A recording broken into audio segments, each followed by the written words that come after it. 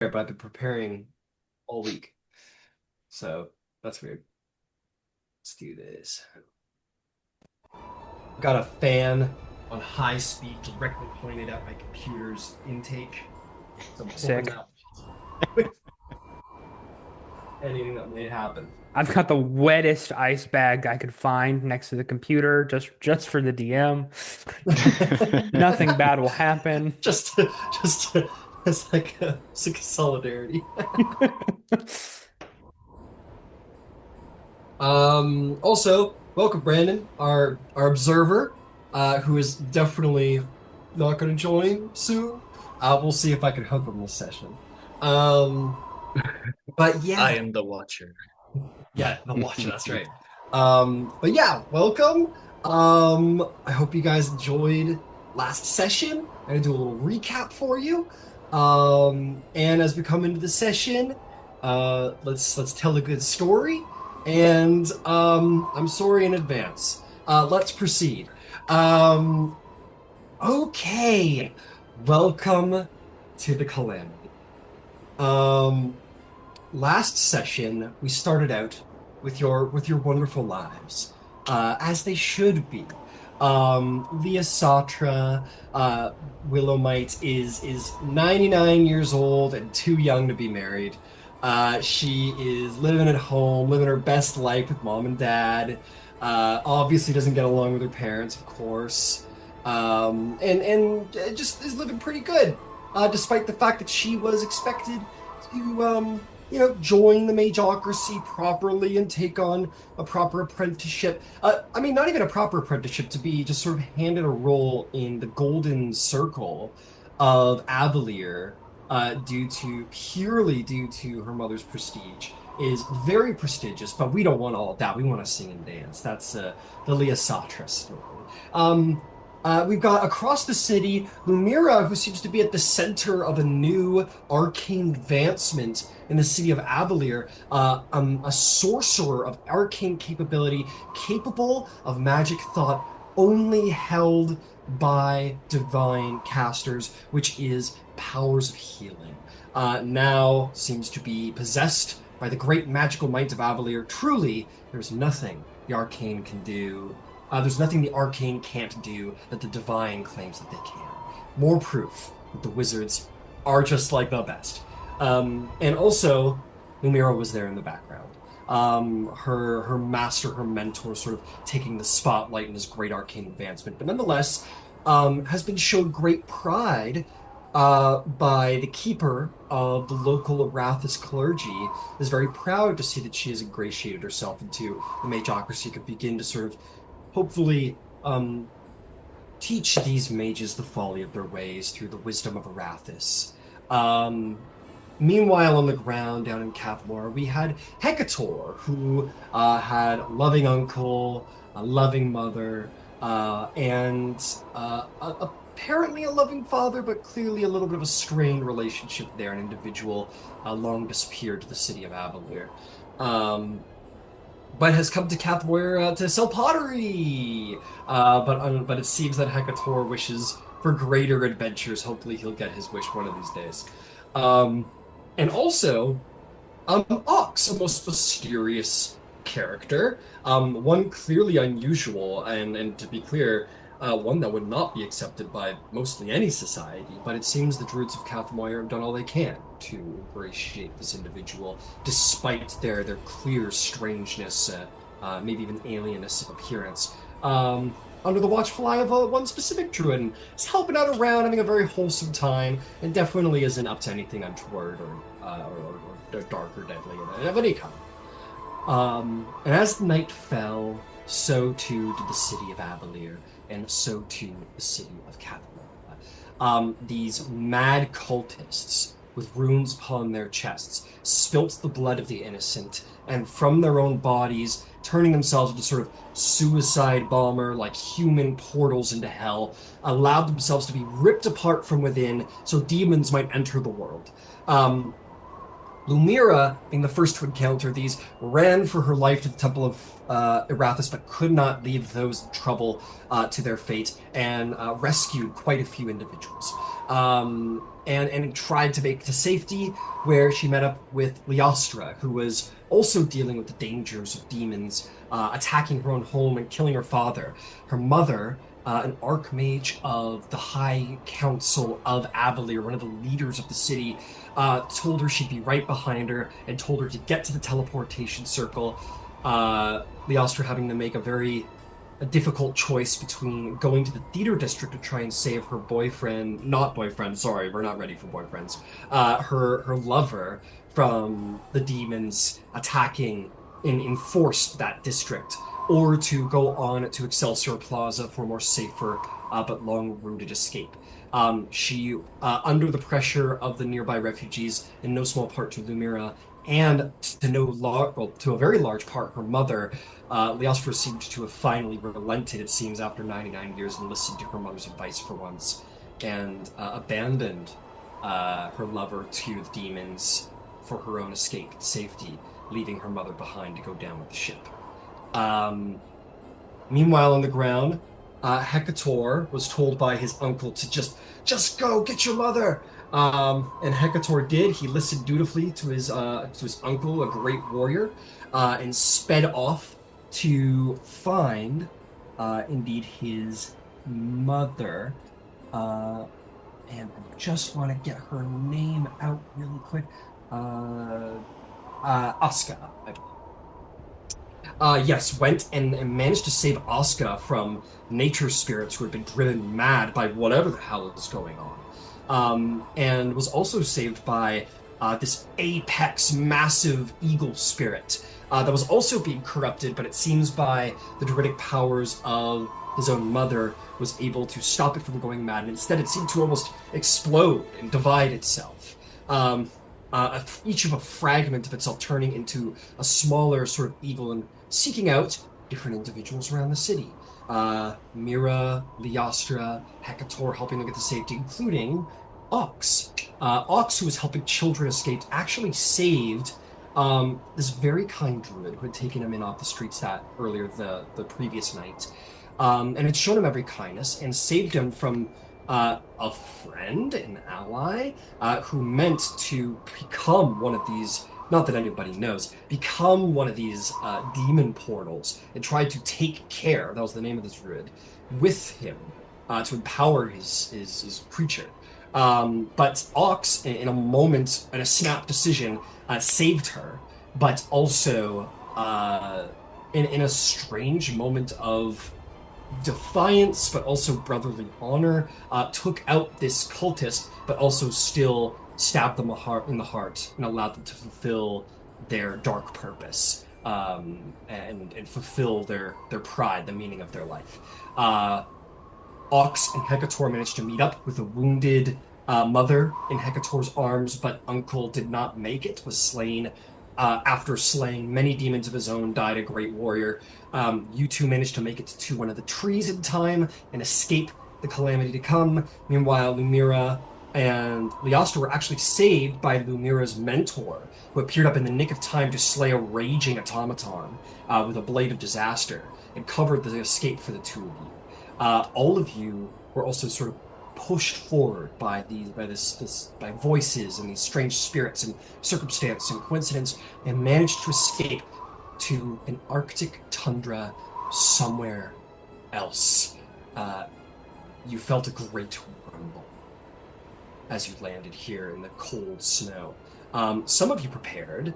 Hecator, being a Goliath, you are built for the cold and also had just finished traveling, so maybe had some more supplies on them. Ox, Traveler, maybe had some more supplies on them, maybe left them in the home, who knows. But I think Lumira and Leostra, being city dwellers, find themselves very ill prepared as they find themselves in the snowy tundra with the rumble of the earth beneath their feet and the knowledge that something terrible has happened, a calamity has befallen, and more still, the horror of who was left behind.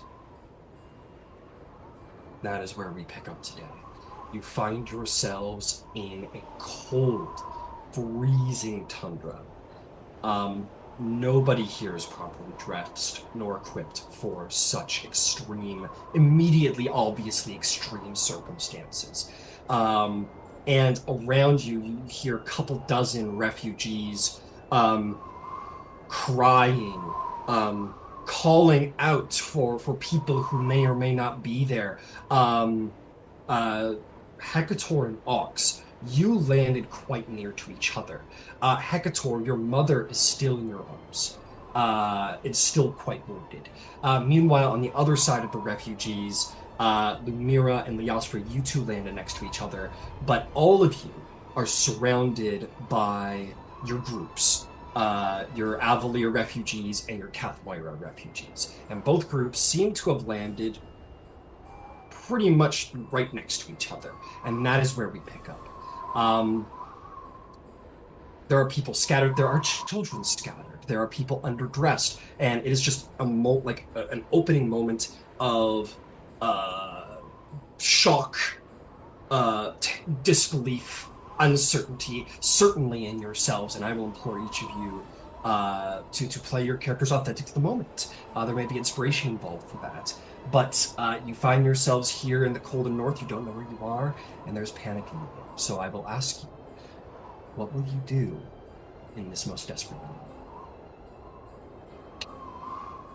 I think Hector coming through the portal and everything, mother in his arms, would not even notice the cold, not even notice the locale initially, and just cry out, Healer, Healer, please. All right. I'll tell you what. There's a big panic going on. I'm gonna have you make uh either an intimidation or persuasion. Intimidation, not necessarily trying to scare someone Ooh, into it, but just trying to like make a noise, really. So either one, your choice. ooh, that's pretty good. We'll do persuasion. That's an 18. An 18. Um, I will tell you what. Um, I was gonna give it to you, Lemira, but just because you're so far away and because we got lots of druids, you might hear this being called out somewhere in and it's heavy. It's like very snowy. You can see fairly far, but there's still a little chaos there. So you hear that too, though, all of you. Healer, healer, from multiple individuals, perhaps. And Hecator, you are pleased to see that one does arrive to help. Um, Let me see here who we got. Um, you see this half-elven druid woman kind of stumble towards you with the look of an individual who's like, I don't know what's going on, but someone needs a healer, and I that's something I could do. Um, so this half-elven druid, where is her? All these minis relevant. She kind of stumbles through the refugees that are walking around a little crazed, trying to call out names, and walks up to you. Um, Hecator, she goes, uh, let me see, let me see. Uh, Mother, uh, your mother is kind of looking around. She's like, did I die? Is this what happens? And she's like looking around at the white, delirious. Um, and she says, no, no, no, ma'am, you're not dead yet. Um, and she speaks a word, a druidic word of healing. Um, and there is actually, um, she speaks this druidic word, and she casts the spell, and it works. Your mother is going to start to heal. You're gonna see the mauling wound in her chest begin to sort of seep together. But as this happens, uh, as she casts the spell, the druid's hand, like fingertips, go like black, and she like and kind of cries as she casts her spell, and she goes, ah, what the hell? Your mother has healed, but it seems to have damaged the druid as well for some reason. hmm, well, never mind that. But it did heal your mother, which is good news. So like she is not in as dire circumstances as before. She's scraped up now. Yeah. but nothing lethal any longer. Okay. He'll just say to her, "You were right. Th- Something was wrong with the spirits." Uh, your mother just her eyes continue to sort of swirl in her head, and then she kind of smiles. Um, she says, it feels so nice all of a sudden. It's nice breeze. How's that? Strange. She seems to be like enjoying the cold and not fully grasping the severity of the moment. She's Hmm. just delirious despite the healing. Okay. I was gonna ask if maybe I could do a medicine check, but if it's Absolutely. if it's some Yeah. delirium, Yeah, all absolutely right, go for well, that's pretty good too. 18. it. 18. Physically the healing spell helped not entirely. She's not bloodied any longer. So she's above half health. And she's in no fear of bleeding out. Um, but she was attacked by spirits. Hmm. So medically, she's looking a lot better. Like if it were, you're like, she's tough. You know your mother's a very tough woman. She should be able to stand up and like get to business, but she doesn't look poisoned at all. But something's keeping her sort of like delirious and kind of hazy and out of it for some reason. Okay. I think at this point he'd notice the cold, notice the environment around him, and raise his head up. See Ox there. Oh, you made it. Uh, where the fuck are we?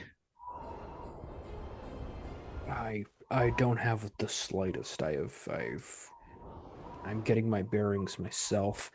I think Ox will survey around.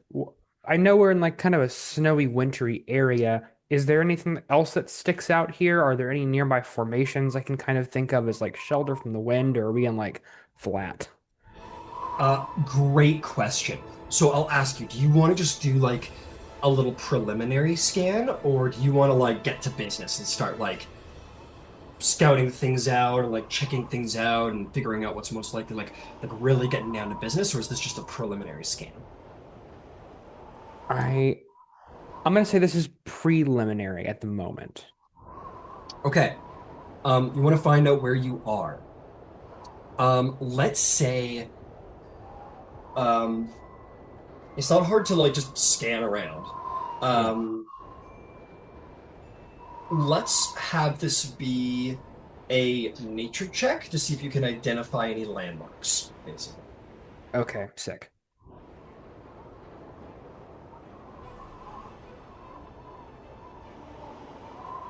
Sick. That is going to be a 22. Very Nice. nice.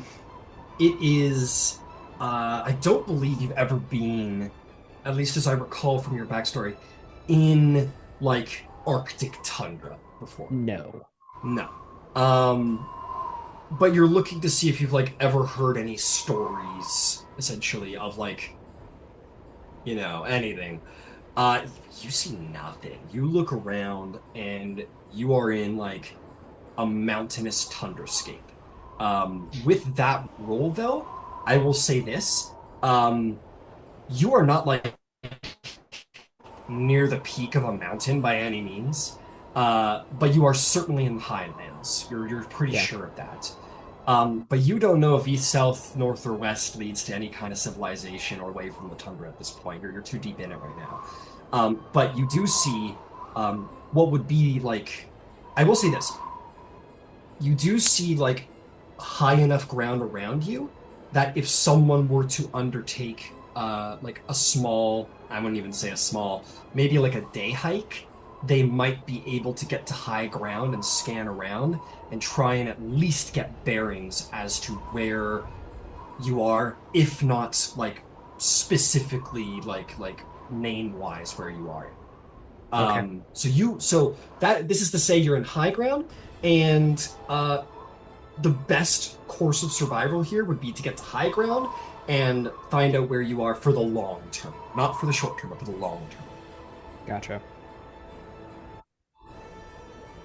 Um, So is basically, you have no fucking clue. super cool. I get it. On the Tailspire map here, I see a kind of little outcropping of rock on the back.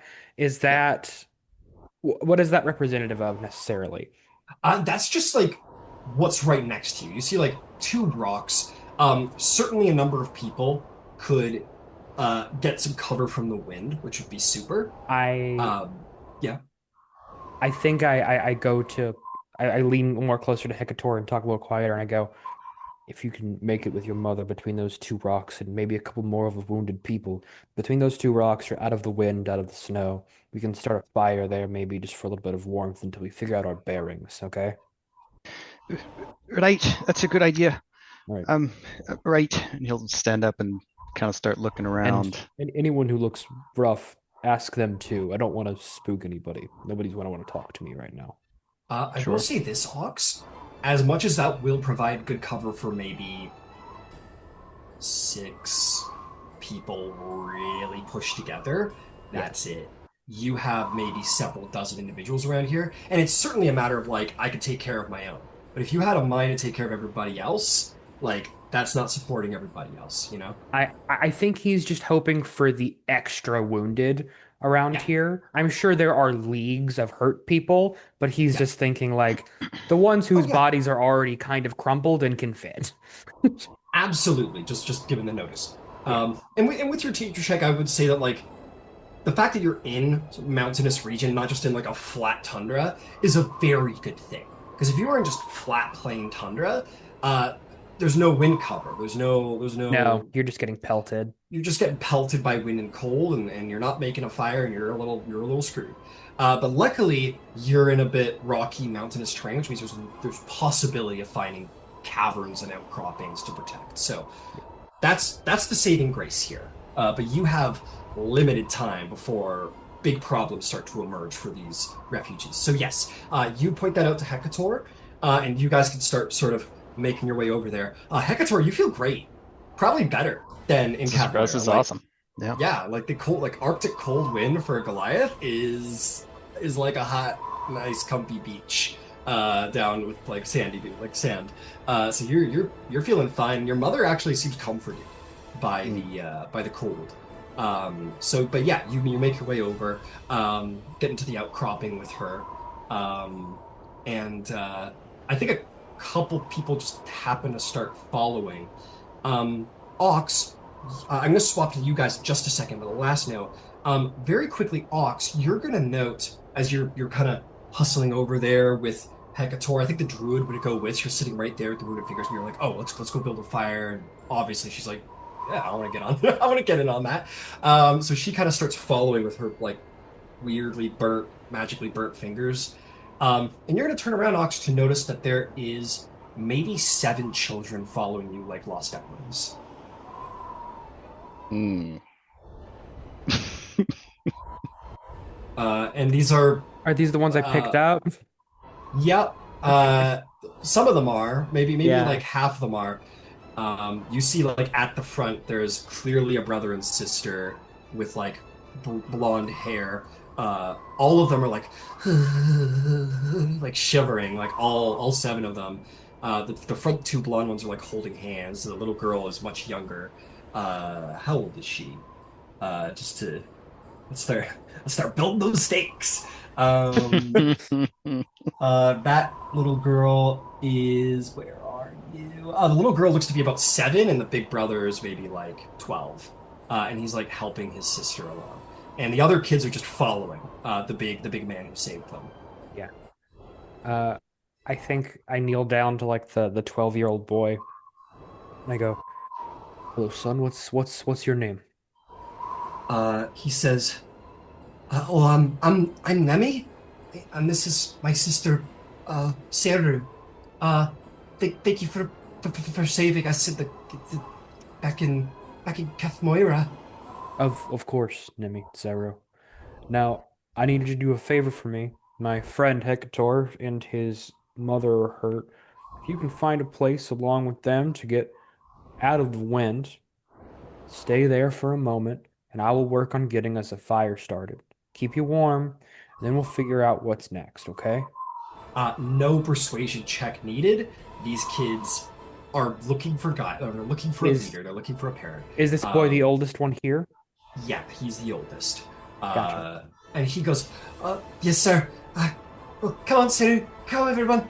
Um, and he's like got his sister like that, and she's like holding like a bear. And just, where's mommy? He goes, oh, we'll find mommy. And all of them just kind of start through the wind after Hekator, to go get cover with her and her mother and the druid, Yeah. or with him, his mother, and the druids. Um, Cool. In that moment, I am going. Well, I will say, Ox, as you're forwarding those people along, you quickly see uh, the Cathmoira people just start to flock after you a little bit, and you'll have to deal with that in a moment. But for the time being, yeah, whoops, you presented yourself as a leader. Now you're responsible for lives. But meanwhile, on the other side, that is completely unaware of this going on, surrounded by very well-dressed nobles and mage apprentices and artificers of Avalir, is Liastra and Lumira. What would the two of you like to do, if anything? Or what are you doing? If I recall, uh, Leosatra, is that correct? Leosatra was quite distraught and in a significant state of distress. Is that still the case? Yeah, absolutely. She hasn't stopped crying and she's like sobbing and probably shivering now too. And um yeah, she definitely hasn't stopped crying. She doesn't really recognize her surroundings yet either. I don't know. I think she's still catching up to what's happened. So Mira will look at you and take your hands in hers, and or take your hands in mine. Um, your mother calls you Leosatra, yeah. Le she well, Listen to me. Le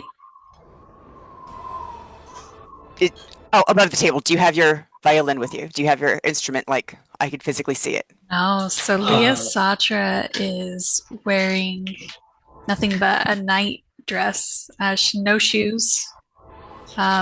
She got out of bed and ran, so she's not wearing hardly anything.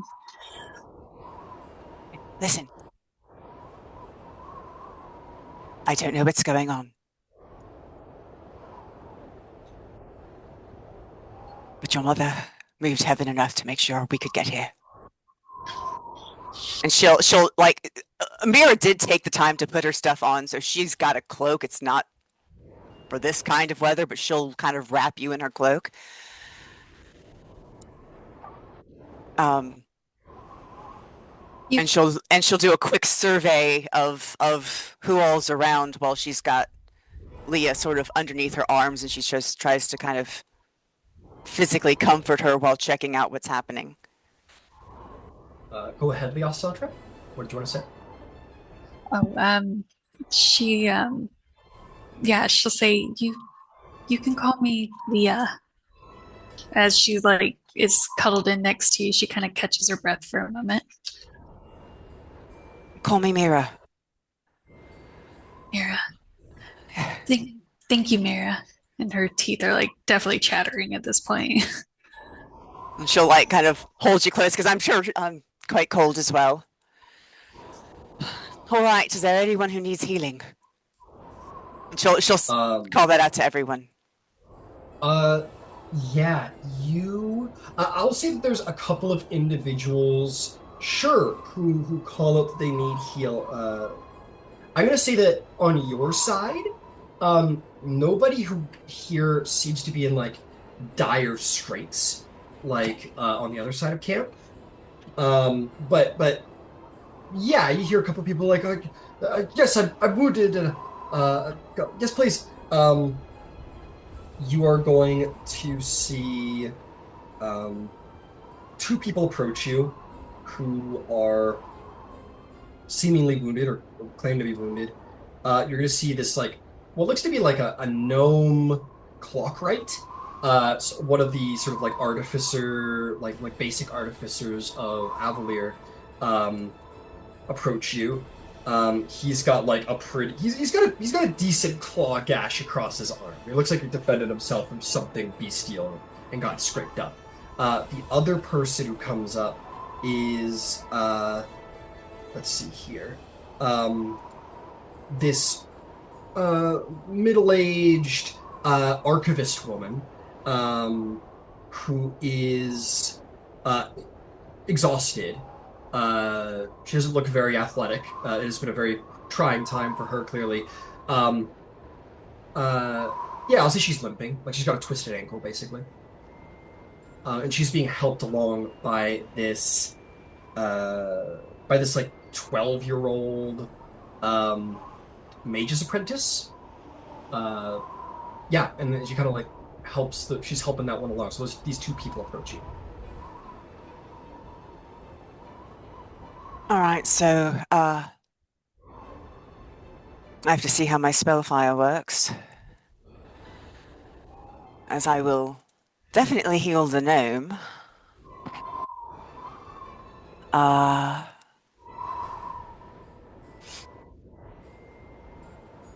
Sorry, it's the first time I've done the thing. Let's just see how it works.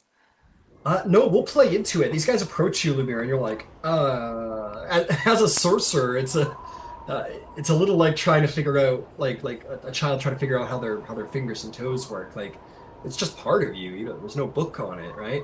So you're like, okay, let's see how this goes. And you're trying to figure it out. Yeah, by all means, what would you like to do? All right.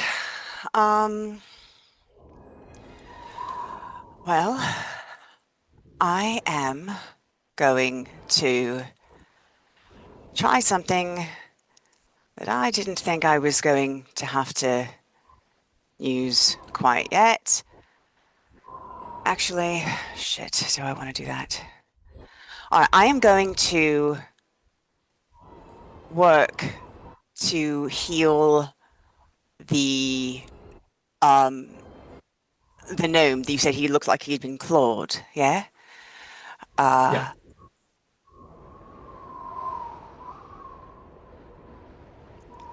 Can I twin this spell? I'm not sure. Can you? Go read the feature. I know that they've changed how that works. Yeah, that's what I'm trying to figure out. Cast spell.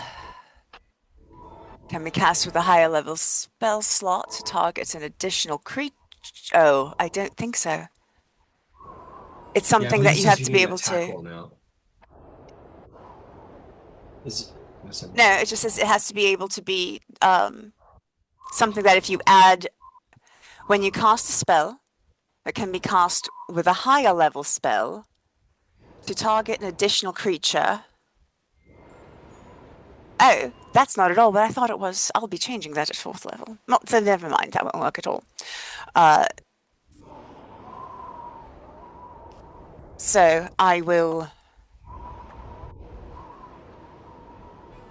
cast the Cure Wounds on the gnome. Okay. And I'll go ahead and just give you a moment. I will roll that. I apologize. This is taking so long. For 16 points of healing. However, if I'm understanding this correctly, then my spell fire, one creature. Do you want like a minute to like figure this all out, and then we can like maybe Yeah, go somewhere else? yeah. I'm sorry. I'm so sorry. I haven't done this before, and it's okay. Thank you. Yeah. Okay. Yeah. No. Take a moment. And I'll tell you what. Lumira is like you see her standing there, like literally trying to figure out her sorcery in front of you. Like she's like casting incantations in her hand and sort of trying to like little flicks of flame go off. And she's like, no, okay, that's not it. And she's like literally trying to figure out her healing magic as you're standing there. What would you do? What would you be up to, Leah? She's kind of gotten up. You've got her cloak around you. You see all of the refugees around you. There are the two injured people in front of you that Mira's trying to deal with. What would you? Is there anything that you would do? Yeah, can I cast magic right now? Or no, not really, because I don't have a focus. Well, the focus only supplements material components of a costly or consuming nature. That is what a focus does. So as long as your spell doesn't have either of those, you're good. Okay. So as long as it doesn't have a material component. Yeah, like for example, healing word is a verbal component spell. You can cast that without a A focus. focus. Okay. Um, I think Leah would see Mira trying to help um and she would sing a quiet lullaby and like just a very short verse and cast healing word on the gnome. Okay. Yeah. Uh, just looking at your bonus here, you roll a minimum of 6, even on ones on all your dice. And with this little like hymn, this little almost like lullaby like song, quick as it is, just for comfort, is comforting enough to seem fleshed together. Um, it is powerful enough to do so. And with that, the gnome heals together as your music almost seems to be like caught on the wind and kind of like sort of travel along the wind, and then sort of is still quiet but just slightly projected by the wind itself and the flows of magic, and it does reach the gnome and heal him, and his wounds just seal away completely without a scar. Um, uh, I think he I'm gonna just give a little check here real quick. Um, yeah, he like is a little surprised, and he looks over, past at Yulia, and he goes, "Thank you, thank you, Miss. That's so much better." And he just smiles brightly. Gonna bring her back around to you, Lumira. You see like while you're trying to figure it out, the gnome is healed. The woman has still got a pretty badly spraying ankle. Would you like to use your magic to heal her? No, I got nothing. Okay. Your magic Like- kind of fizzles out. Yeah. Okay. What is that? What is? Leah will kind of like look to Mira and smile like you're right, you know, we should try to help these people if we can. We need shelter. We need it fast.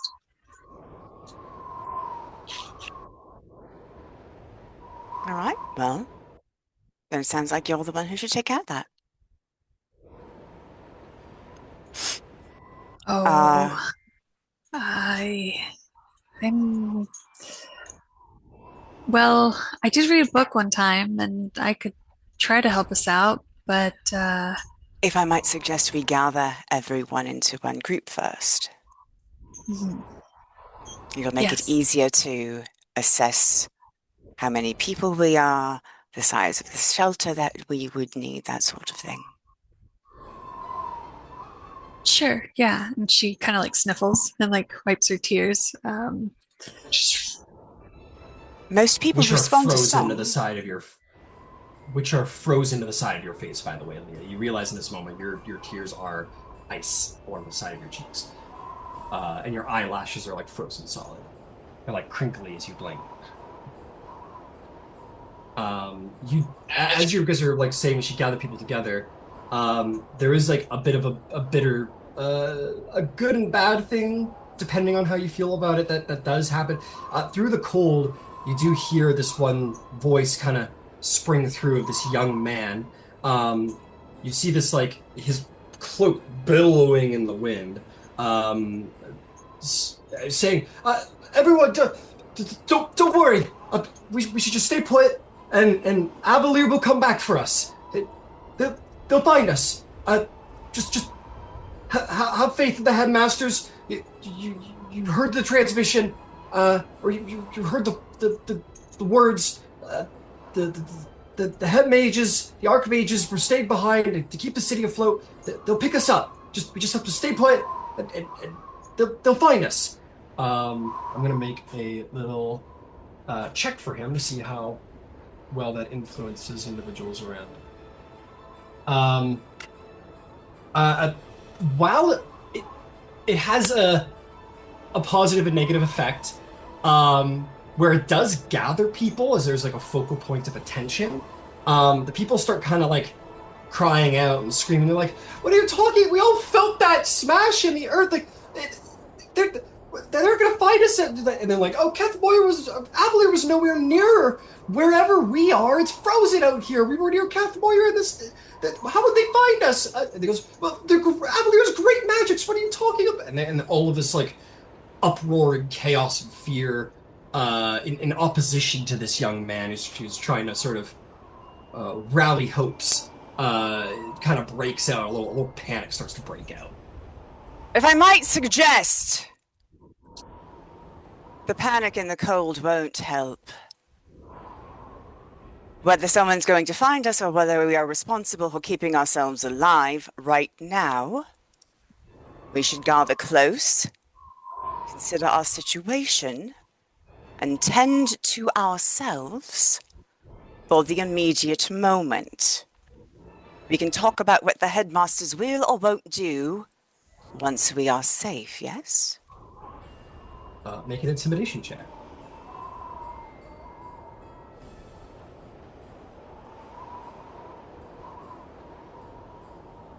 Intimidation. I was hoping for persuasion, but that's fine. Yeah, unfortunately, it's still a intimidation. +4, so it's still dirty 20. That's very good, and that's much better than the nat one the young man made.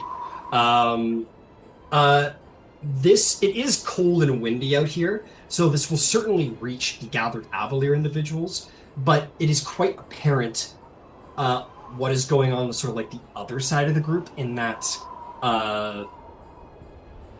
maybe they're Avalir people, like you haven't looked at them, but half of the group seems to be corralling towards this small stone outcropping a couple dozen feet off. But as well as you persuade, the people do gather in, and the panic is going to like, it definitely calms. We're like, right, yeah, can't panic, right? And they start kind of assuring themselves this thing, and while people aren't calm, they're not freaking out at each other.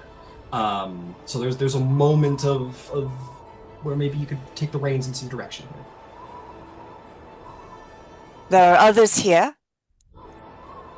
If we can gather close for warmth, yes. Perhaps if a couple of us can go see what the others are about, we can combine our resources and our information and work to get through the night. We'll be fine.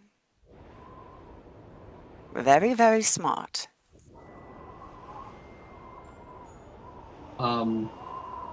Okay. So what's so people kind of like, oh, okay, and they start trying to gather. They definitely start trying to like gather together. But like these are Avalir people. Like these aren't like, they don't have the same community as like the Cathmoira people, for example.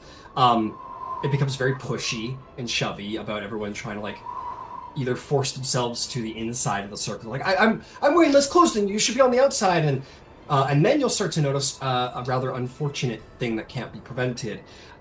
Individuals start trying to do what wizards and other folk do when they're out here in the cold. They try and be clever. They all start trying to cast various prestidigitations, and it'll become very quickly apparent that something is going on. As people say their little incantations, like, oh, Azumanit, whatever. There'll be like a, and they go, ah, God, and people are like casting cantrips, and the spells are like shocking them and like fizzling out, and people are like for a hot minute there, like people were getting like one damage here, one damage there, nothing that's going to take anybody out. But it takes a couple minutes for people to understand that magic is not reliable right now. Some people succeed, but prestidigitation, you gotta keep casting it. So people are like, good, good, good, ah, shit, and then like it's chaos. But for the moment, they're trying here. This might not last forever. So again, we're gonna have to move fast here. I am going to circle back really quick to Hekator and Ox because I want to see how we deal with the gathering Cathmoirans. Um, what is going on my screen? There we go. Hekator, you and your mother and this druid who healed your mother make their way into, uh, not warmth, but certainly where there's less wind, which helps a lot. All these kids sort of file in. Luckily, kids are small, and while the interior is like filled, everyone fits in.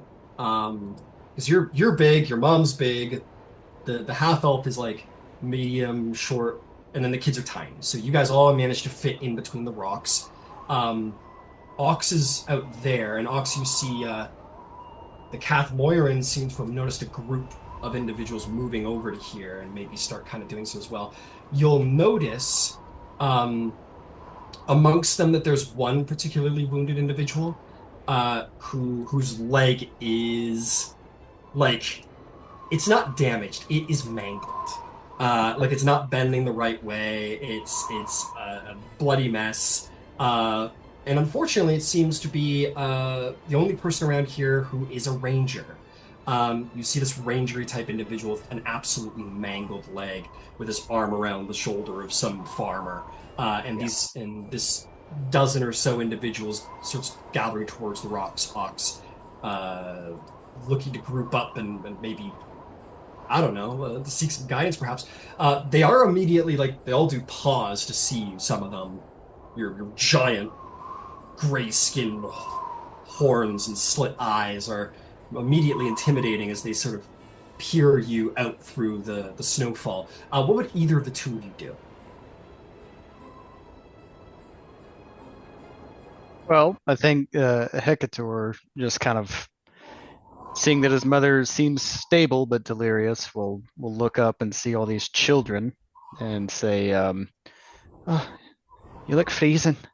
Um, I could help with that." He'll kind of start taking off his bedroll and basically hand that to the children and try to put it around them. That ought to keep you just a bit warmer. Um, there's a lot more people. Shite. Let's see what we can do. Little girl Go. goes, "Shite, thank you." Oh, don't say that. Oh. The little boy does chuckle. Actually, all the kids kind of kind of like let out a little chuckles. The little girl swears, and you wrap the bedroll around them, and it'll be very helpful. It'll be tremendously helpful. I think seeing their little smiles, he'll say, "You know what? Say whatever you want," and he'll kind of leave the little Shit, shit, safe shit, spot. shit, shit, shit, shit starts to break out. He, shit, shit, he, shit, shit, shit. Smile will curl up his face as he kind of goes out to survey what else is going on. Okay. You kind of step out. The half elf woman just kind of gives you like a little look of like I'll keep an eye on things, basically. She's sitting right next to your mother. Seems to be a nurturing individual, just like it doesn't like you look at some people and you're like, okay, that person is very passive inside. She's like a nurturer, and you're like, okay, cool. So you step out next to Ox. Um, Ox, was there anything you wanted to do just before Hecator arrives a couple seconds later? The people that gave pause after they followed me blindly and then actually realized what I look like, I'm gonna look out over them. Um, Especially considering their city was just ravaged by devils. Yes, there is no misunderstanding here. Um, and I kind of just survey everybody and I go, all right, guy with the bum leg, let's get him resting. He looks capable mentally still, but get him in there. The rest of you, anybody willing to help get some firewood going? Make me a persuasion check just to kind of like, you know, uh, Uh, just clearly show you're here to help. gotcha. Any chance with my stature I could argue for an intimidation check? Uh, No, I get it. You're good. I don't. Could I'm sorry. I don't think. Yeah. Could I provide assistance with that? The help Yeah. How action? would you like to provide? Yeah. How would you like to provide it? I think yeah, I think Hekator would come out and see the people having just stopped seeing Ox and say, "No, he's a friend. He bought me a drink. We'll get through this, but we need to work together." Okay. And Absolutely. he'll put a hand out too on Ox and say, "You've got this," and All right. cast guidance if he Okay. can, Cool. Yeah. if it's not Absolutely. fizzling. Absolutely. No, you're good. You're good. So yeah, advantage and D4. Yeah, you were a little too nice and reasonable for intimidation. I'm sorry to say. No, you're fair. That's kind of Ox's thing, so it makes sense. It's a D4, you said? Yeah, for guidance. Yeah, a D4 for guidance plus advantage. From the help. Gotcha. Sounds like, hey, I saw you bless him. I saw you guide him. No, okay. You didn't see shit. Oh man, I am thankful for the guidance. Okay, with the guidance and advantage, I hit a 15. A 15. That'll do the job. Okay. People here are seeking leadership and help and safety. And you're backed by Hekator. And like these people don't need much convincing to gain help here right now. They're like, oh, okay. Oh, he wants to help us and possibly save our lives. Okay, I guess we'll do it. So yeah, no, without much, they like, okay, all right. Anybody who can lift an axe with me, anybody who thinks they can help makeshift shelter this little area with the group. Um, the farmer starts hobbling the ranger over to Yeah, the stones. he's not counted. He can rest. Yeah. Oh yeah. I'm just telling you what happens. Starts hobbling him over. The other people kind of like they look a little uncertain. And in a similar way to Avalir, the people of Cathmoira rely a lot on their druids. And you know why cut a stone when a druid can walk up and just snap their fingers and that stone becomes a square. But you do see, gods be praised, Moradin be praised, in fact, these three dwarven, clearly brothers, the three dwarven brothers, the only dwarves present, in fact, approach you. Very, very unusual to see a dwarf above ground. So, quite a blessing. One of them says, this is Yorva, that's Danik, and I'm Torin. We're the Stornax brothers. We're masons. We can help, we're strong. We can help gather some wood and maybe even make a little shelter. So we'll come with you if you want. Stone axes. I like it. Yorva, Danik, Torek. Let's get this done. You got axes already? No axes, but we'll make do. Unclipped. I unclip my hand axes. A little something is better than nothing. And I pass out 3 of my 4. Yeah, fuck. That's huge. Smith built hand axes over the fucking cobbled stone and sticks they were gonna do. Humongously helpful. They each take it and they're like, all right, you want wood chop? We'll chop some fucking wood. Let's go. Come on, lads. And they dwarven work ethic. They are immediately like, yeah, let's go. So they immediately follow you to the nearest tree and just the 3 of them immediately, without any need to point or anything, immediately form around the tree and do the like cool Lord of the Rings like ting ting ting ting ting ting ting ting, like where like they all hit the hammer Yeah. in synchronicity. They like all hit the side of the tree in perfect sync with the axes, and trees are just hobbling like one after the other within like 30 seconds down, 30 seconds down, 30 seconds. Sick. Like they immediately start. It's like, whoo, dwarves, let them go. Yeah. And you help out and immediately, yeah, raw materials start to be provided very quickly. Ox, why don't you give me a just give me an athletics check. Let's call it. Sweet. Just chop some trees. Theoretically, this is what I'm good at. If And it you're shows. yeah. That's a 24 on my athletics. Oh yeah. So these guys are like they're masons. They're not warriors. They're used to like like labor style, like efficiency and whatever. And they're good. And they're all working together. And you're easily keeping up with them because you're used to swinging that thing to main probably. Yeah. I've got And my huge great axe and just you got a huge yeah. So you just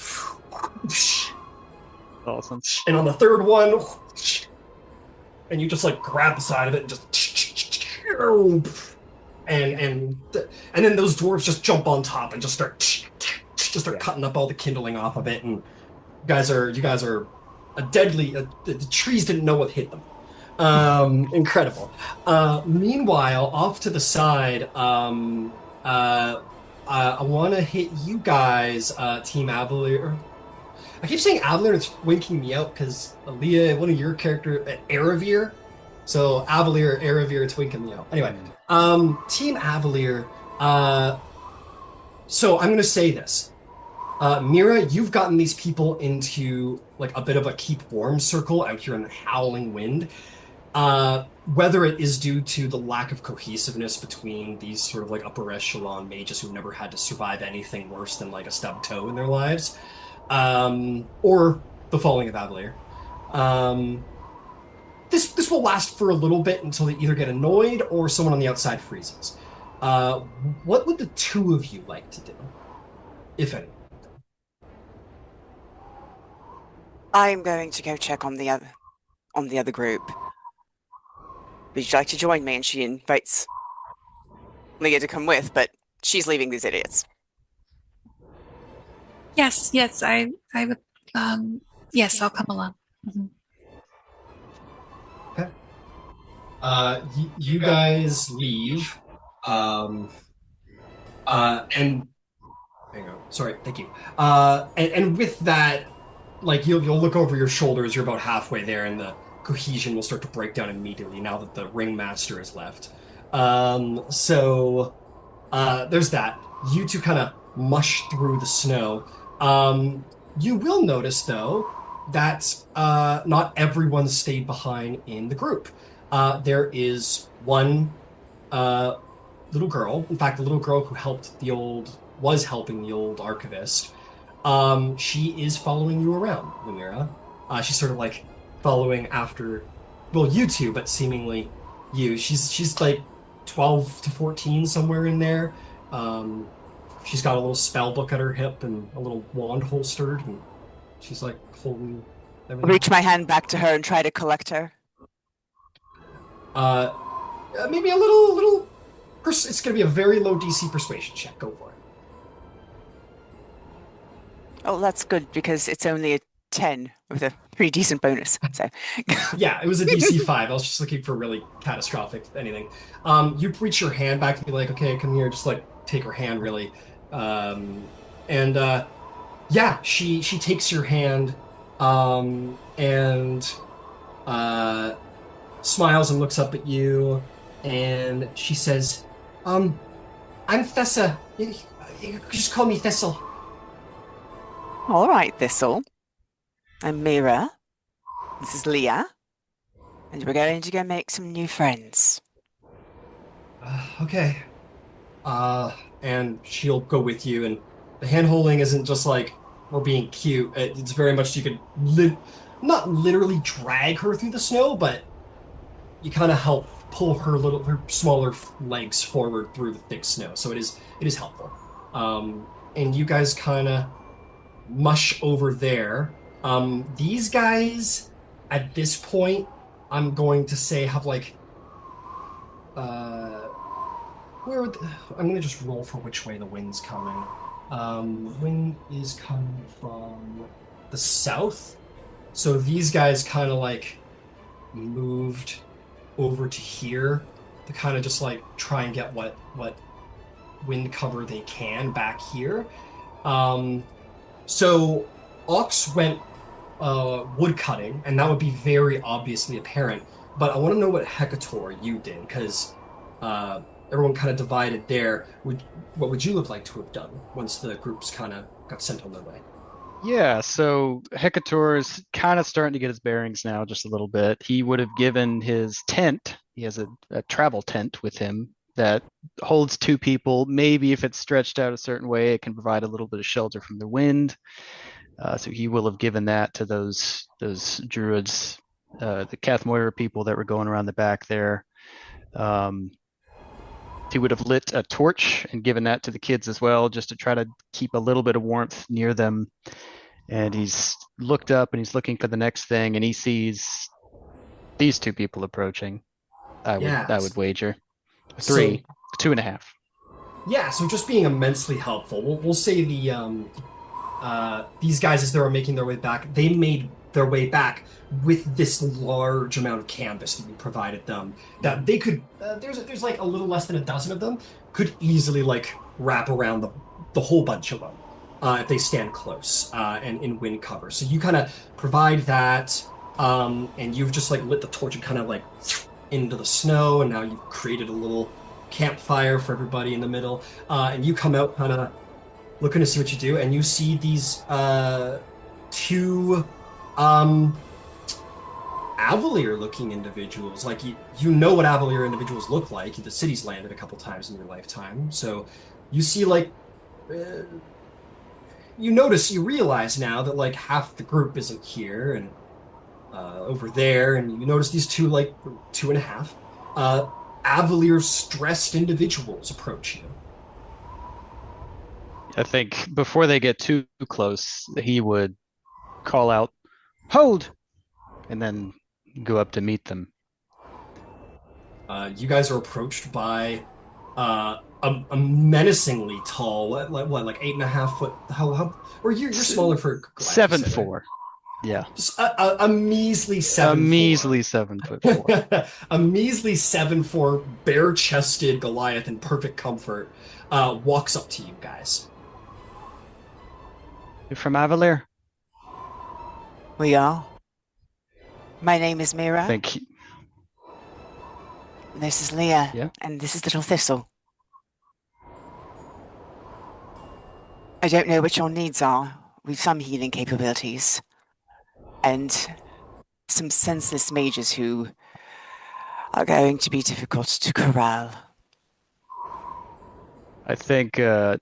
Actually, I think he would be matching his stance in the mini. He would have his spear out right now.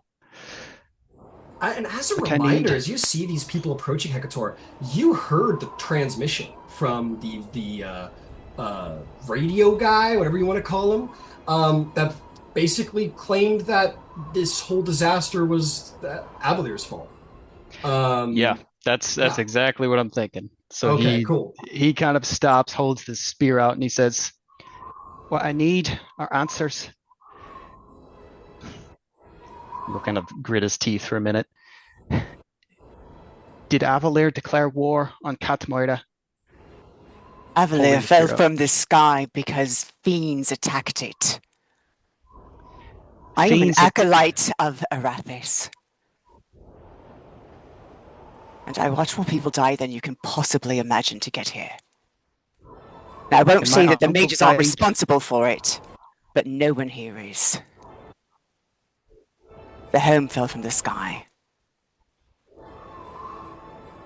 No one here knows I anything. saw it.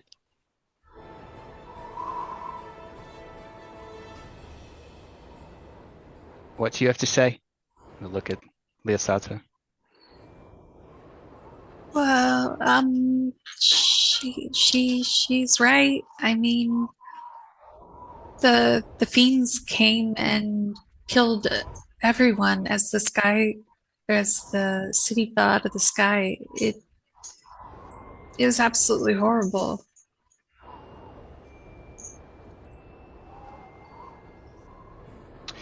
Hmm. I think he might try to insight check. Yeah, let's do it. Go ahead and take an insight check. See Intimidation if he again, trusts. Lumira. But I'll give persuasion to Leostra. Not good, only an 8. Okay, 23. 14. that's great. Um, I would, with your low insight and the check that Mira gave, I think fittingly as you kind of turn to Leah to ask for her opinion as well. Um, I guess maybe Mira's aggression kind of threw you off, and you're not like you don't get anything certain out of her. In fact, you think that like the force, you know what I mean? Like you're like, did they just commit war? And this person is like basically like you can't imagine what I have been through, and like it makes you uncertain. But Leah sounds very genuine. And you can take that in two ways. That could either be like you believe Leah and it confirms what Mira is saying, and or they're just out of the loop and the Archmages did something. But these two seem to be innocent at least. Okay. You could see his jaw kind of unclench a bit and his look soften. Right. Well,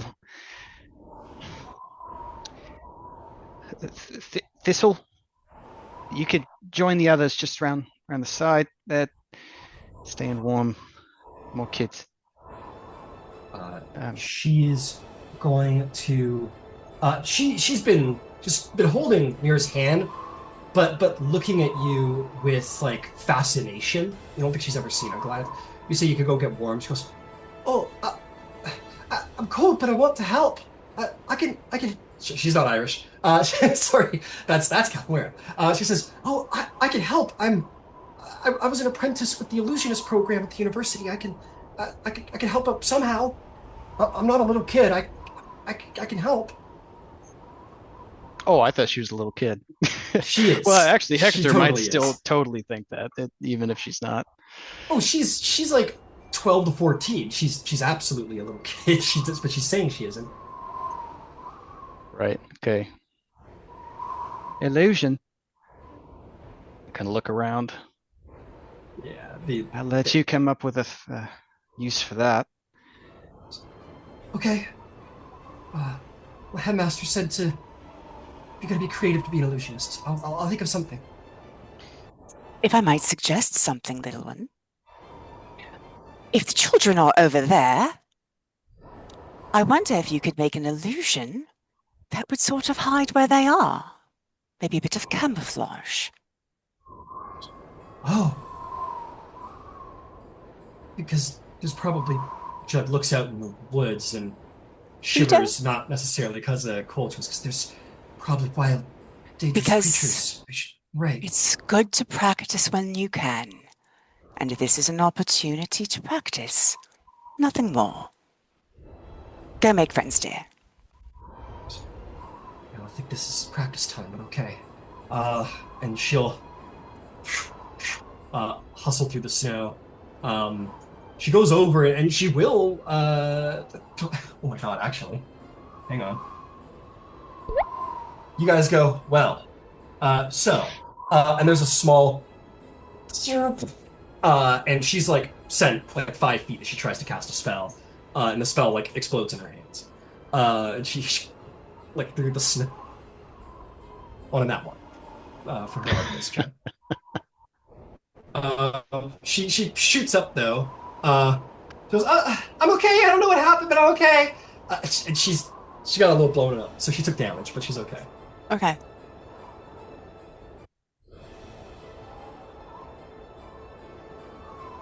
Well,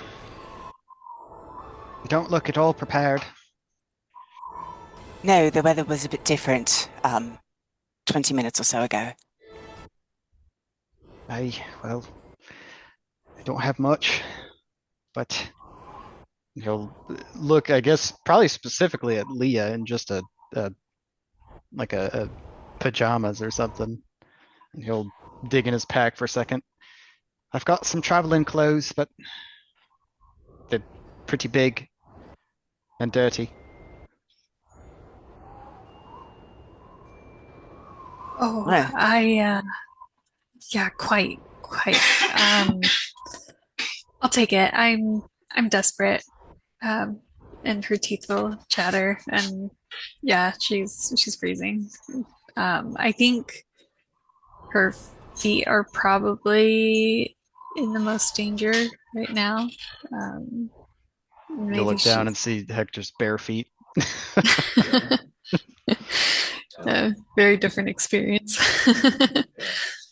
Uh, is that your only outfit, Hekator? I think so. I mean, what I've got on, which is just, other stuff. It's No all armor. good. If you're not wearing any armor, and it sounds like you're just kind of wearing the trousers and then this like animal pelt around you. I won't count that. So I'll say you get a full set of Goliath-sized outfits, Leah, with Goliath-sized boots and a Goliath-sized shirt and a Goliath-sized cloak, but no pants. We'll take it, yeah. Um, Fair enough. but she's gonna look a little ridiculous. Yeah, you can sit down and start figuring out how to put this all on. At this moment, I think with the end of a tree over his shoulder, you see maybe not quite as big, but with the horns maybe about quite as big, this humongous, red-skinned, horned, demon-looking, just muscle man dragging a tree trunk through the snow towards this rocky outcropping. That's And Ox. Ox, you see the group. Yeah. Uh, and I kind of push it towards or like drop it right at the front rock there, kind of leaning up as like a proposed spot for fire. But beyond that, uh, Hector, we got friends, maybe. I think so. Okay. You two see a devil. That is a devil. That's one of the people who slaughtered your people, like for sure. Oh yeah, Leah will scream, um, traumatized because this happened only a few minutes ago, and hide behind Mira. I think maybe even prepare to cast a spell. I don't think she's quite like that coherent yet. She's more in flight mode, but yeah, she's terrified. Mira puts her hand on her holy symbol and casts on herself, casts protection from good and evil, and like kind of stands back, kind of try to make herself a little bit bigger to protect Leah, but she casts the spell on herself. Hey, Alicia? watch the magic. Well, I don't the appreciate spell the is cast on clerical word. herself.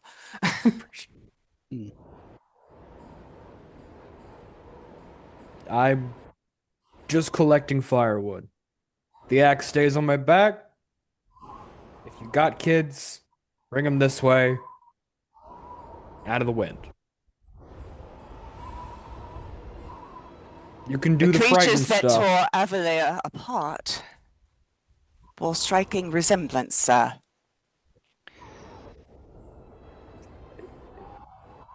If there is any point to be made, you have taken it. But I am here collecting firewood now. And Hekator, I hope, can still vouch for me. He and I had a drink well before the city was even there.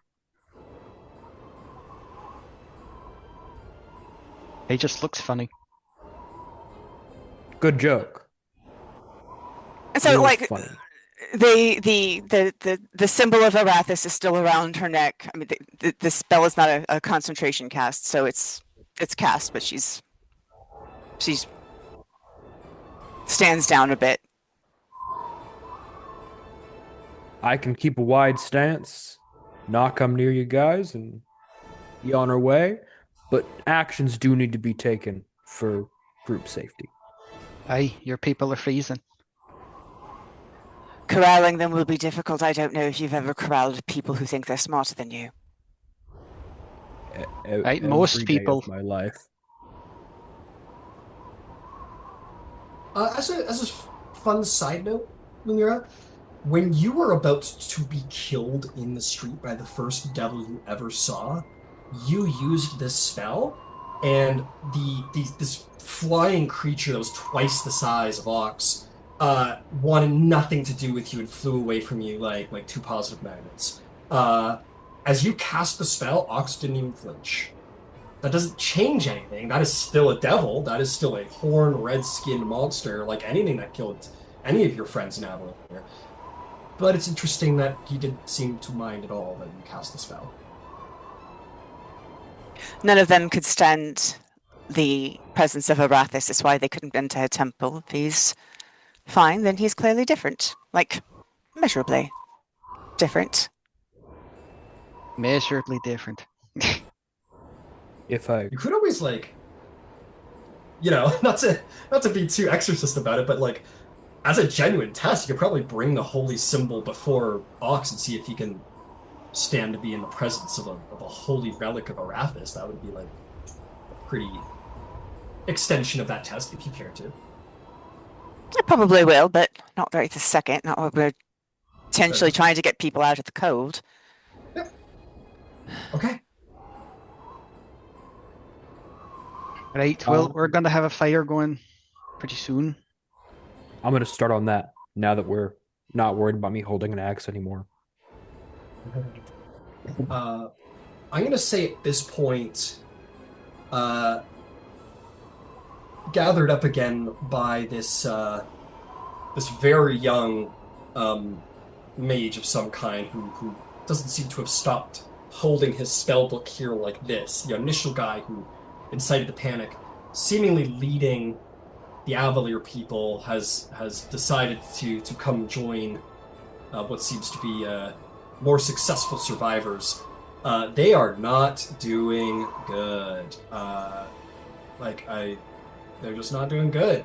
They're not as poorly dressed as Leah. I think she takes the reward, the ultimate I'm dressed the worst out of everybody here ward.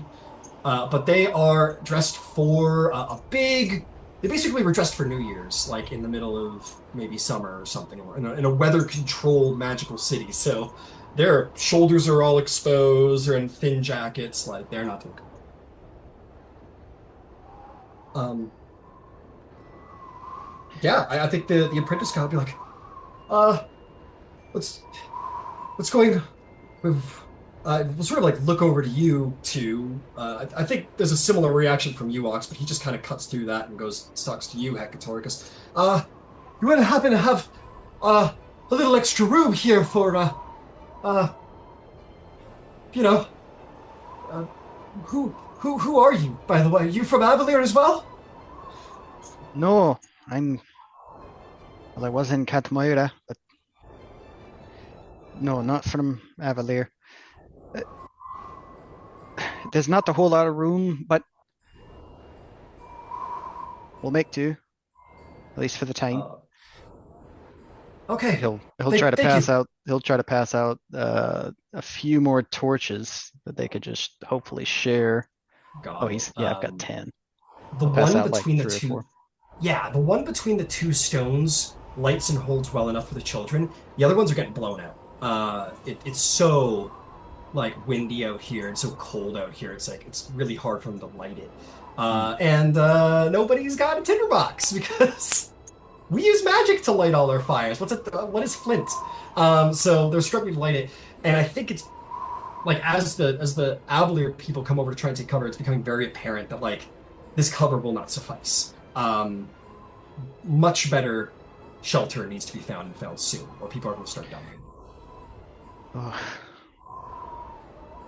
Do you have anyone in your group that can navigate the wilds? I've done so for quite a time. There was a ranger, but he's got a bum leg. I used to take people out on hunting trips and whatnot. If we If we're interested in getting any large bearings, own personal ideas, getting them set up with a semi-standable fire, and heading up about a day up the mountain, seeing what we can see from up there, and moving on. We need to find a better place. Just Aye. keeping the children out of the wind isn't going to be enough. Well, mountains mean caves. Mountains also mean valleys. Valleys mean water. Water flows down, usually warmer. But He's smart. Listen to him. we need to see. I agree. We need to get up high. Well, I think we're gonna need shelter here for the night at least. Um, I don't think we'll survive without it. And Hector will address the group. Anybody have any material, canvas, anything? Look around at the guys who are here.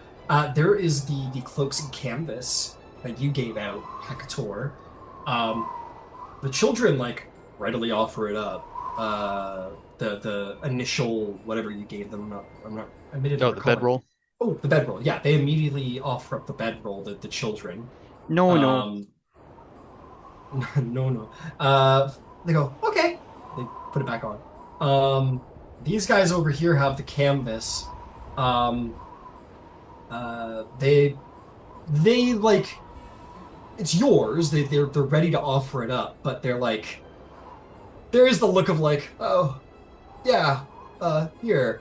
Where they're kind enough to give it back to you, but there's concern about giving it up because it was provided. Oh, wait, no. Sorry, I meant I was addressing the Avalir group. Oh, Those got it, the people. Avalier folks. Okay, let me go look at the Avalier people, who they got. The gnome pulls out an all-purpose tool, and shrugs like, I feel like he can't.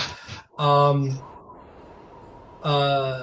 what someone says, well, there's a lot of ladies here in big dresses, maybe. I just, how you cad? You just tried to get me naked. And he goes, it's the last thing I'm thinking about right now. And over there.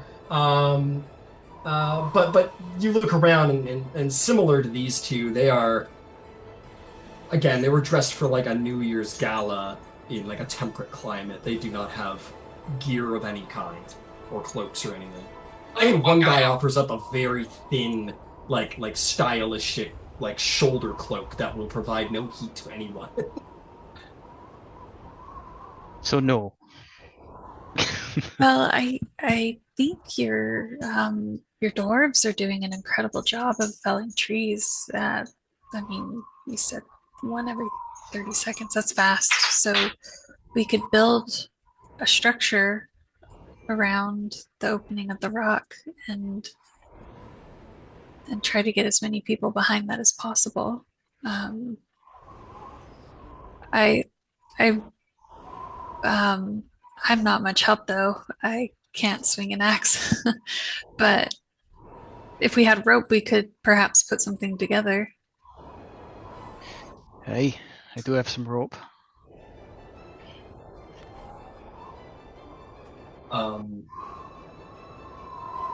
I'll tell you what, if anyone, I will say that would be a pretty big project because, like, if you're looking at the situation here, like, it would certainly be nice for the people in here, but unless you're like attaching like a house basically to the other side, you guys have like several dozen people. This outcropping is certainly a good rally point, but as far as survival goes, it might not be unless those dwarves said they were masons, so they're not excellent carpenters. We need to move. Yeah, it might be. I will say, but I mean, you guys, Hector, like you said, you can go out and scout around and try and find shelter. Absolutely. You guys have options. It's up to you guys what you want to do. But I will say, it will take time to build a structure for everyone to stay in over here. Okay. This is too temporary. We need to find something better. Let's see, idle hands. He'll call out to the larger group of the Avalir folks and maybe some of the Cathmoira group. Find out, look for tracks. Any kind of creature? Do they know where their homes are? Um, make me a persuasion check. Sure. I assume you're proficient in survival or nature. Survival, yes. Nature, no. Oh, okay, that's fine. Survival will do. Persuasion Put me check, you said?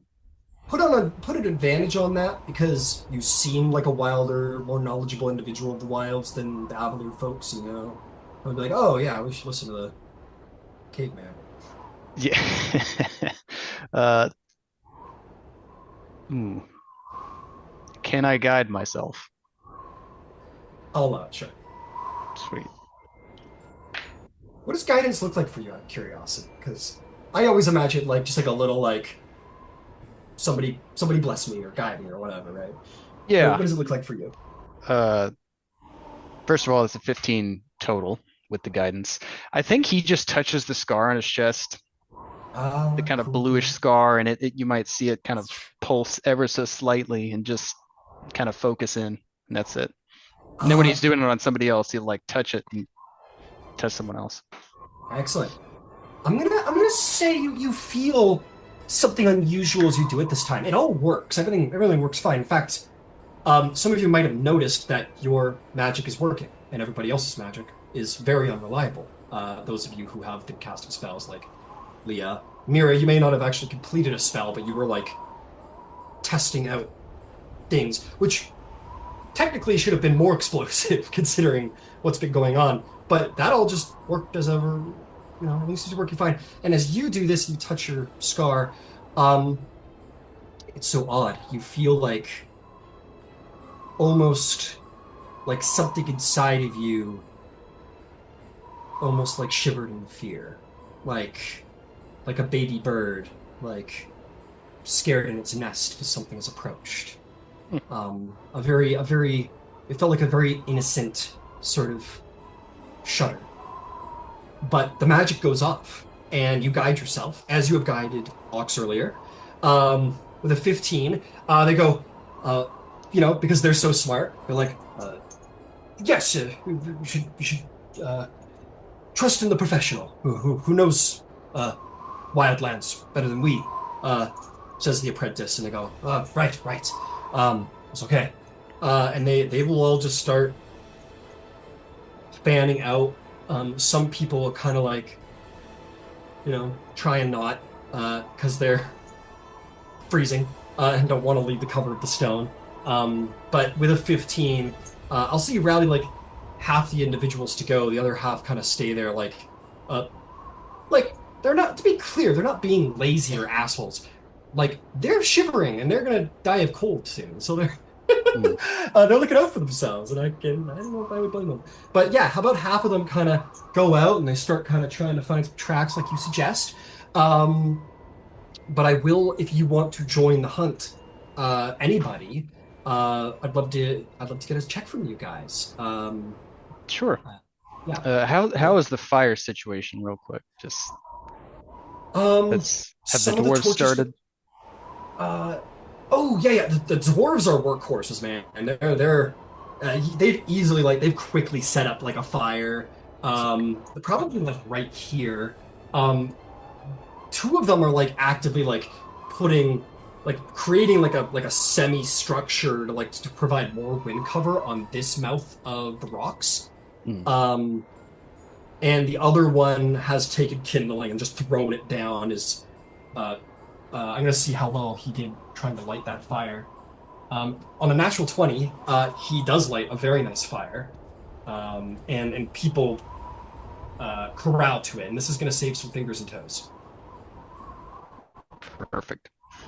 And puts it in a nice position where a little like everybody can get a little bit of heat.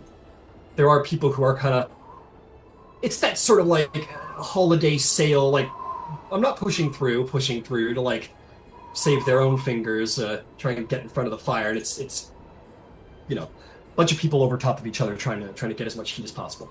Let me get those survival checks from whoever would like to go out in the cold. Try and help. Ox, you're pretty cold too, buddy. You're bare chested in the Arctic. Yeah, no, I'm not. I think, part of my survival check, I think, is attempting to find anything to use to cover myself, including large animals to hunt. Fair enough. Hey, let's see if we can kill us an animal and get you some furs. 23 on the survival check. I got 23 as well. Nice. For a nat 20, yeah. Damn. Not proficient at all. Got a 19 though. Nice. Mira? Oh, Mira's gonna go heal the ranger. Okay. Perfect. Sweet. We will circle to you. I'm not a survivalist, so sorry. No, hey, absolutely do what helps, man. I'm also at this point going to get con saves.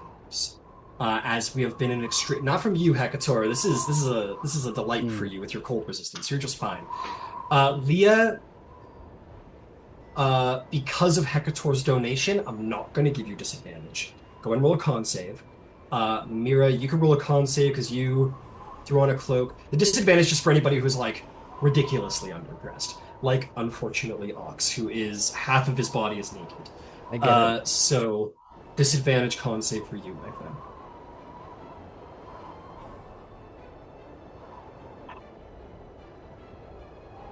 Luckily, barbarian. My lowest was a 17. Nice. You are a mountain man, and no cold resistance required. You push. You're cold. Your nips are like diamond cutters, but you're good. It's like a gritting of the teeth, kind of. Oh, you're shivering, but you're also Yeah. like whatever. Been through worse. Mira, how'd you do? 15. 15. You're good. Leah, 19. you guys are all surviving the cold well enough. I am not going to roll 45 con saves. I am going to roll just like for groups, though, essentially. The Avalir people are doing good. Ironically, selfishly looking out for your survival, or at least a little bit more selfishly, is working out for them. The Cathmoira people are doing just fine. The children, everybody between the rocks is doing well. So everyone's very, very cold. And they aren't quite as cool as you guys are, let's put it that way.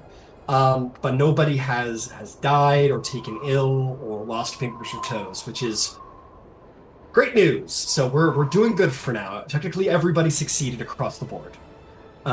Sweet. Now, for the results of our checks. Jesus, guys. And even Leah being the most surprising. I'm going to illustrate that, I'm going to say Leah's nat 20 comes from the luck of having picked which giant muscle man to go with, and picked the Goliath caveman dude. While Ox, you rolled exceptionally, you rolled better, Hekator. Ox, you're looking around, and here's what I'm going to say. You don't necessarily find shelter, but you do perhaps the next best thing. The Avalir people do not know how to survive in nature. They don't know basic survival skills. They're city people. Through and through. These are New Yorkers, like born and bred New Yorkers. They've never been outside of New York City. Some of them go wandering off by themselves, looking for tracks, and you're like, oh, okay, come on. And you like go over, and he's like, demon! You're like, yeah, right. And you like shepherd him back to the group, and you're like, don't go wandering off alone. And he's like, why are you going to eat me? Sure, whatever. And you're like, I guarantee you taste terrible. yeah, exactly. So what you end up doing is you just get a little too bogged down, like trying to save the puppies that don't know how to keep themselves alive. I'm hurting. So I will say that saves some people who go wandering off, who I needed to roll for. Yeah, so you perhaps save some lives of some very intelligent but not very wise individuals. Meanwhile, Leah and Hekator, you guys go wandering. This is a long term, not long term. It takes probably like half an hour to do. I'm probably going to get another con save from you guys before you set off, but like 45 minutes to an hour. Hekator and Leah, you guys do find a rather decent sized cavern, not too far off. And I say a cavern could easily hold um, all of your people. You're like fucking blessed spirits, whatever. It's just what you need. You head back, tell the Perfect. crew. I think he'll look over at Leah and say, "You need a weapon, Uh, yes, um, yes, I do. right?" He'll whip out a dagger. Here you go. You cast magic. I do. You need something for that. Um, I do. Is it holy or are you a wizard?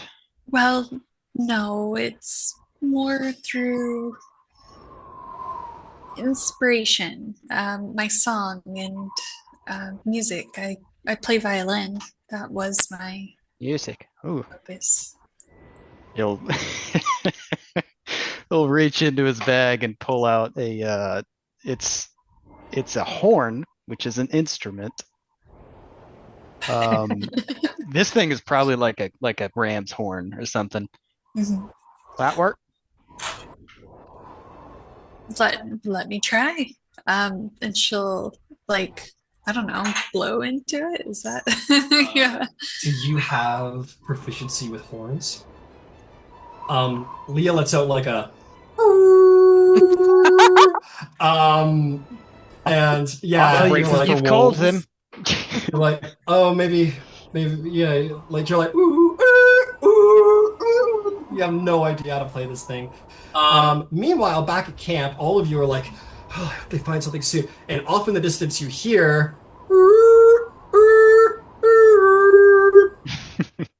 you go, what does that mean? What? Oh, they found shelter. They probably found shelter. And I think the people down at I mean, how else do you take that? They went that way, and there's a horn sound. I mean, that we should go in that direction, right? Right? And everyone starts to cut, right? Right? Nobody We seems to. should stay still until they come back. We will cut to Mira at this point. Um, but we're gonna cut back to you two in a second. Ox, you are present. But Mira, go ahead and do whatever you want to do with healing. So she was just told there's a ranger. His leg is mangled. He's Yeah. in the area. So yeah, she's gonna go in and You say, go in. Yeah, you go into you squish yourself into that area. There's enough room for you to get in, but you do see this Goliath woman who doesn't look too different from Hekator. That is like pretty heavily scraped up. It seems like just clearly on sight looks like someone who's like delirious from like a really bad fever. And laying beside him, much more coherent, clearly like that sweat and burn from a really painful injury is laying next to her with a horrifically mangled leg. okay. Hey, sir. Half elf looks up at you, who's kind of patting their heads and almost. Hello? My name is Mira. I'm Rena. Not a great healer, but I've some beginning abilities. I was told there was someone who could use some healing. I thought I'd come in and pray that Arathis is with me. Okay, by all means. You see she's looking at your robes, but she doesn't seem to judge you based on it, or at least not openly. And she says, just be careful, magic isn't, and she'll show what looks to be, not what your people have suffered from, which has been like a violent magical backlash, but almost like her fingers corroded. Like, like a little bit like not quite as extreme as like Dumbledore, but a little like that. Just magic's not something's wrong with magic right now. Be cautious as you cast. Thank you. Thank you for your warning. And I will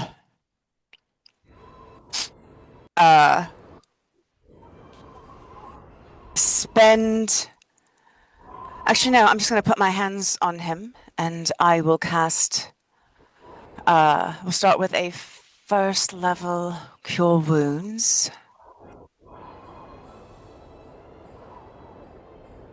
So that will be 15 points of healing for the ranger. It's very much like you just kind of like he's like looking at you and you barely touch him and you're like oh, and you kind of like oh sorry and you kind of trying to go in as gently as possible and then you flow 15 points of healing into him. His skin puts back together and the very thickly red bandages you suspect will stop bleeding and he is healed to full. The unfortunate part is his leg was not set correctly and his leg remains mangled inside of the muscle and skin. He is healed and he will not die, but he's not walking. But he looks at you and he says, "Thank you. That's a lot better." I didn't think just said it. I'm not a doctor. I hope it's better. It is. Thank you. Thank you, lass. You help her now. I'm doing a lot better now. The pain's gone. Thank you. And I will look at the half-elf and say, "So, how did this happen?" Just, which one? I wasn't present for either. No, your hand. Oh, she looks at her hand. She goes, I healed. He points to the large, gray-skinned woman. As I healed her, she was mauled pretty bad, and I've been so busy I haven't had time to reflect upon it and understand it. But the healing spell, I haven't had time to reflect. The spell attacked me.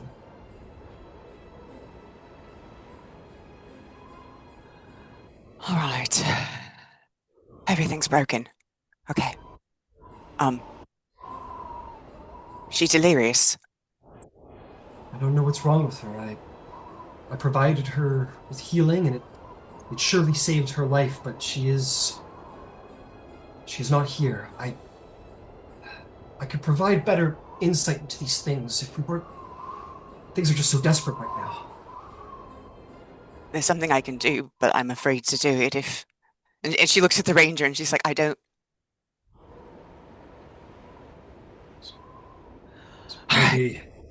Maybe not try anything too extreme or experimental, at least before her son gets back, and maybe you can answer for her. The druid says, I think that makes sense. She'll say, thank you. And then at that point, I'll say, Ox, you've returned with a couple people having been saved, and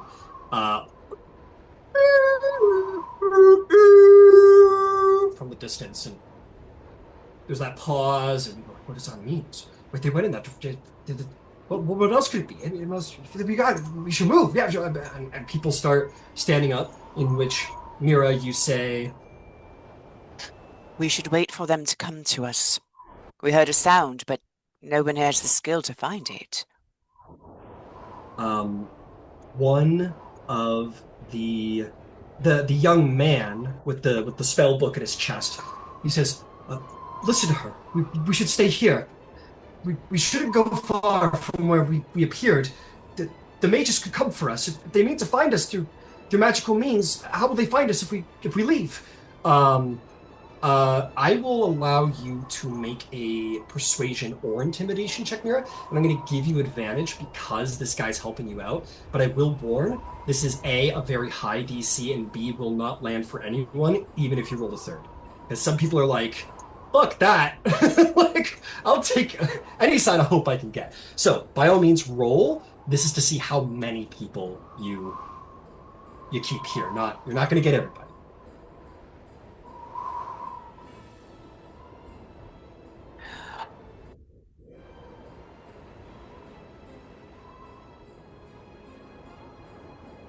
Oh, that's actually better than I thought it was. 15 even. 15 even. Um, let's see here. I want to roll. Um, the druid looks committed to staying with the wounded, who have no ability to really move right now unless like a lot of people help out. So she considers, it clearly flashes over her eyes, and she like looks at the bodies and or the bodies, the wounded, and commits herself to stay. The children um will stay. They're not gonna run away when adults are telling them to do something. They're gonna go run into the tundra when they have warmth and people to protect them. Um, the Cathmoira people say, "We're not listening to wizards to tell us where to survive. Let's get out of here." And like all of the Cathmoira people have no intention of listening to wizards of Avalir who destroyed their city. In their mind, at least not even in their mind, what they've been told. They get up, and you will. If it wasn't clear before, it's clear now. Cathmoira people are sitting behind this rock, and the Avalir people are sitting behind this rock, and the Cathmoira people are shooting very angry glances in Avalir's direction. And they stand up. They're like, "We're not staying here. We're not listening to the wisdom of wizards. Come on." And the Cathmoira people stand up and go. The druid's not going to lead the wounded. She stays. Um, a number of the Avalir people say, "Well, I'm going with the druids." And about half of these people leave with them, but the other half stay. So you've got maybe 15-ish people who stayed, including the children and the wounded. Okay. But the rest kind of crowd themselves to leave. Ox, you see this all going on. Is there anything that you would like to do? The people, the people that are leaving, can I like try and get in front of them a little bit as they're trying to go and just I I understand we don't want to listen to the general hubris of the wizards themselves, but I don't. We will head to the sound sooner rather than later. We just need to make sure there's some kind of people hearing us out first, coming back to us. We don't know what that sound means or if it's from our party. Someone says, "What else could it mean? We're in the middle of nowhere. They went off to look for shelter. Why would they have blown a horn Do you know where we are? One guy kind of steps back. Do you know what's out there? Uh, but if he doesn't answer, he's just a little frightened, but clearly doesn't. And that's okay. I don't either. It's best to stay together instead of getting picked off by whatever is capable of blowing a horn.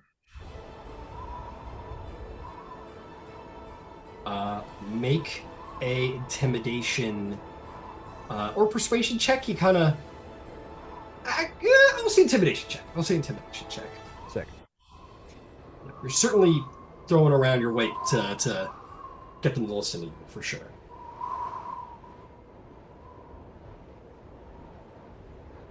Double check what I got here. 22. 22. That is excellent. Okay, with a 22, I am going to say, let's see here. All my Avalir people, all my important Avalir people are all round up. I'm gonna say half of the Avalir people, they're like, okay, yeah, we should probably stay. And they'll turn around, they'll go back to the shelter, as there's not so much confidence amongst the druids and rangers of Cathmoira as to what the right answer is now that there's division. They're not so certain. Half of the Cathmoira people will go back.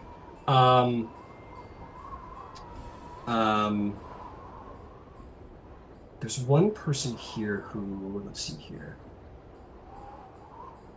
Yeah. You're gonna see this one old like half-orc lady who's like 78. Like she's breathless and old and hunched over and everything. And she turns around and looks at some of the younger people, having heard what you had to say, and kind of nods, and that's really all it takes. Half of the Cathmoira people will go back to return to shelter. Actually, I'll say like 2 people who have respect with her will go back as well. The other 5, they don't say anything in spite or anything like that.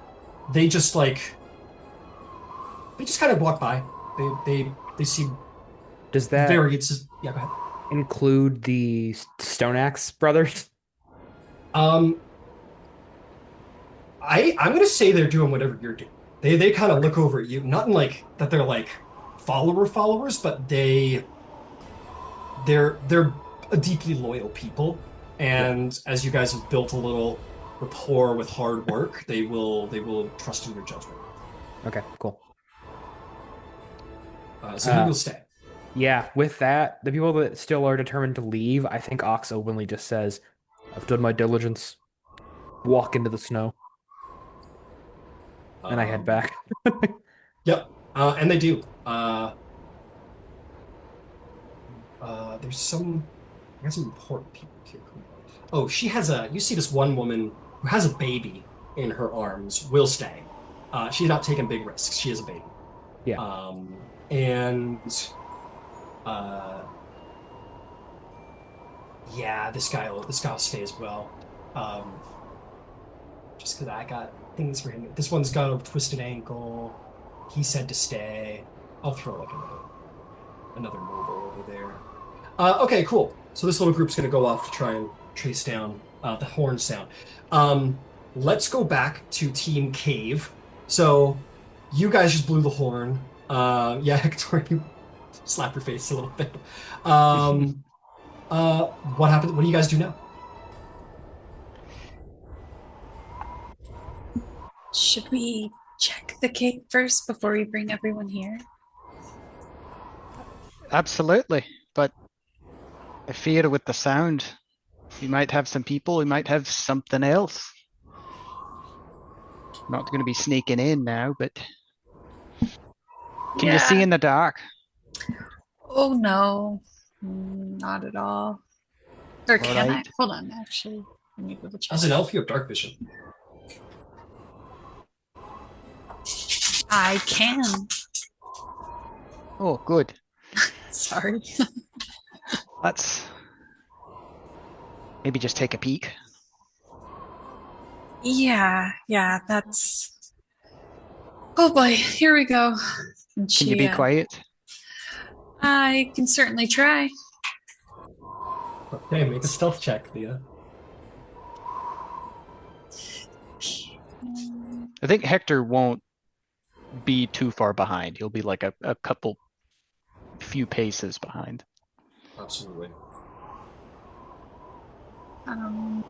Yeah, I rolled a 9. Awesome.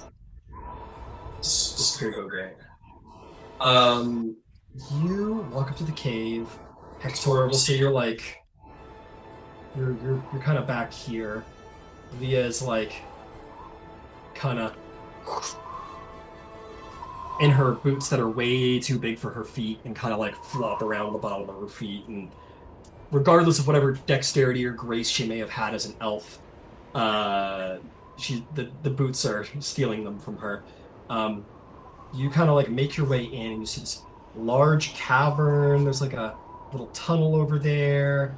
You see another little tunnel over there. It's like a big wide open space. There's a little outcropping that leads up to like a rocky outcropping up top.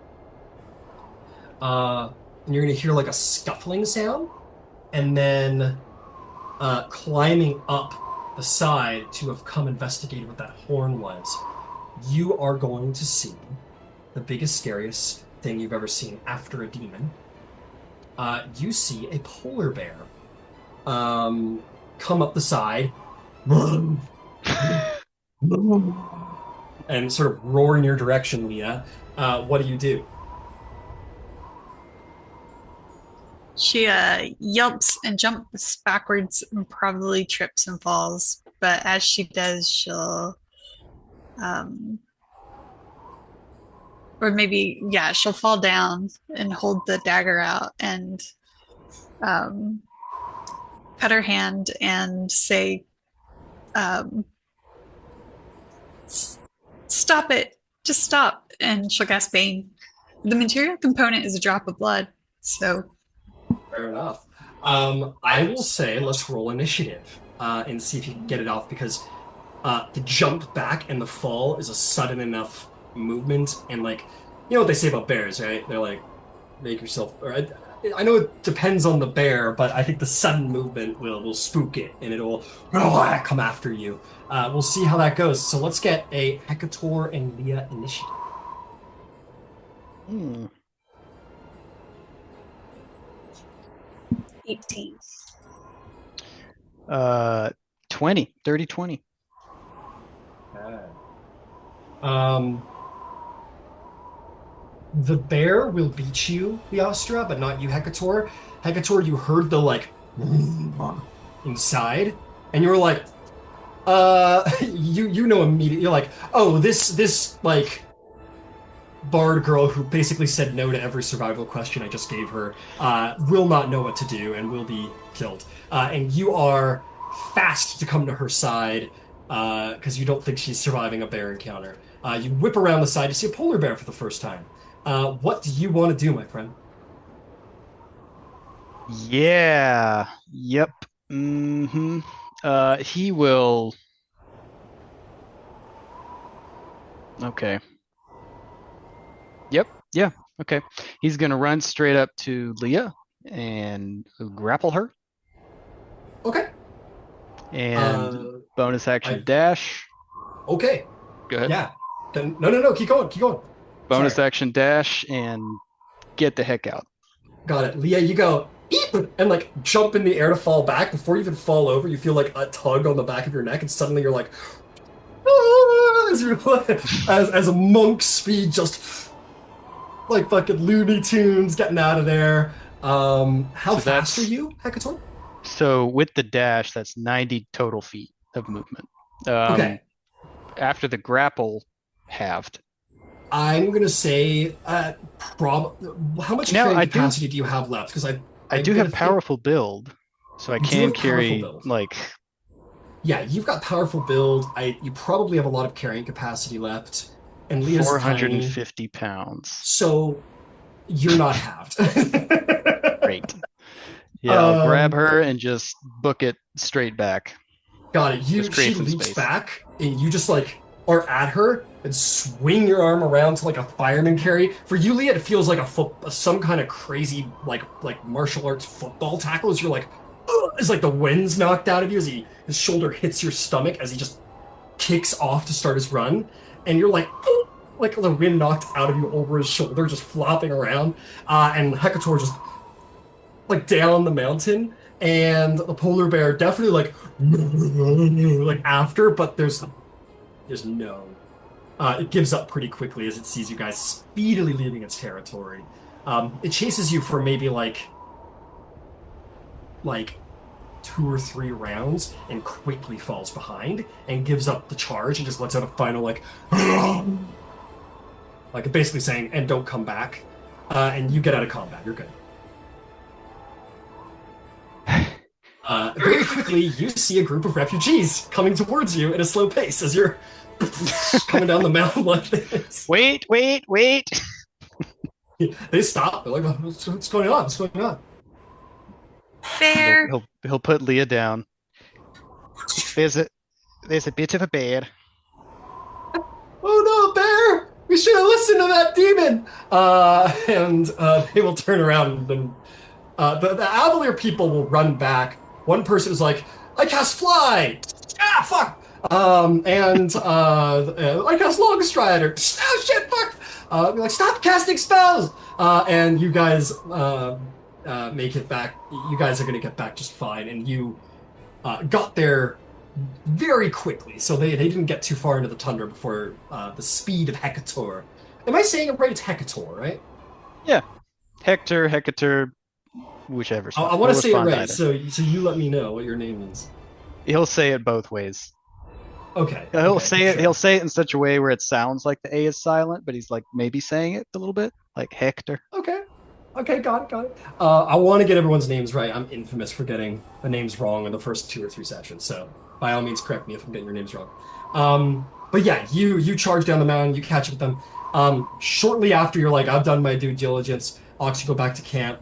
5 minutes later, Hekator and Leostra arrive with the remaining refugees. Uh, yeah. Take it away. Well, that was a good jog. Find anything? You saved my life. Oh my God. A bear.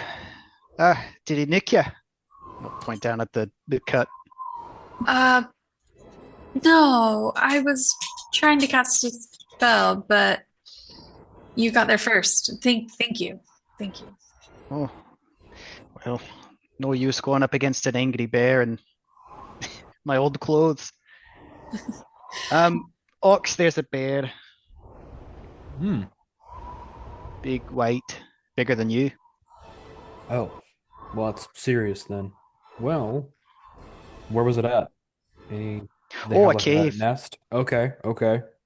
There's It no looks nest. big enough to house all of us for a good time, but Hmm. bear. Well, I reckon that we can, however we feel about the situation, we could probably dehome the bear and move on in. Home? No, we have my mother. Well, my mother's Is your delirious. mother ready to talk to a bear right now? No, but the Okay. other one. Yeah, fair enough. I think the bear might solve multiple problems for us because if we survive the night, I think we're going to be hungry next.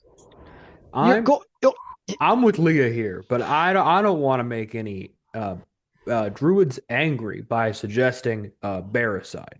you're going to go into the bear's home, kill it, and then eat it? Yes. That's usually how it happens, right? No. You go talk to it. Do you have food right now, Hekator? Right? Quite a bit. And he's open up his pack. He's got like 20 pounds of rations. Well, Don't eat the bear. Not well. How about last resort? all right. Well, let's handle this now and get these people out of this area. Bring whatever druid we feel like is capable of this, and let's go walk up on the bear. Hey, Without any horns this time, assuming that was you guys. did you hear it? Yeah, it caused these folk to wander into the snow after you. Well, that's not good. Whoops. Sorry. It's fine. Good music does that to people. Don't know if I'd call it. Never mind. Ox laughs. I'd love another round of con saves from everybody, please. We're on hour number 2 out here. 12. You want it from Hector? No, Hector is free and clear from any extreme colds that he'll ever roll. 15 this time around. 15. Yeah, you're fine. Yeah, you were in cover generally. So I'll just ask, anybody roll below a 12? I rolled a 12. Yeah. I rolled You a have a point 10. of exhaustion. You have a point of exhaustion. How low below a 12, though? I rolled a 10. Okay, yeah. So you'll take a 1 point of exhaustion. Leah, what did you roll precisely? 12. Yeah. Oh, you rolled 12 exactly. So you're good, Yeah. actually. You're good. Oh, okay. Or you Who sets the DC? well, you were out in the tundra, so your DC's higher. Oh, So yeah, you will take an exhaustion. okay. Yeah, Mira was in the heat and the cover, so is going to be having a lower DC, but you were out in the open tundra, so you'll have a higher DC. And Ox, you're fine. Okay. I will just well, I'll say that like the druid in question you were talking to sort of has come out. She says, "Somebody said you needed me." Hey, how do you feel about bears? You're over and under on bears. I, I, I love. I mean, bears are wonderful creatures.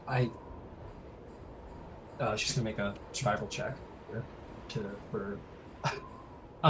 She'll say they're guardians of nature. They're magnificent spirits, strong ones. That. Um, I will say that that just to create conflicting voices of reason, that's what the druid says. I'll say that the ranger now on his feet, but like doing some of this. Maybe he's found one of the sticks the dwarves cut to kind of like walk himself. He's on his feet, but his leg is he's not rangering anytime soon. But he says it also is good meat and good furs for people who are cold.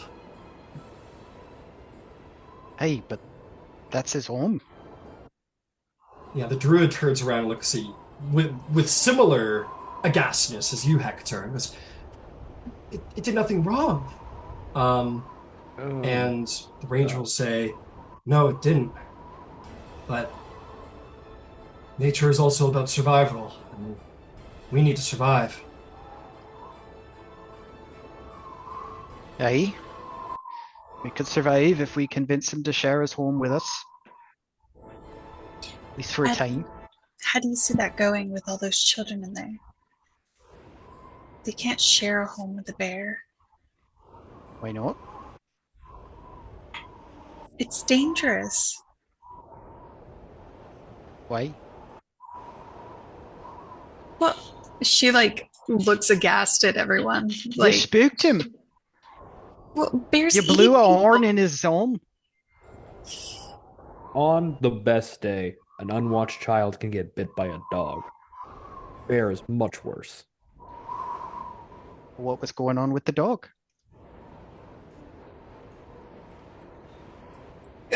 I'd rather talk to a wizard.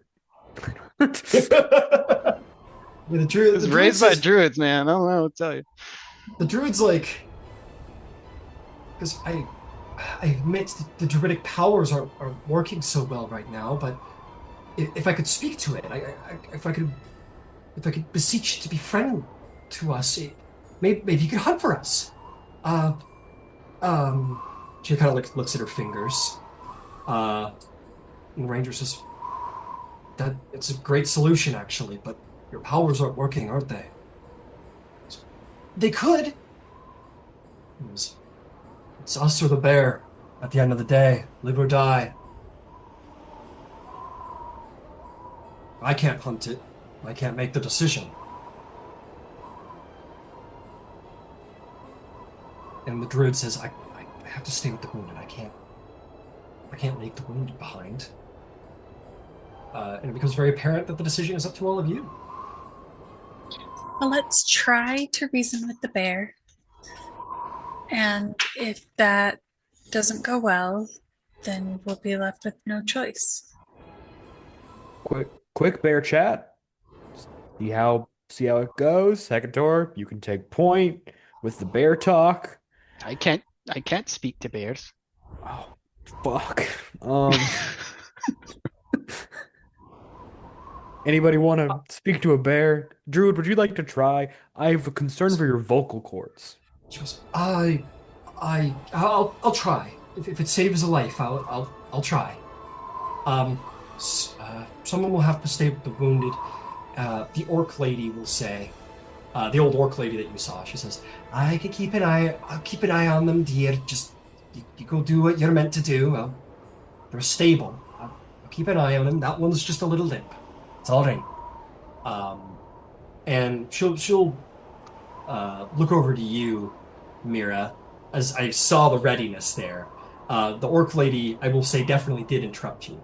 And she'll look over you and goes, I think you'd be more used to them up there than down here. And she will look at the ranger whose leg she just fucked up and say, "You're probably right." You know she didn't mean it that way, but you can take that onto yourself, absolutely. She looks at you like apologetically, as if like she knows how you took it with that, and she shakes her head, going, "Oh, No. I didn't mean it like." Uh, she just kind of nods and leaves you, and the druid will just kind of sit down beside Hecator's mother. Um, and the wizards who were going to go up there after this goes, fuck all this back and forth. We're gonna freeze to death out here. Fuck the bear, but maybe we can eat the bear and use it. Come on! And then some of the and then actually amongst so basically the wizards are like, fuck the bear. Let's go get warm and have a cave and cover and all that. And the druids are divided. So some of them are like, I mean, yeah, we could use like this is the circle of life, and then other people are like, but the bear didn't do anything wrong. So I was like, we're gonna die. Fuck the bear. But and then you guys can Let's- sort of, yeah, Let's go now and think on our feet before those wizards voluntarily get eaten by a bear and cause a bigger problem. yeah. You maybe get some looks from like the ranger and whoever else were like you get the sense that these quarrels will not end until people are no longer uncomfortable and near death. So, if you wish, four of you and this druid woman can form a little band. She goes, I guess I'm a PC now. And you guys can go up to the cave. The cave is like a 20-minute hike up there. I'm not going to, uh, you know, expedite things a little bit. Can I do one quick thing? Yeah, of course. Can I keep an eye out for any small game? Of on the course. Of course. Make me. You're not actively hunting, so why don't you make me a survival or perception check just to see like what you can find on the wall? Ooh, pretty good. 18 on the die brings it up to 23 for 23. survival. Yeah, as you're going, you're going to find three sets of tracks. Two of them are rabbit. Uh, one of them looks to be like a deer or a reindeer or something like that. That was like running at full tilt, seemingly away from nothing because there's no further tracks.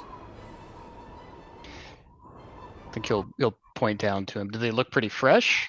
Can you tell that with a 23? Yeah, well, fresh enough. They passed by in the last couple of hours, but I mean, you would know hunting is not a quick matter. Hunting takes a while. Yeah. But definitely possible to hunt it down, absolutely. Yeah. If we need Also something to notice the sweeten sun the is deal. setting, I will say that. Sun is setting. Yeah, he'll point out the tracks and say, if we need something to sweeten the deal with the bear, maybe a little snack. Which I know seems hypocritical, but the bear's, that's his home.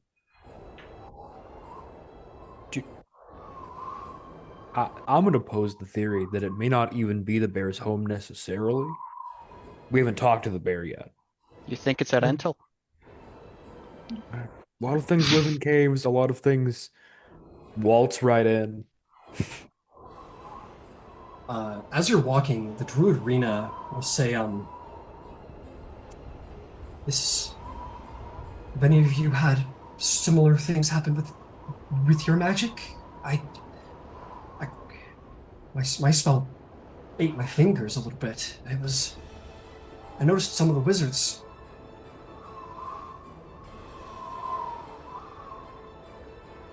Cast No. healing word earlier without issue. Oh. Strange. It feels like everything feels wrong.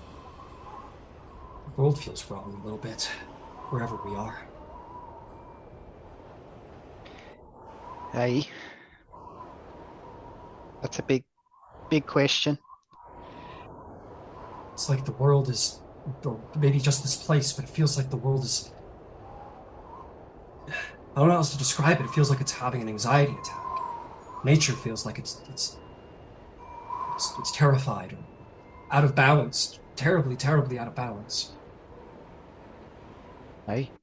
My mother said the spirits were not in their right sorts. Shakes her head and has a very haunted long look. At which point you come to the cave entrance. And she goes, "Oh, this is really perfect. You said the bear's in there? Aye. Okay. Uh, back me up, but maybe keep a little back, just in case. We don't want to spook it, and I'll try and cast some spells to see if I can communicate with it, and maybe even make it friendly. Can you turn into a bear? Uh, no, I mean, no, I'm not that powerful. I'm not at the circle of the moon either. Oh, right. Well, just do your best. You'll reach out a hand and cast guidance on her. Excellent. Um, so you guys kind of make your way into the cave. The bear seemingly has retreated in, or what have you, and you guys kind of make your way down here. And you kind of hear the sound of the bear approaching. The kind of, and she kind of puts a hand back. She goes, "It's okay. You stay right here. I'm just gonna be right over there." The bear kind of, she's gonna very gently kind of, "It's okay. It's okay." She'll kind of enter with her eyes down. She does all of the things that look right. She's not looking in the eye. She's making herself small, like something that isn't meaning to hurt her. She's left her stick on the ground, her stave on the ground, and she is going to cast a spell. She tries, and the magic seems to go off well enough. She goes, "Good." She goes, "You can understand me, can't you?" The bear goes, so it's groaning at her like they're communicating. She goes, I know. I don't mean you any trouble. I just want to be friends." She tries to cast another spell. She goes, "Ah!" And these veins of black sort of run down her hand. She goes, "Ah," and flinches. And the bear goes, "No!" and slaps her with his paw and bites down on her throat and Yeah. throws her around like a rag doll, and throws her across the cavern into the wall. Big red splatter. She falls to the ground, twitching. And the bear turns to you with a bloody maw and goes at you and charges. Charging Everyone roll forward. initiative. Yep, roll initiative. Shite. Ooh, low. Indecisive. Ready to go. Bear rolled like shit.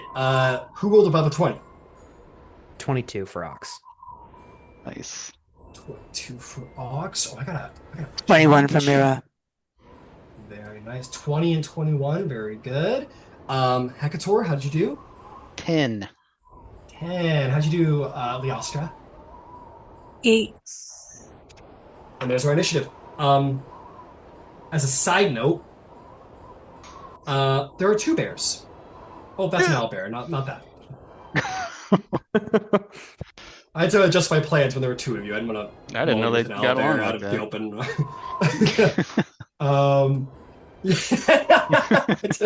I was considering owlbear, and then there was two of you at the mouth cave. I was like, let's maybe make us a polar bear instead. Okay. Polar bear roars at the person who's coming to her in its home. Lumira, startled by this massive display of violence. Ox had the My 22. apologies. No, My sorry. apologies. Ox, with that primal barbarian instinct, react to the immediate and immense display of violence. Everyone else is just like, holy shit, from the just sheer violence, but you're not unused to violence, and Yeah, you immediately go into like fight mode and charge. What do you do? I had that little like ready to fight even before the spell for this because the bear was cast. How Yeah. far from the bear am I? How far are you? I'll see the bear's like here because it just ruined her. Um, you are 20 feet. Oh, sweet, no problem then. Yeah, first time I get to do this with the campaign. Bonus action, I'm gonna hit a rage. Yeah, let's go. Yeah. All right. Um, there's like a change of the stance, and it's just like such a loose body form as the rage hits, and the smell of brimstone fills the air. And Ox just charges forward, and goes with his great axe, just a heavy swing, um, just into the side of the bear. All right, you just charge in with your own primal fury, and just in pure, unadulterated rage, swing that axe around, and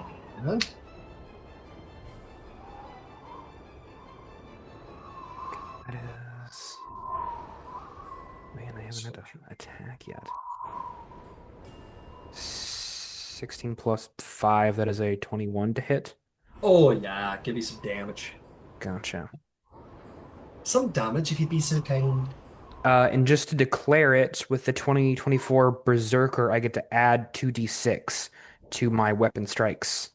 Once a like attack action. Cool. All right. That's already sick as fuck. Max damage on the d12, which becomes a base of 15. Very good. 15 damage off the And bat. then 11 more. So 26 damage. Ooh, that is an opening, my friend. You come in and just swing the blade around, like throw your momentum around, put your foot in the snow, and just slam the axe as hard as you can right into its ribs. You feel a satisfying. You hate to feel satisfying about killing a bear defending its home, but in this primal rage, it is very satisfying. Yeah. Like three thick bear ribs snap under the weight of your axe and drive deep into its hide and its fat, and it roars in pain. Is there anything else? Just flavor. I think Ox like gets real close to the bear, like bad advice close, and just like eyes on me. It absolutely, and it is bloodied. Well done. Yeah, end of turn. Okay. And it turned absolutely. Lumira snapped out of the moment. You just see this flash of red and this battle cry of not even a battle cry, just a similarly bestial roar. And this display of violence snaps you out of a moment. What do you do? Bonus action, activate my innate sorcery. All right, Hekator, that girl just caught fire. And then you realize she doesn't seem hurt. And it's like white blue magic fire. Those Avalir people are weird. And I will go ahead and cast Guiding Bolt. Hell yeah. Are you hitting the one that just got tagged or the one further in the cave? I am just going to hit the one that was tagged, thank you. Fair enough. Big enough bear that's a straight roll. You're good. Okay, excellent, and it is a 14. 14 will hit. They do not wear armor, these bears, so their AC isn't too high. Go ahead and roll damage. It does 8 points of damage, and the next person to strike it will have advantage. All right. A little radiant fire burns across the bear's face, and it groans and emanates. Actually, it ignites in spellfire. Doesn't seem to be in pain, but it certainly glows it enough that it's an easy target. Well done. Anything else? No, that would be all, thank you. All right, Hekator, my man. You're the hunter. What do you do? All right, so he'll see this display and just hear the ribs crack and the fire go off and go, oh, shite, and run in, and he will do some dope monk shit over the rocks yeah. right there and get up next to the bear. We live for some dumb shit. Yeah, you charge in right next to Hekator? Or did you got 20 feet, you can get a little in the cave if you Yeah, want. I'll probably go a little further up. All right. Tell you what, make me a cool acrobatics or athletics check to just do like a sick jump over those rocks. Not super great. 14. 14. Yeah, you're a little caught in your like in this like moral moment. So you're a little uncertain about the jump. You don't fall or anything like that, but it wasn't as it was just like a very basic like whoop, and you just kind of like hurdle over it, and you get into a flank on the opposite side with all of your 40 speed. Yeah, the hesitation's there for sure. Do we use flanking rules? We sure do. Take advantage. I think I've got advantage from the guiding bolt.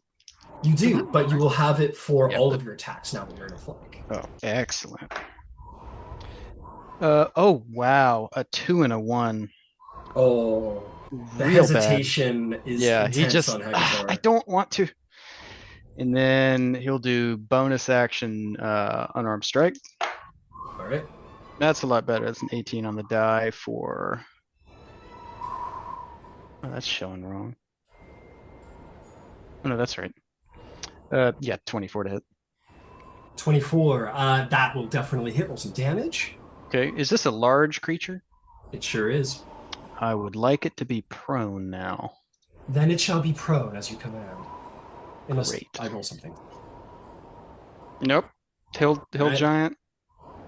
When you hit a larger, smaller creature with an attack roll and deal damage, you can give it the prone condition. Yeah.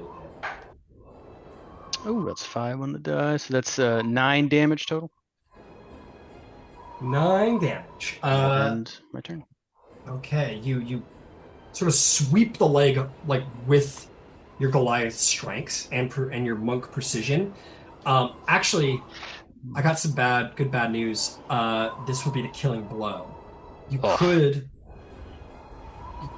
make it non-lethal if you want to make this as painful as possible.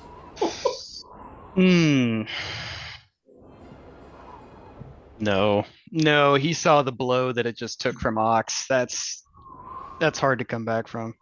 So you like, oh, I'm sorry, and you just kind of like, your uncle taught you how to do this, and Yeah. you know. So we'll say the first blow is just hesitation. You kind of resolve yourself, and you jump into the air for one of those like soccer propeller like scissor kicks, and you bring your Goliath ankle down hard onto the back of its spine where the rib cage is cracked, and you hear a hearty snap as you sever the spine and falls in a heap, and then kind of is paralyzed and will bleed out and die before the battle is done. The second bear, you turn around to the second bear that roars at you with all fury. Is there anything I'm else? sorry. He'll come back a little bit. Use the rest of his movement to head back towards Ox. Do you have more than 40 feet? I've got 45. Okay, gotcha. So yeah, you kind of do a little apologetic, like, I'm sorry. 5 feet back, absolutely. Liostra, you saw this go down. There's a second bear. Hekator is in the line of fire. What do you do? I will.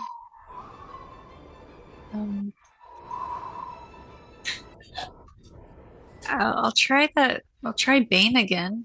Yeah. But I have to be within 30 feet, so I think I have to get closer. Okay, you run up 30 feet. You find yourself right next to the body of the druid. It is easy to see she is gone. She is gone. Oh boy. Yeah, actually, I think she like tried to run in and be all brave and shit, but if she like runs up next to the body, and you said she was mauled, so Like, throat, gone. yeah, Slash mark has like severed into her body. It's bad. It's probably deeply reminiscent of some people you saw on Avalir last night. yeah, not even last night, like a couple Last hours night. ago. Yeah. So I think she's just gonna like freeze in that moment and kind of like back up.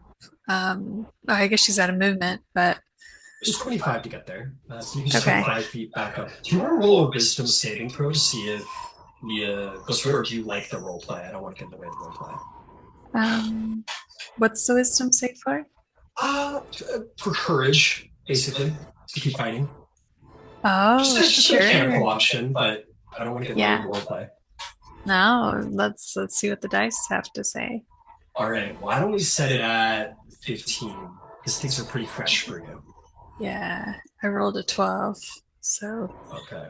We will yeah. you look over, the body is initially terrifying and gruesome to look upon, and you just get a flash of someone you ran across that was wounded, not terribly differently than this person. You kind of like your heart starts beating intensely as you step back. You still have an action and a bonus action. Yeah, I think who's next in initiative? Ox? The bear. Oh, And then ox. she wouldn't call out the ox, sorry, but she'll call out the Mira and she'll turn and like rightfully say, "Help me, help." And she'll give her a bardic inspiration. Hey, very nice. You want to just take the dodge action now? Yeah. Okay, cool. Yeah, you back away, just help, help, help, and then yeah, being asked for protection, it inspires you to fight a little harder, Mira. The bear, however, in the hesitation, is absolutely going to try and kill you, Hekator. It's going to try and do to you what it did to her. It runs up to you for 15 feet, and it's going to try and just rend you apart with all of its might and fury. Okay. The dice like you today. That's going to be a 10, and then for the second attack is going to be a 12. Yep, both miss. He'll just okay. Yeah, it swipes, and despite your great size, you are fast, and you see it coming. You get under it, and then it kind of like snaps at you, and you kind of jump back in time, and you're able to avoid both strikes and draw its attention. Ox, hey, you're in the zone. You see big bad bear, heard it trying to kill friend. What do you do? Oh yeah, there was no decision here. Ox, like I probably path of least resistance, just going over the body of this bear and swing the axe directly into the skull of the next one. Tell you what, give me an athletics or acrobatics check to like get over the corpse of this huge bear, Athletics. to get into the fight, or for style or anything, if we're being honest, or for vibes than action. With my barbarian advantage on athletics, that is going to be a 24. You see this, I, and I you just think put yeah. I think running forward, I grab like the head of the dead bear and just pull it and like Oh, toss it to the side, just like it's a tin can, and then fuck. rush forward. Yeah, the bear barely alive, sees an ox just like a fucking titan getting through a mountain to get to his enemy. Reaches down and grabs the neck of the bear, squeezes with a cracking intensity, and just like throws. It doesn't fully send the bear. Like it's not gonna go hit the wall or anything. Yeah. We're mortals here, but it does like toss it aside like this and opens the way for you, which is still impressive for a one-armed get out of my way to a fucking what 500 600 pound bear. Yeah. You throw the bear out of the way and you just blast past the corpse right up to it, right next to him. You could easily find a flank if you wanted to, I think, with your 40 feet.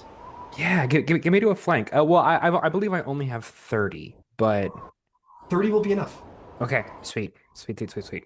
Okay, you charge at it. It like snaps for flavor. It snaps at you, and you just kind of wheel around, not even like really meaning to get behind it, but you just like find the most meaty part of it, which is the rump, and That is a 16 to hit.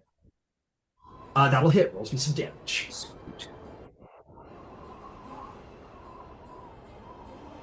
Scary devil. The scary axe wielding devil.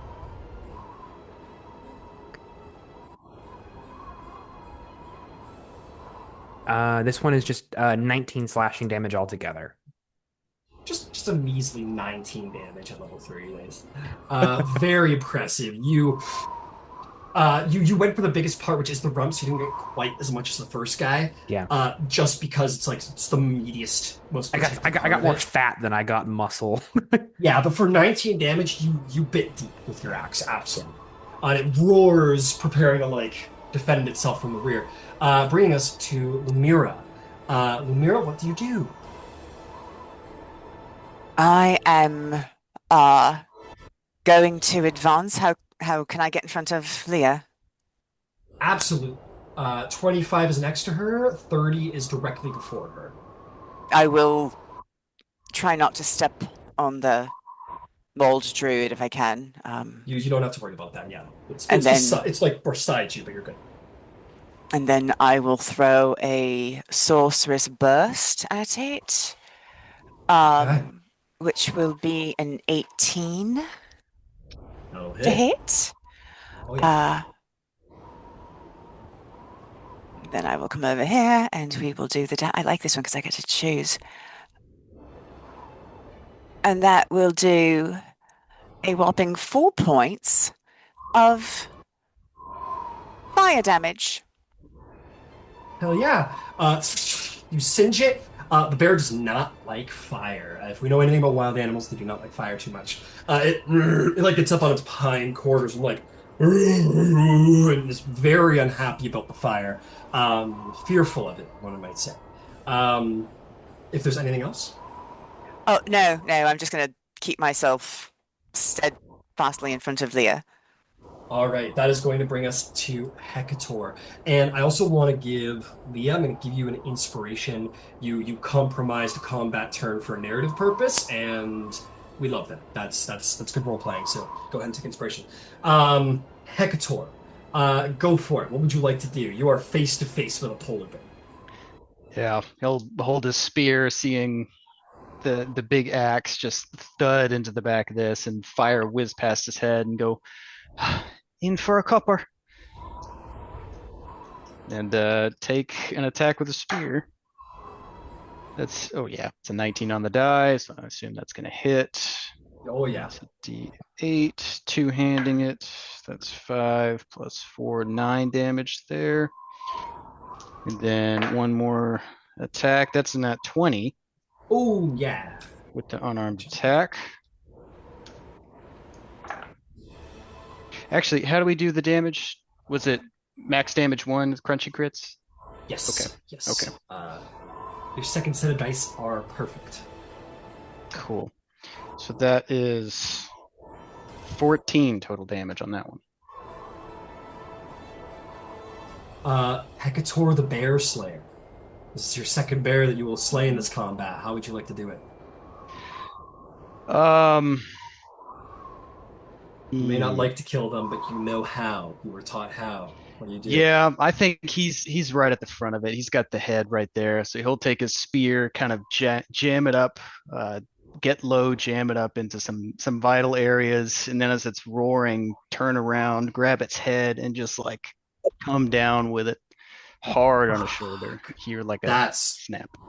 That's tasty flavor. Yeah, you stab it in the belly, it comes down, and maybe lodges itself on the spear accidentally a little more, and while it's consumed with that, yeah, you grab it from behind and just break its neck over your strong Goliath shoulder, and it falls over limp and twitching, and both bears have been slain.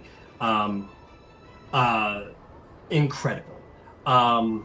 With that, there is this uncertain pause after the combat of and Hekator and the druid had a good point that does not work tonight. No one wants to kill a creature innocently guarding its own home.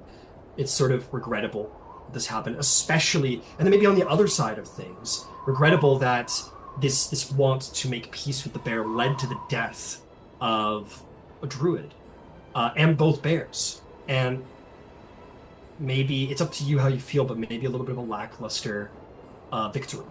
But there is the thought that flows into you, you now have substantial amounts of meat. You now have very large amounts of fur, and you have cover from the cold and the wind. This is a humongous survival victory for you and the people you're responsible for.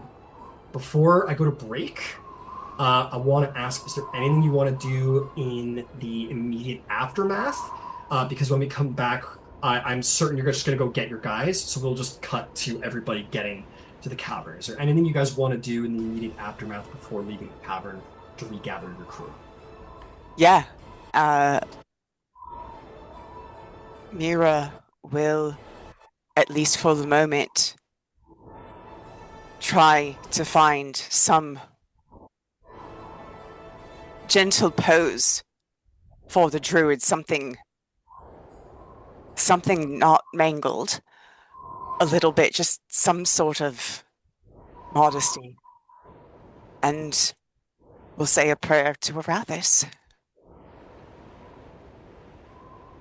You know that Arathis is the lover of the Wild Mother, and nature is the Wild Mother's domain. It's a bit of a leap of connection, but Arathis is your god, and yeah, I hope she protects her. I did not Thanks. know that You bet. civilization was built on death.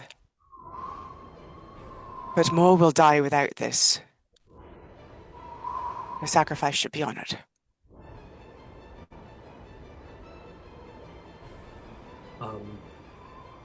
And I will say, in that stirring of the moment, Hekator, you feel that entity inside you again, that sort of like quiet, almost fearful innocence. This time it manifests a little bit more, a little bit more vocally.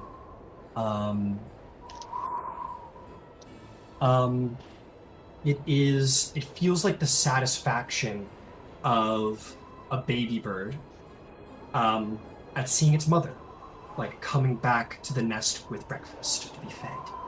And while you feel your guilt, there is this strange other side of you, or other part of you that wasn't there before, that is innocently happy to be fed. And you realize you've had a bit of a night, you're hungry. And Sure. not only you, Ox, as you come down from your rage, you feel something inside you as well. It is quiet. Actually, it's not quiet. It's got all the boisterous excitement of something young. Something young that's exploring its strength. And not you, but something else that's there, sort of innocently roars inside you. It's not a roar. It's more like a small, like, little growl, something that's learning to roar. And it's roaring at your prey, at what you slew, as if almost like backing you up, or excited for your strength, and learning its own strength through you. Mira, you are similarly, well, you and Leah, both of you are going to feel something very similar, which is a similar sort of like sideways, like something other than yourself, like innocent energy. Something that's like had been seeking warmth in its nest. Something small and not easily defended of itself. And it's it feels almost like you're maternal to it, and that you're feeding it, and that you are helping it, and it can grow stronger because of you. You all have these sensations, just privately to yourselves, in that quiet. And then it's quiet again. We will go to break, and when we pick up, we will have saved many lives. Well done. Woo. Woohoo! Good work, y'all. I'm Woo. proud of you. First blood. For someone who didn't want to kill First two bears, bloods. I'm just gonna say you killed a lot of bears. I didn't say I was bad at it. I just didn't want it. There's a distinction there, definitely. Mm.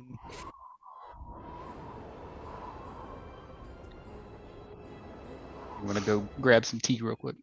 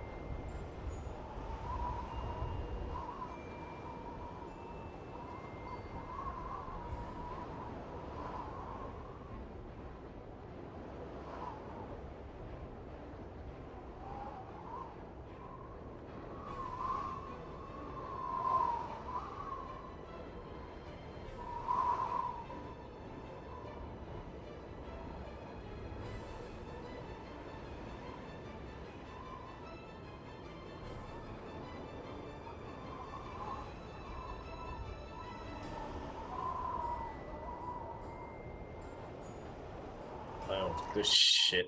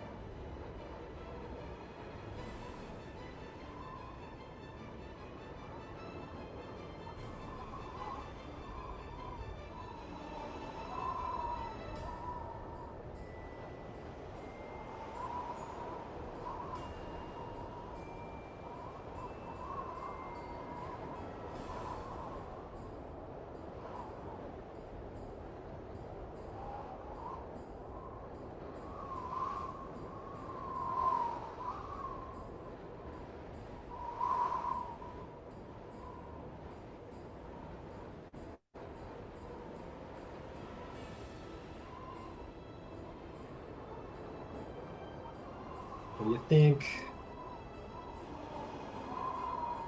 Oh shit. Sorry, I'm playing a fucking Flash game right now. Flash game. I didn't know this Yeah, existed still. yeah, dude. Armorgames.com. It's still Oh, alive. sick. It's still Um, alive. it's a really cool group. This is a cool crew, man. These are some damn good players. I'll tell you what. Yeah, but I'm not too familiar with Kevin, but I think the accent choice was Yeah, I fucking really like Kevin. top tier. Um, Yeah, I agree. I agree. All very interesting choices. yeah, dude.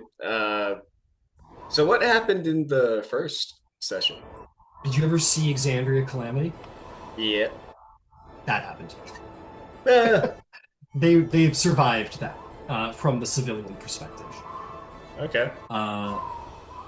Soraya and Carmen were in Avalir, and Kevin and Howie were in Cathmoira, which was the Druid city. Okay.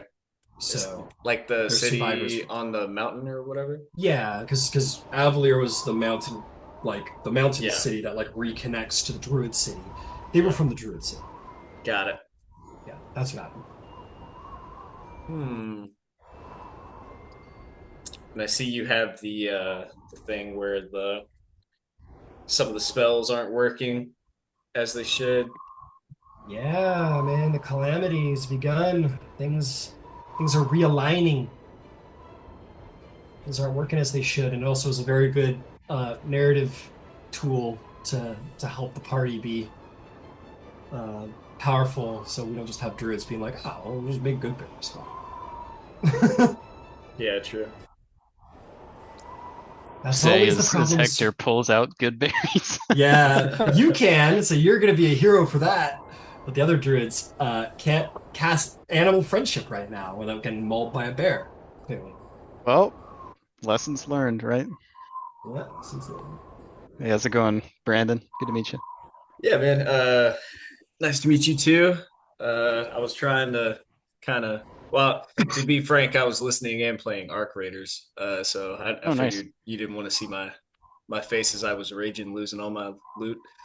Um, no, fuck. God damn. You motherfuckers. Brandon, your mic's on. Oh, fuck. Sorry. Um, yeah, dude. I was just telling Ryan, dude, fucking top tier choice on the accent for your character. Oh, It's like so funny, but like it's fitting too. thanks. Yeah, I thought about like druids. Cathmoira is like from Gaelic or something. So I was like, oh, maybe they're kind of Cathmoira, Irishy. Hmm. Yeah, Uh, yeah. well, I love the choice, and I will say it did like inform um how all the Cathmoira people sound now. The entire Whoops. continent. No, not whoops at all. I think it fits great. I love it. It's one accent I'm trying to work on, so this will give me the opportunity to do it. Yeah, You're really good I at mean, it. dude, you do it really well. Oh, thanks. Yeah, I was a like DM for a couple years and I could kind of tell. whipped Yeah. out all the accents, everything I Uh, could. That's one that that and like an actual like Asian Indian accent, like an Indian accent. Those are Oh. tricky for me too. mhm.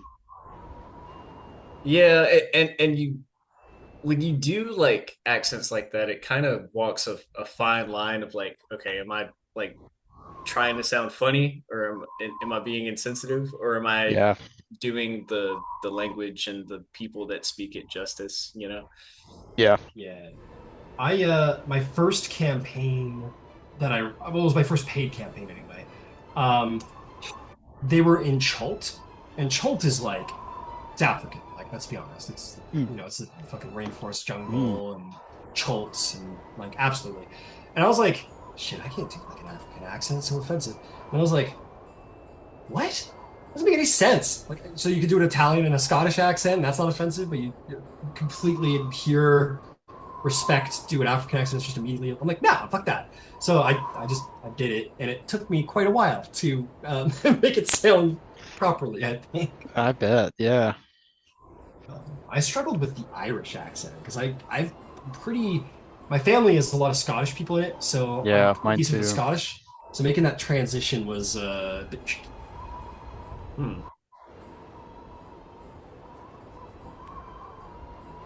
Would I you was say thinking Irish like, is like the closest to Scottish? mm, Yeah, it's pretty probably. close. It's across the lake. Maybe like Mhm. Welsh, maybe Oh yeah, might be a little. maybe. Maybe. Like the language that connects the two, kind of thing. Yeah, kind of. Yeah. Welsh English. Hmm. Yeah, when I was making the character, I decided he was going to be like a Irish Scottish accent somewhere in Yeah. there. And if I'm thinking too hard, it just goes to like a British accent. If I'm using too much brain power to think about something else, I can't think about the accent. Which probably says a lot about the British, you know? Yeah, that's easier, in my opinion. I think so too. I mean, we've had one British guy, I recall. What was his name? Which one? John.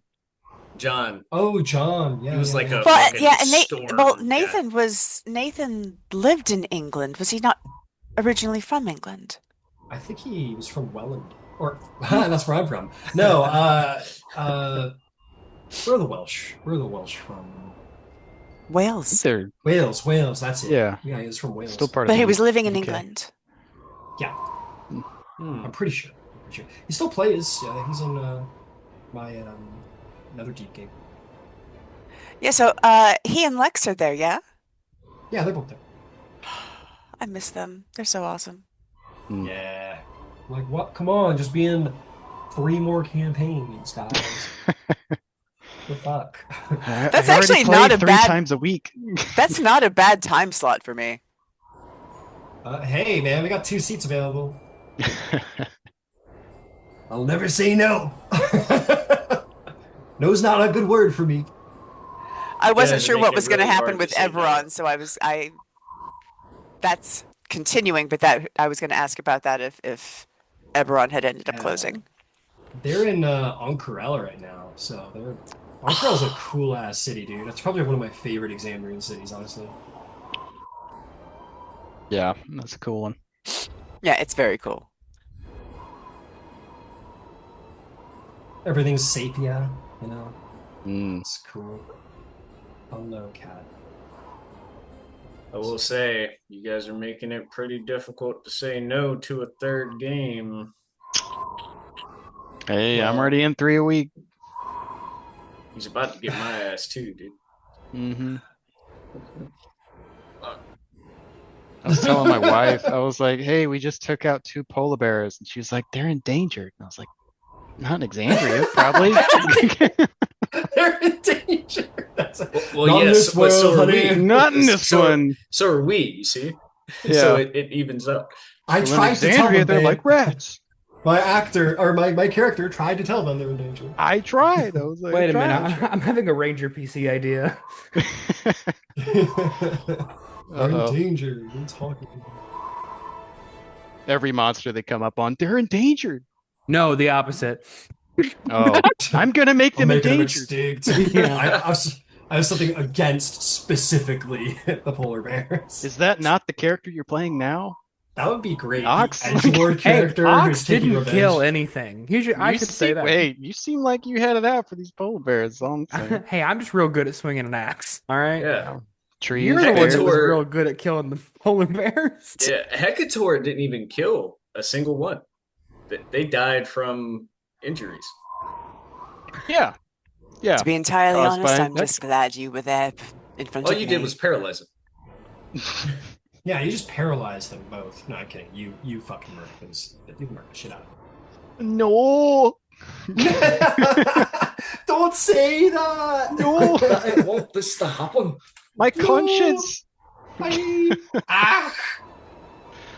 when my mother wakes up, oh shit. Nobody You do tell her. what? What? Just to survive? It's the Just to for the keep me hills. alive? I Is that know. it? I can take the cold. I'm a Goliath.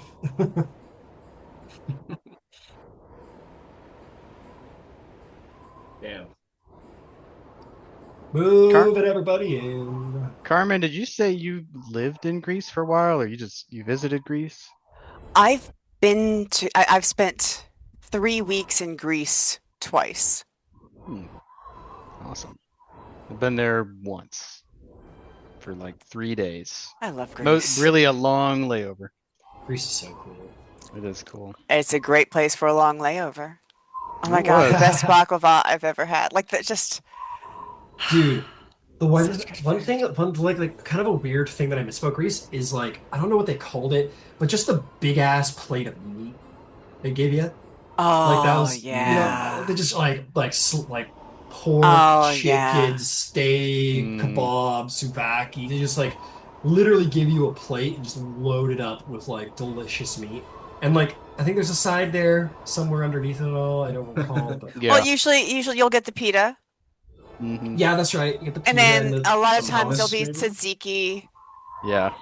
or Yeah. there'll be like fresh tomatoes, Hmm. uh, Right. Yeah. Yeah. or Yeah. like the standard salad does not have lettuce. It's Yeah. chunky cut tomatoes, red onions, Kalamata Kalamata olives, olives. usually a Mm, giant like chunk of feta. It's got oil. usually fresh thyme or fresh marjoram with lemon juice and a bit of like white wine vinegar, just very, very lightly dressed. And so any of that, like as condiments, can be put with the meat and the tzatziki. Like it's so good. Hmm. I'm a big fan of the moussaka myself. Oh my Love God, it. that's so good. I And had that like 2 weeks ago. A There's a very Greek old, place. a very old Greek woman that was like the mother of a person I worked with introduced me to my favorite breakfast in the world, which is just really fresh and clean, small sliced like quarter radishes that you dip in like Hmm. fresh butter, and that's it. That's it, and it's banging. Breakfast of champions. Yeah. Nice. Damn. well, there goes my refugee representation of the Druids. Meant to be spokesperson of the Druids, Tuggy. I got another one. That's why we always bring two. Thank you. Ryan, I'm sure you counted on most of these people dying. There's still time. No. Uh, We're what? gonna Who gave lose you that one guy per idea? bear encounter. Also, apparently the cave is alive, or the world is giving us feelings of some sort. Oh, feelings. Mm. I Bullshit. hate feelings. Feelings Just- always This gives me cave is giving feelings. me feelings. I just want to kill bears. I'm saying under the circumstances, we're not I necessarily out feel of. the need. I feel The to need kill a for bear. speed. Sorry, that's Hekator. I call that depression, actually. That's the feeling the world gives me. Oh man, killing those Cave. bears gave me depression. Oh, Heckator's just like, might. man, I brought the druid out here to have a conversation. Instead, I got her and the bears killed. There was a conversation, to be fair. There was a Yeah, conversation. they did speak. They did speak. I guess. I A guess. solid I guess. Are we just in Canada? Is that what this is? You're in my Polar home. bears? Actually. That's This Welland, is- right? That's right. This is recognize Welland. This is That's where we live. Welland. Yeah. I mean, look how she's dressed. Like it's a turtleneck. It's a turtleneck. Our Okay. north. Our That the poor Great White American North, girl. baby.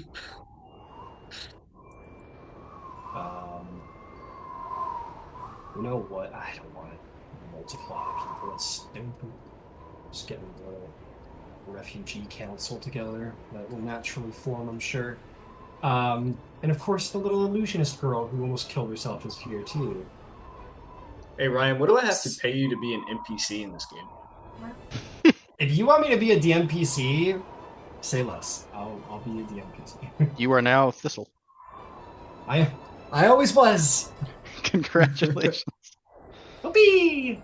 Okie dokie. Let's get back to it. So, you guys have the bear. You guys make the arrangements to get everybody here. We don't need to go through the logistics of transportation, whatever.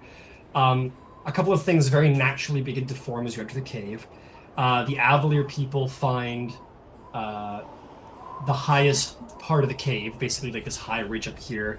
There is an open ceiling to this cavern, which isn't necessarily a bad thing.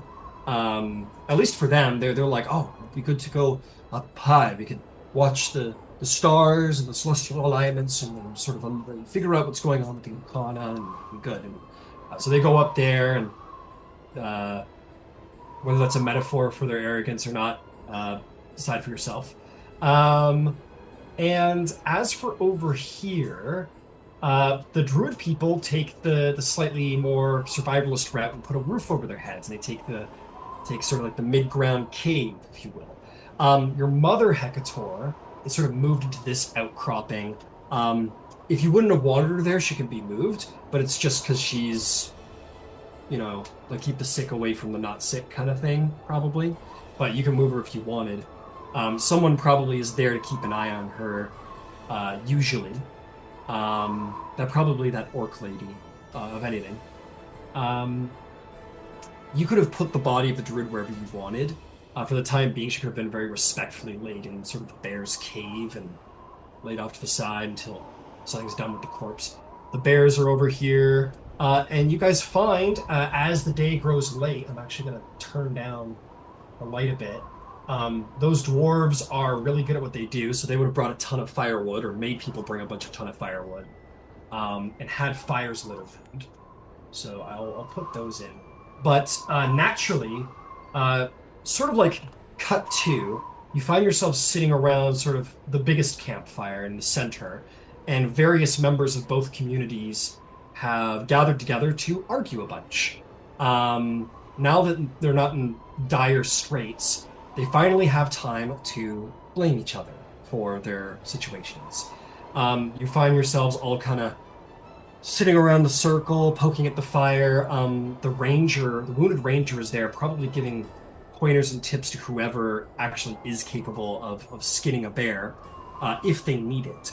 Hekator, I have to imagine that maybe you might be in charge of that, considering you're a survivalist. And you're not looking for skins. Like, if you're looking for skins and special parts, that'd be a nature thing, but you're just looking for meat, so you're more than capable of taking meats. So you're probably doing that, and he's off to the side, being that very helpful foreman, pointing out things you definitely knew, and if you didn't know, shut up. A couple people are scattered here and there, but again, we're in the middle, and we cut to the very loud noise of, we heard the broadcast, it was Avalir who said it was the mages who brought everything down upon it. It goes, you don't know, I don't know what you're talking about. Like, you heard the broadcast? It was, yes, of course we heard the broadcast. It was brought down in Cathmoira. You confessed, it's a crime. And there's just shouting and a lot of anger that hasn't had time to present itself. And considering the very harsh conditions, people are agitated, people are angry, mages are pointing fingers at other mages. The Cathmoiran druids and rangers and whoever else are pretty much united in, like, fuck Avalir, like, this is all on you. And it goes, we heard about all these experiments in Aor, and we heard about all these things that trying to be as powerful as the gods. Did you not think you'd be punished? And just screaming and yelling and hollering. The people who are currently present are the dwarves, who are pretty excessive agitators here. They're in fact probably at the fort, like it was absolutely, you cannot deny. You're yelling at them. The guy with the spell book, who has by now presented himself as Master Apprentice Joran Varus, he's on his back foot and shouting about, like, you don't know what you're saying, like, you've kindly taken our tithes every 7 years, and now you're complaining, sort of yelling back at the dwarves, especially. The archivist kind of has his back and says, "There's no point pointing fingers at Aravir. You don't even, we don't even know really what happened. It could have just been a number of them." And then the elder orc woman um, isn't yelling, but she's got the dwarves back, being from Cathmoira. So like, if they bring up a good point, she goes, "Well, you have to admit. How do you explain the broadcast then?" And there's just basically like there's nothing to be won here. This is just a lot of aggression being taken out on everybody. Everybody just sort of yelling a little bit. The ranger doesn't give a fuck. He's over there with Hekator. If Hekator would be there at this time, I don't want to speak Well, for him. I don't think Hekator gives a fuck about this either. He's over by the bears. And last but not least, Thistle is just sitting next to you, Mira. She doesn't seem to have any interest in being anywhere beside where you are standing. And actually, this is the last one. Ox, that boy and that girl, they're following you around. They have no interest in being anywhere except for where you are. Gotcha. So, Mira, I saw a hand. Go right ahead if you want. Oh, I didn't realize Thistle was next to me. Oh yeah, Thistle seems to have attached herself to you. She is following you around everywhere you go.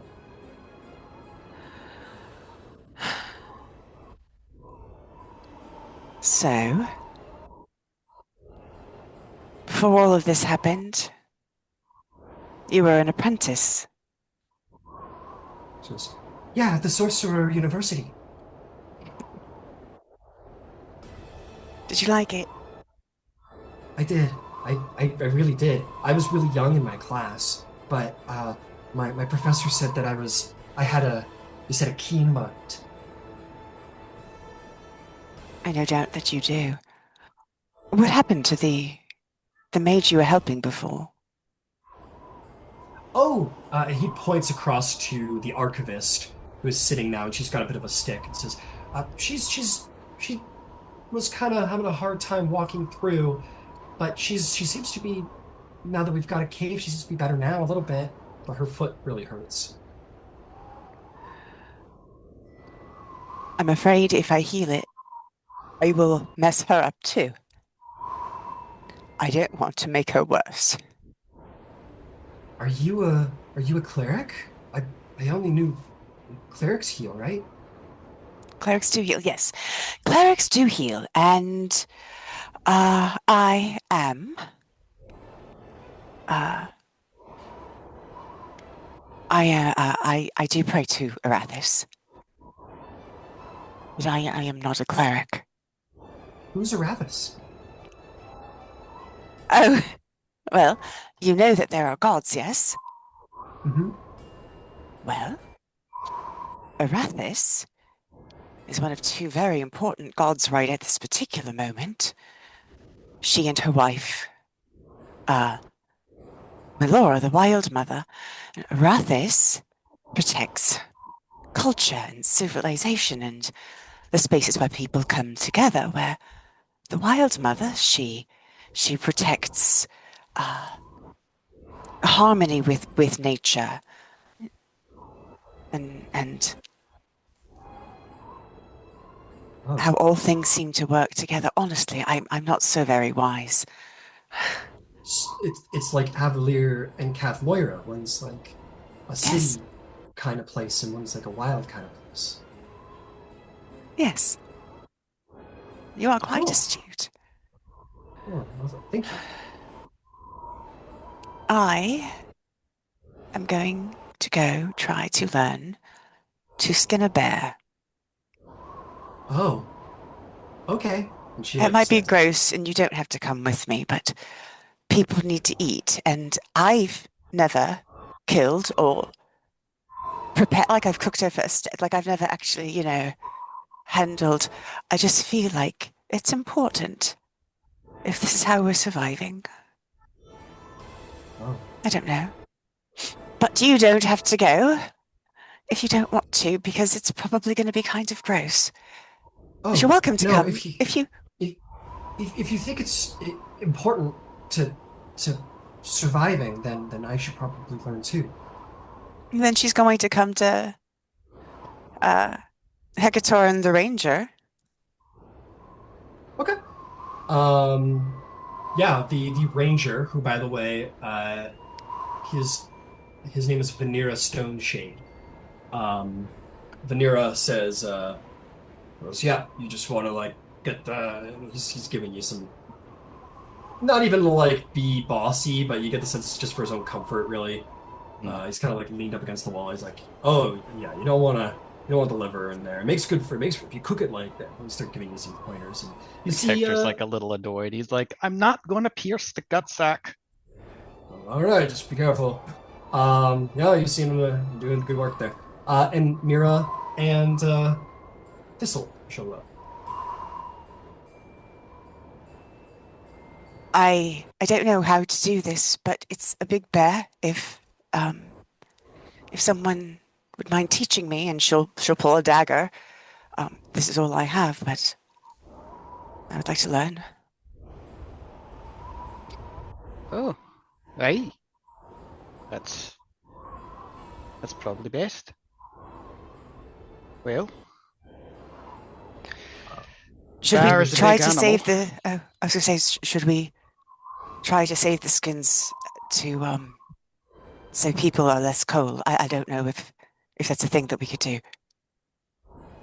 Um, Aye, we could try, but going to be pretty bloody. You can't cure them. well, I know this one technique. If you take and basically, I do have like an animal monster taking system. Um, the ranger is proficient in nature and he can roll. If you want to roll as well, Hekator, to see what parts you can pull from it, go ahead and make a nature check, and ranger will give you advantage for all of his annoying advice. It may be helpful. Guidance. Guidance. Ooh, that's a 19 on the die plus 2, so 21, and then Oh yeah, guidance. yeah. Oh yeah, 25. That is well beyond any of the DCs. If you wanted to, from each bear, you could take a small pouch of polar bear teeth and claws, which can be used to make like nothing of a weapon of quality, but can be used to make maybe simple tools, but mostly like decorations and jewels and but you also definitely know how to take pelts from these things, which will expire in 10 days. Um, and you can absolutely sort of carve up into uh, a number of like shawls basically for warmth and try and spread it around. Um, or you could take just one pelt, save it, and possibly have a skilled leather worker turn it into polar bear leather armor later on, or hide armor or something of the like. Equipped with a cool like half polar bear head for like a sweet pauldron or hood or something. So Mm. there's some definite aesthetic potential there. But you got two of them, so you could like spend one making just like shawls for warmth and another one for armor. Or you can distribute all of them, whatever you want. I think Hector is probably going to distribute everything that he can. He'll hang on to the teeth and claws. Maybe make a little necklace out of that later or something. God, Memento. beautiful. So they're worth 5 silver pieces a pouch per bear, and they weigh 1 pound each, and they don't expire. Nice. Cool. And yeah, you can just keep working away. The very annoying but well-meaning ranger, uh, perhaps to your relief, Hecator is like, oh great, some good. Focus on teaching her, and it's actually very good. He goes, all right, good. You got a knife. Really, at the end of the day, that's all you need if you're skilled enough. Why don't you take that there? We're gonna want to start at the stomach, cut nice and deep, pull the blade across. Its intestines are gonna come out. You want to pull all of those out. You don't want those going bad. Make sure to. And he starts going through the motions. Make me a survival check. I will give you advantage because the ranger is guiding you, Mira. Uh, your helper will be there to lend hands, but not much more. That is all right. It was an eight. It was an 18 on both dice, which is kind of funny. So that is a plus. So a 19 total. It's like you're a druid in another game. You, yeah, you're just like, good, just make sure not to, oh, yeah, no, perfect. Yeah, just, and then when it all comes out, don't be scared to get your, oh, yeah, okay, yeah, you're getting it. Oh, you're gonna find this, like, big, brown, long Oregon. Try not to pierce it. Yeah, no, that was it. Yeah, good job. And then there's, don't pierce this, no, oh, okay, yeah, you got it. And he's giving you the advice, and to be clear, you need the advice. You're not proficient with survival, right?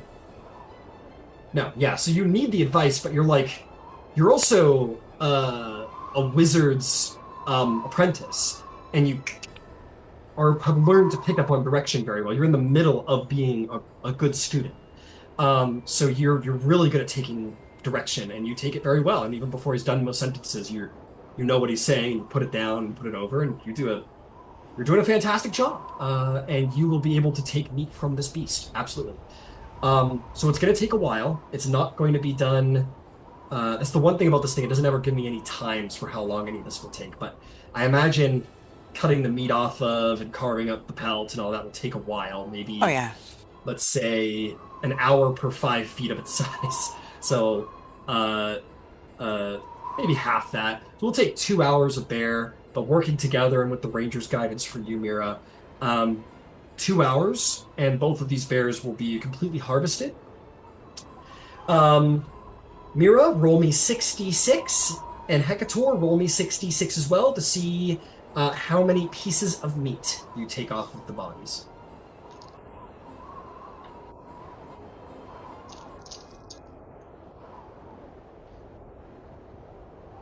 Eight, 16. 16, very nice. Each piece of meat is going to weigh 4 pounds.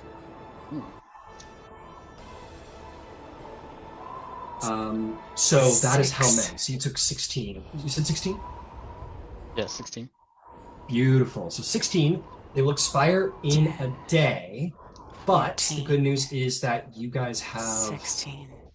time to 18. basically cook the shit out of it and make it good for travel and consumption. It's not going to be very tasty, but to like cook it up quick without a proper oven or anything, it's going to be a bit of a, it's not going to be the most delicious travel food rations you have. But yeah, it's good. Perfect. 18. Beautiful, 18. Yep, your bear was a little fatter than Hecator's ones, and it has a little extra meat on it, and by not much, by 8 pounds more. And yeah, you both take together a very decent find of meat. You guys take like 34 pieces of meat each, which is 136 pounds of meat. Great. Each ration, when cooked up, because if I'm not mistaken, a ration is a half a pound. So each piece of meat will turn into 8 rations. So at the end of the day,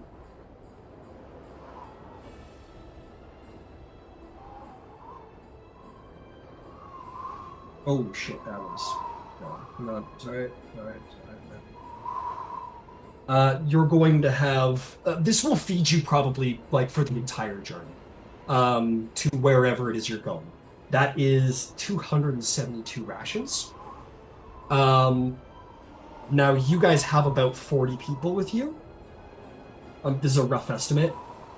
This will be about 7 days of meat. This is a week of meat. So that's Great. good. That's good stuff. Fantastic. That'll take a while to all carve up, and then you're gonna have to cook it. Some of it can be cooked to be like a nicer, like, it's a little juicier on the inside. It's still not seasoned or anything, but better than what you're gonna have to do the rest of the meat to preserve it. As you're basically just slow roast it for a couple of hours until it's just jerky. Think yeah, Hector will chime in and say, we should take about half, put some pine boughs on the fire, make it nice and smoky, and then have them smoked above. Kind of go through making jerky. Absolutely. And yeah, you can go to work with that, and you certainly have enough individuals right here who can very easily. It's like take this piece of meat, slice it into fours, throw it on the fucking fire, leave it there for forever until I come and get it, basically. And yeah, you have an open roof, so that'll help.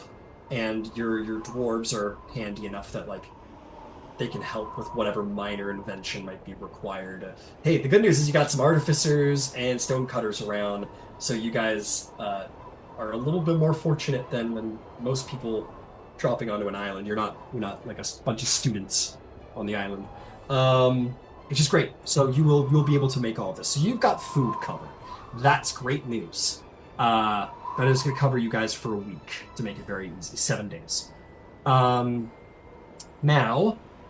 All the arguing has kind of ceased. I'm sorry. I'm terribly sorry. Leah and Ox, while Mira and Hekator and our rangers dealing with all of this meat, there's all the arguing going on. What are you two up to around the cave?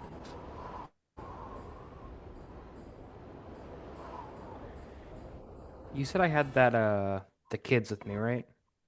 Yep, yep. I think there is a certain point they head off to start uh, skinning their bear and getting the meat off, and I turn around and I look at Nimmy, the 12-year-old boy.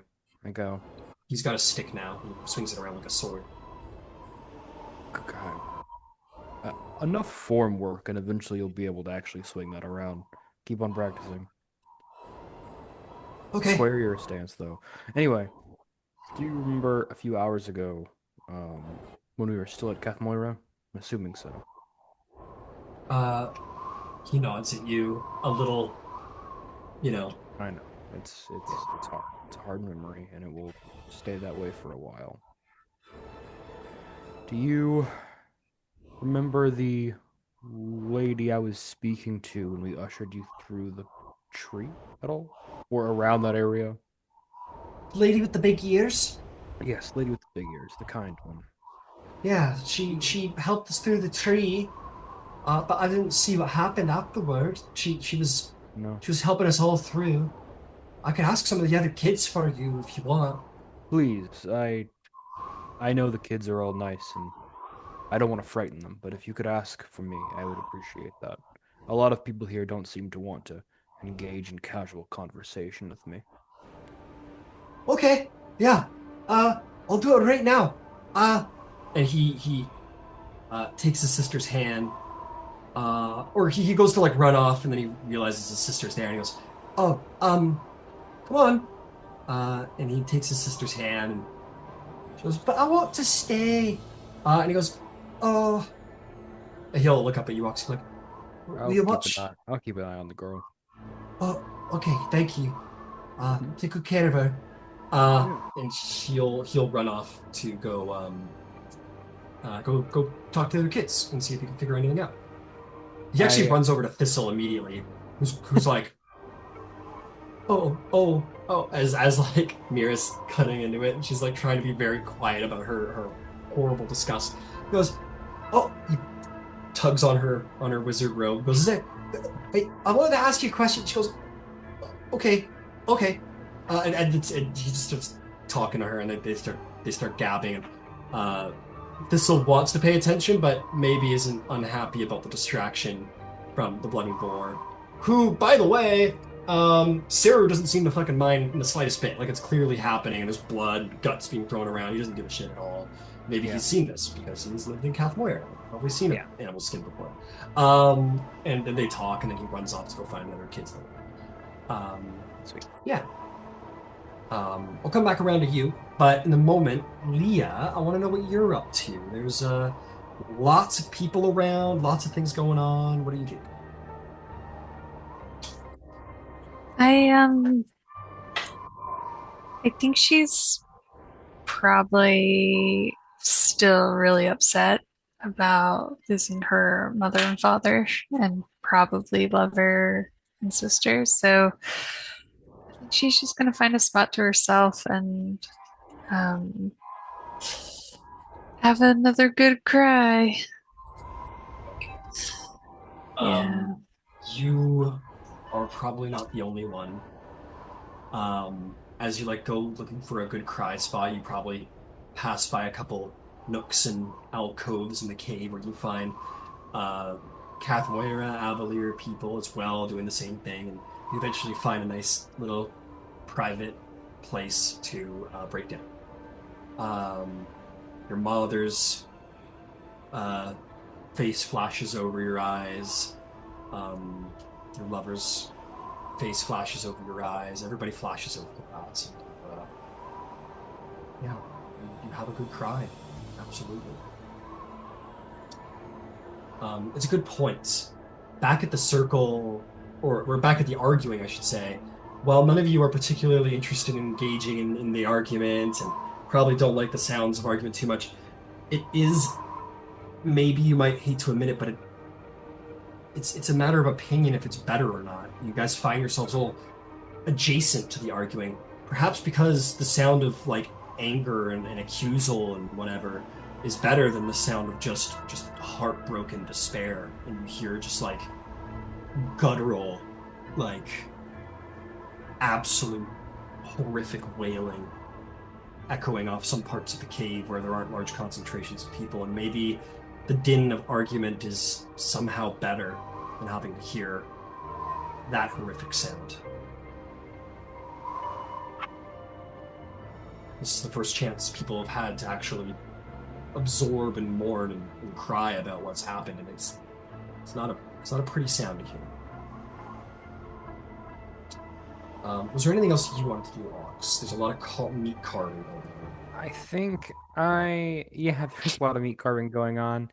I think as these people are arguing between themselves, I think after a couple minutes of just like, when people are arguing and they've looped around like 7 times the same subjects and it's not going anywhere, and Ox just very loudly but calmly, if there is a good middle ground there, just you're talking in circles.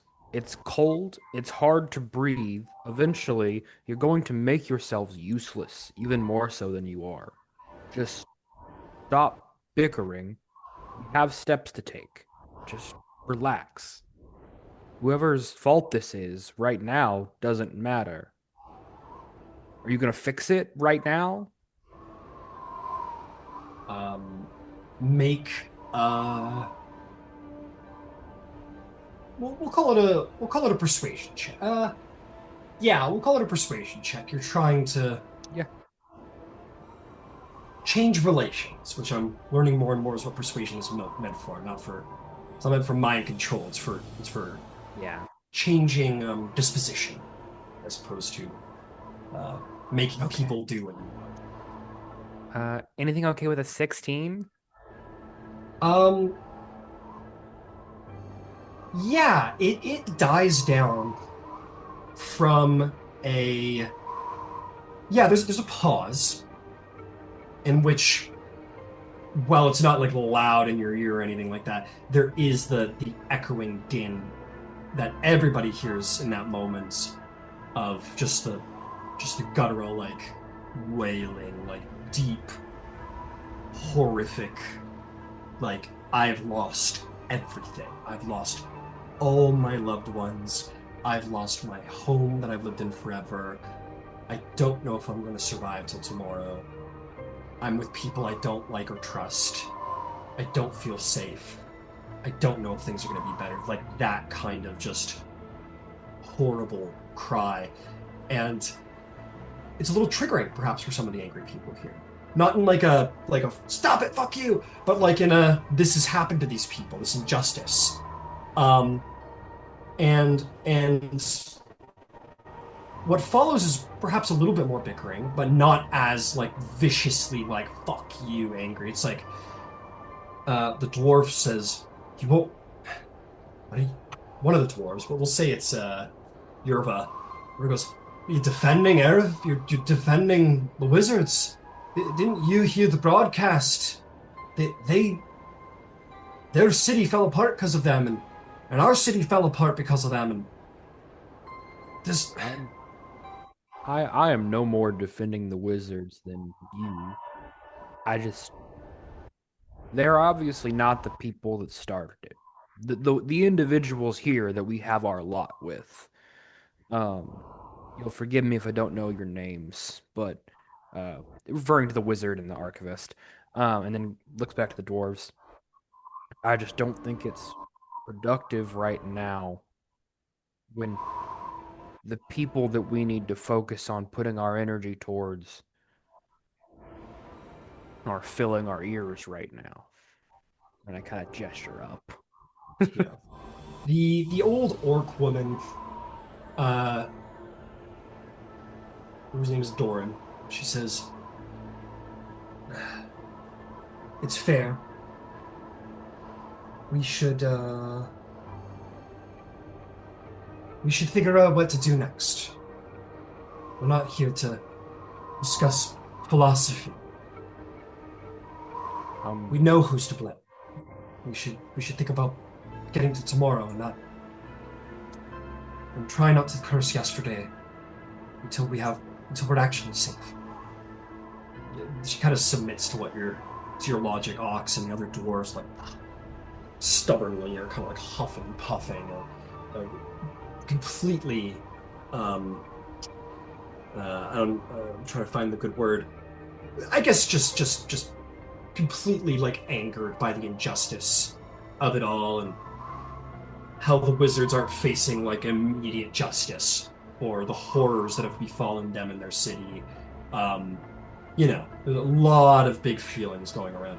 Um, the half elf, who by the way has become the focus of like anger. Like the anger at Avalir has been focused at this guy because he's the most ready to defend Avalir than everybody. He's 19. He's a kid at the end of the day. And he hasn't let go of his spellbook. He has been holding it to his chest the moment he arrived in this tunnel, and he has not let it go in the past 4 hours. This has been his position the last 4 hours.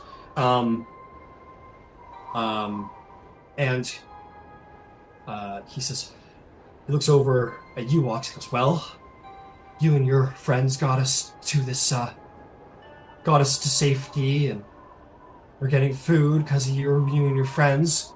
Well, what do we do now?" And he certainly says this loud enough that any of the three of you hear it to I answer. You two are arm deep in guts, but more than capable of answering if you were able to. But Ox, by all means. I had a mind earlier. I mentioned heading up a bit of a hike to find out a vantage point about where we were, but we had more pressing matters at the time and didn't continue that line of conversation. So I'd like to reopen that now, actually, depending on how we're feeling. The dwarves say, "Why would we go up? It's colder the further you go up. We should go deeper into the caves. Is what we should do. We should a proper dwarven instinct to protect from the weather is to not have any fucking weather." All right, the dwarf wants to dig. One of the people I killed bears with, please. Having a higher Go ahead. ha- having a higher vantage point would actually be able to tell us if we're close to anything. Even if we don't build up, we should go up to see. Not everyone needs to go. In fact, this is a good position to move from. We have artificers, and it seems there are miners. Perhaps you could work together to fortify the cave, make sure it's safer. I noticed if the bear cloaks can be made into warmer garments, perhaps I noticed that Leah has some very, very large garments. Perhaps there's someone amongst with the skills to form them into either blankets or smaller garments. Perhaps there are useful things that we could be doing while a small group goes to get their bearings.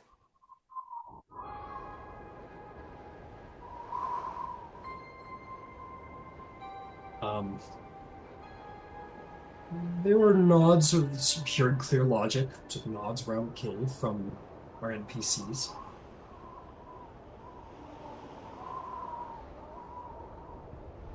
I think Hector would speak up and say, simply, you don't need to like each other. You don't need to agree. But we can at least survive together, get somewhere safe. Then you're free to do whatever you want. They nod at each other. It's, one of the, I'll say one of the dwarves look over at the master apprentice, Joran, and say, "Wizards are so handy with your spells. You can't find out where the fuck we are." Because spellcraft is unstable right now. We were observing to try and find out what exactly is happening. Dwarf goes, "What good are you?" The older orc lady, who's, again, she's got like a foot in the grave. She's old as fuck. For an orc at that, she's like 75, and orcs live to like 80. She's elderly, but seemingly a community leader. She says, goes, "Now, Torin, we know that nature's primal magics aren't working as well. It's not just them that's magic isn't working.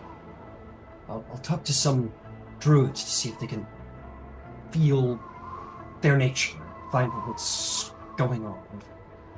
If anybody here can do that, that would be helpful. And you should do the same, mages. Find out about your magics. We could have magic on our side. We could be a lot stronger, perhaps." And there's a general nod. Everyone here loves magic. If we could get magic, that's super helpful.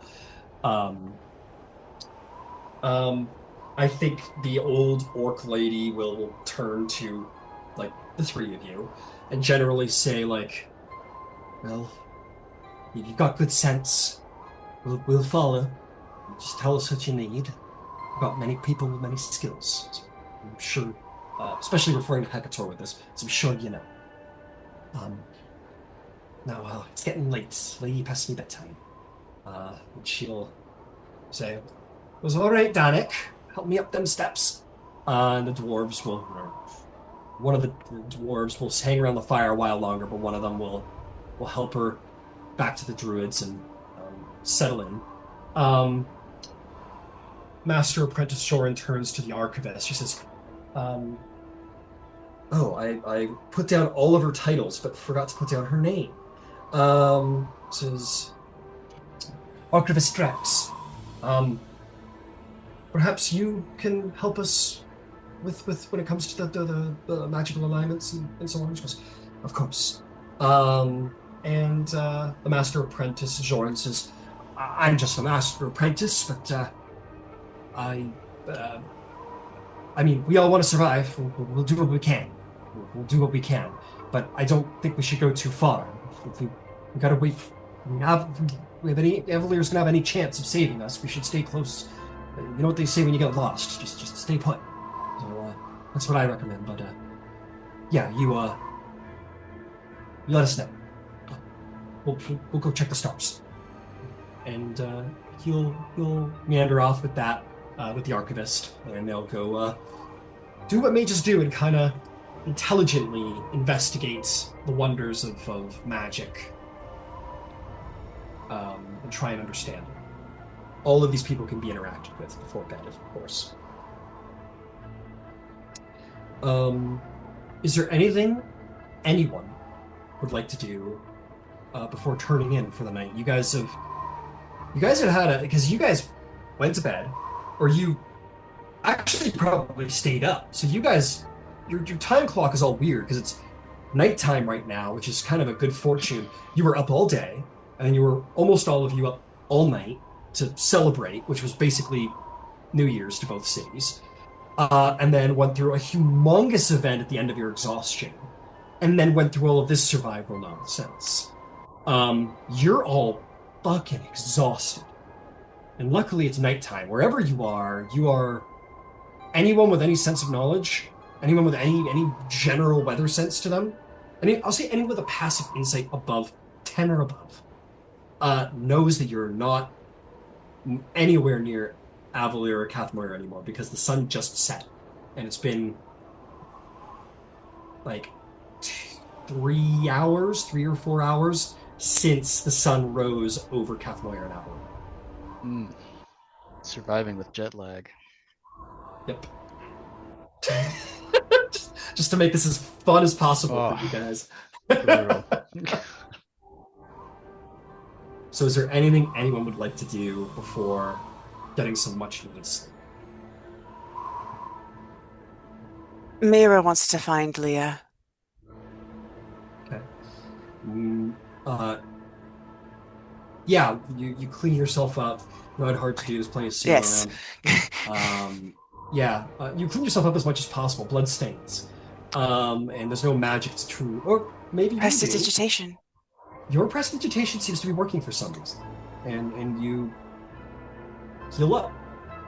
Um, you feel again that little feeling inside of you, Mira, and you can't help but feel like this, like it's almost like it feels almost like a little baby bird, like fluffing its feathers after having got a little too wet as you clean yourself up, and then it's gone. You head off, and you do find Leah, probably in a little alcove, a little probably worn. Leah, why don't you make me? Actually, I'm gonna get it from everybody. You guys are probably all fucking exhausted. I want another round of con saves for everybody. This time I will include you, Hekator, just for exertion, not for cold. This is for exertion for everybody as well. That's 16. You're good. 22. You're good. 21 for Ox. You're good. 13. 13? You're fine. Mhm. This was for exhaustion, so the DC reset.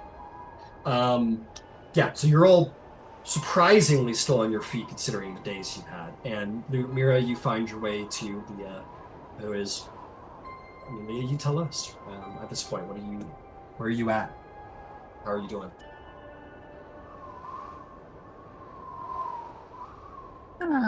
Leah, is that okay?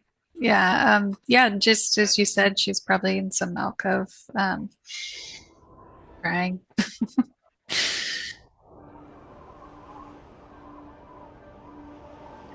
Uh, yeah, so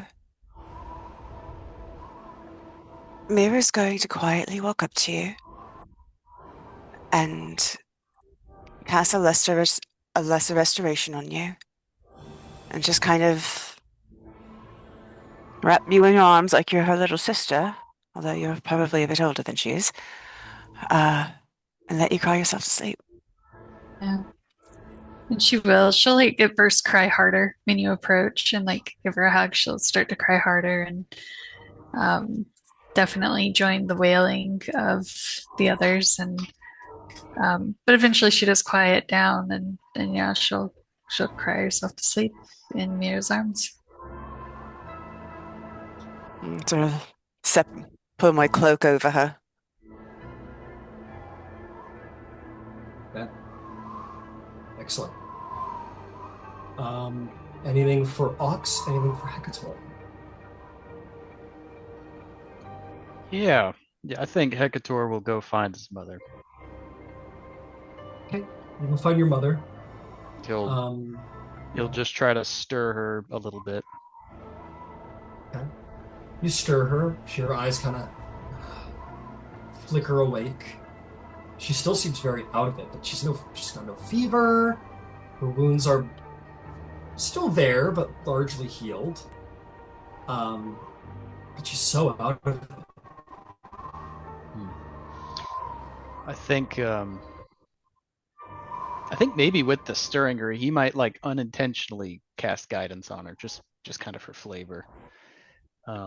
Just Okay, I'll tell some you of that what. energy goes in, and Yeah, I'll tell you what. You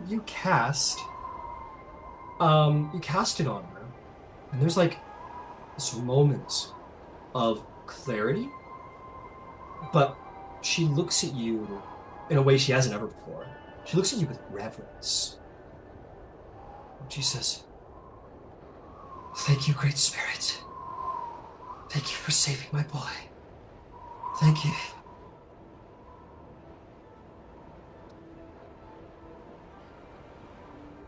mother, Apazi, uncle, he's gone. I think all of Cathmoira. Ah, she seems confused, being called mother. His mother. Yes, I'm his mother. He's going to do great things. He's going to do great things. I, his uncle has trained him well, and he, I, we'll be at Cathmoira tomorrow, perhaps. Or weren't we there? Weren't we in Cathmoira, Great Spirit? Do you know what happened to him? Kire, the spirit. So, What happened to me? Kind of like, because you, just Great Spirit, you're in such a rage, such a mighty rage for the darkness that had come to our lands. My, the Emperor and the Empress, they're bound to rise. I know you can feel it. Oh, I know you can feel it. Oh, she's just so tired. She goes, but but you heeded my call. I,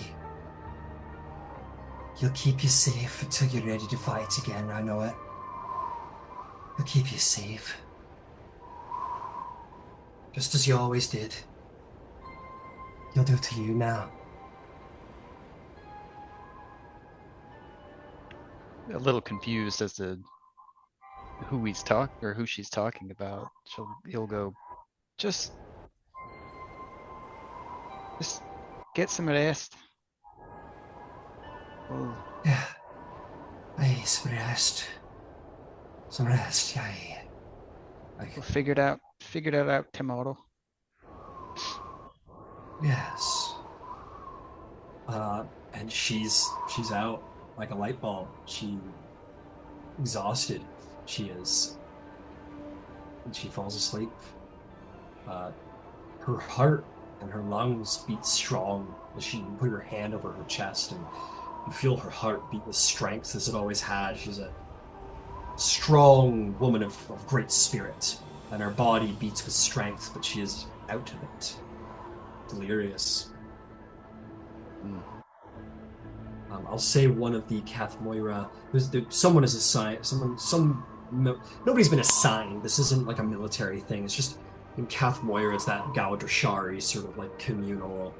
Like it doesn't matter if I know who they are. It doesn't matter. I don't need to be assigned by a superior. This is just what we do. We help people. Someone's always there to keep an eye on you when you can. And you suspect someone will sleep here tonight if you don't. Gotcha. Okay. I think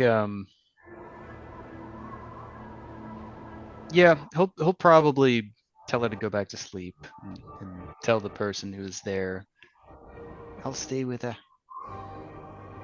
And then Okay. finally, after kind of slowing down, letting himself take a minute, he'll probably let out a few tears. Just wonder what the hell happened. And turn in. Absolutely. Last but not least is Ox. Ox. Does the 12-year-old ever get back to me? Um, Of course, of course. We'll get back to you. Um, yeah, he gets back to you. He goes, yeah, hi. Um, I spoke to everybody. Um, they don't really know. One boy said that he was the last through, and she said that she was gonna wait for somebody, and that's all that they really knew. Was she gonna wait for you?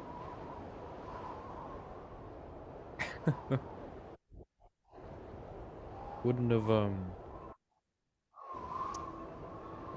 Anox kind of gets like a 1,000-yard stare for shaking his head after a moment and goes, It's I'm sure she's fine.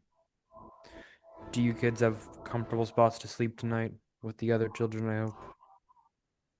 Uh, the young boy, Saru, he says, "Yeah, I can find a place. Mr. Hector gave us some bear fur to sleep on, so we'll sleep. We got somewhere to sleep." He's a very nice man, that Hector. Be good. The younger kids will need you. Big sticks are very important with the leader of the group. Really? Yes. Wow. Okay. I'll help. He like looks at your axe and like looks at his stick. He goes, "Are I you our leader? You ab- got the biggest stick of all." absolutely not. Just so we are clear. I Goes, just talk the loudest. "Oh, Different quality. okay." He like, sure. He accepts that. He's learning about the world. He goes, okay. Uh, sure. You're not the leader. He shrugs. Um, he goes, uh, would it be okay if you're like, he looks at his sister and Becky. He goes, like our leader? You could be like a under leader. I Wait, did you say fine? I he Oh, fine. Sorry. there's a deep hesitance and he's like, "Yes, but don't go telling people that." He goes, make a persuasion check to see if you'll be quiet about that. That's a 13. A 13. Um, he just goes, okay, good. Yeah, you're a leader now. Good. Okay, we're gonna. And and you saying yes to being his leader has brought him no small amounts of relief. You see Oh, he's like sighing and huffing. He's like, oh, okay, good. Like you like literally hear the stress coming out of him. He goes, good. Oh, that's so great. Like, did you hear that, Nemi? Mr. Ox is gonna take care of us. He's our leader now. She goes, oh, great. That's wonderful. He goes, go to bed. okay. He like salutes at you. And he goes, all right, come on, we gotta go to bed. That's what the leader said, Nemi. He goes, all right. And Nemi like hugs your leg. Goes, bye, leader. Bye, Nemi. And the two of them walk away. Nemi knows a little about what's going on. Leader? Sure, leader. Siru, who you've put in a leadership position over the other kids, is relieved to have a leader above him now. And he walks away with like everything's gonna be okay. He walks away with every Ox, confidence. as soon as the kids are like out of that whole deal, Ox kind of gets comfy by the fire, uh, leans on a rock, and with information gotten that maybe was not what he wanted to hear, um, I think closes his eyes and just passes out in like a sleeping sit position. Yeah, you're just like that. Like, yeah, Yeah. absolutely. And with that, you all find rest. You also all find dreams. There's going to be, I would like actually, I want a charisma save from everybody. This isn't like a big scary charisma save. This is just to see like how you do it. 16. 16. Good. What was that, Hekator, or you were muted? 17. Sorry. 17, no problem. 9. 9. Ox? Got a natural 1 for a 3. Okay, let's have some dreams. Ox, your dreams are the most disturbing. Most disturbing dreams. Your subconscious, very blatantly in battle with itself as you sleep. You dream of the individual that you put a dagger through the heart of. You feel despair for having done that to somebody you know. You feel good about it too, because by the nature of it, as you know, it was an honorable act, but it didn't make you feel good.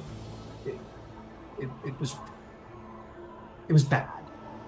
You didn't like doing it. It hurt something inside, something you might not get back. You see the flaming city splitting in half and think about the thousands of lives that perished, and then the thousands of lives more that perished in Cathmoira when that city hit the city, and the thousands and thousands of lives that have been spent. Maybe you should have died. Maybe they should have died, and you just have horrible nightmares. But the way you were raised, you know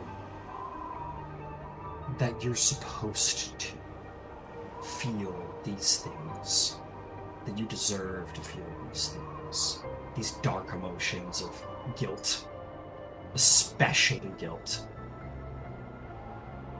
And you have this great conflict where your mind, your body, everything about you is telling you you're wrong and what you've done is wrong, and the confusion of care and caring about care. Why should you give a shit about care? And giving a shit about your friend. And your thoughts are a muddle by the pure visuals of catastrophe and blood and death and pain and suffering, and every scream in this cave that you heard of despair for having lost entire families worth of loved ones. Each person it's multiplied into you, and you're just drowning in guilt and blood and pain over self-pity, and your dreams are horrific. But there's a kernel in you that feels good about it, because you're supposed to suffer. You're supposed to feel this pain. You deserve it. It's what he wants. It's what you deserve. For what you've done. For what all of you have done. But beyond it, there's something else. There is this little voice. This little voice that was never there. That's just a little bit more sort of loud and brave and excited and has pride. And your feelings conflict in a way where there's pride for, it's a complex situation, but there's pride for what you did to your friend, because it was what he wanted. And you know it's what he wanted. There is courage to face what is to come and what has come. And there's strength when you fought that bear to defend your people territorially.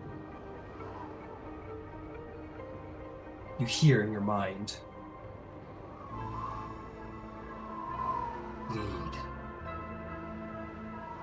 In a low, wizened voice. And you feel almost like a layer of guilt on your heart spreads away like two great wings lifting off and becoming mighty.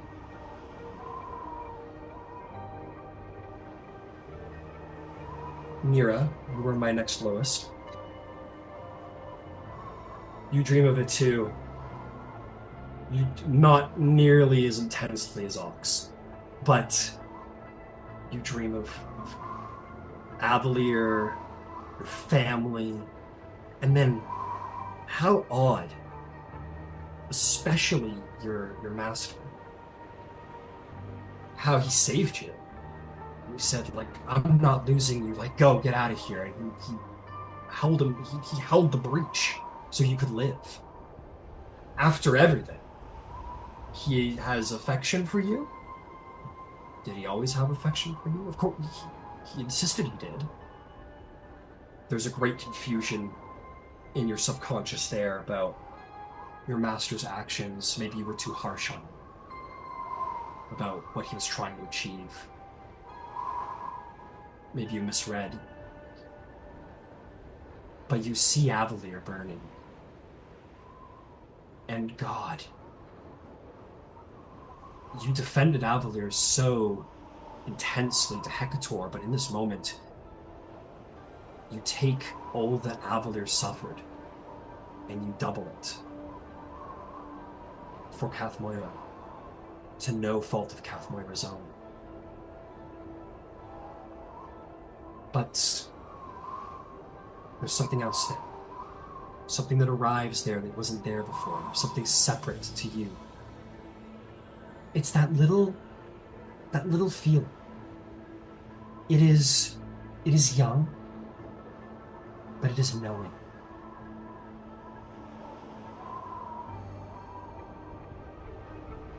And it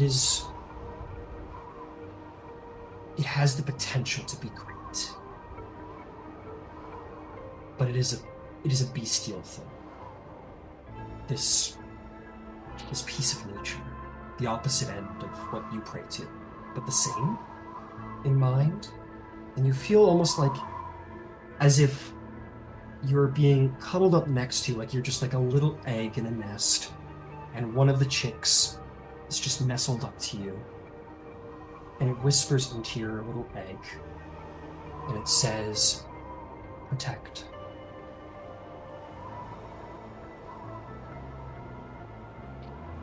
Leah, you dream of your mother's face. You dream of your father's face. You dream of your lover's face. These people you will never see again.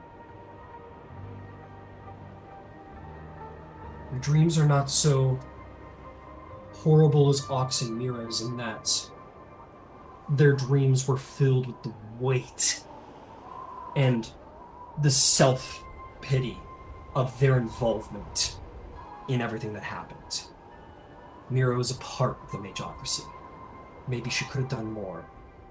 Ox was clearly in the center of some darker things. Not that you know this, but comparatively. You simply dream of the ones you loved. How your mother wanted the best for you and you argued with her all the time for it. How your father defended you against your mother quietly. You hated him for grounding you. Hated him for it. Over and over again, 99. You detested being locked down by your lover, by Leokin. But he just wanted to love you. He wanted the world. He wanted all of Avalir to know that he loved you. You wouldn't let him. And there's guilt there, but there's mostly just despair. But there's something else there too.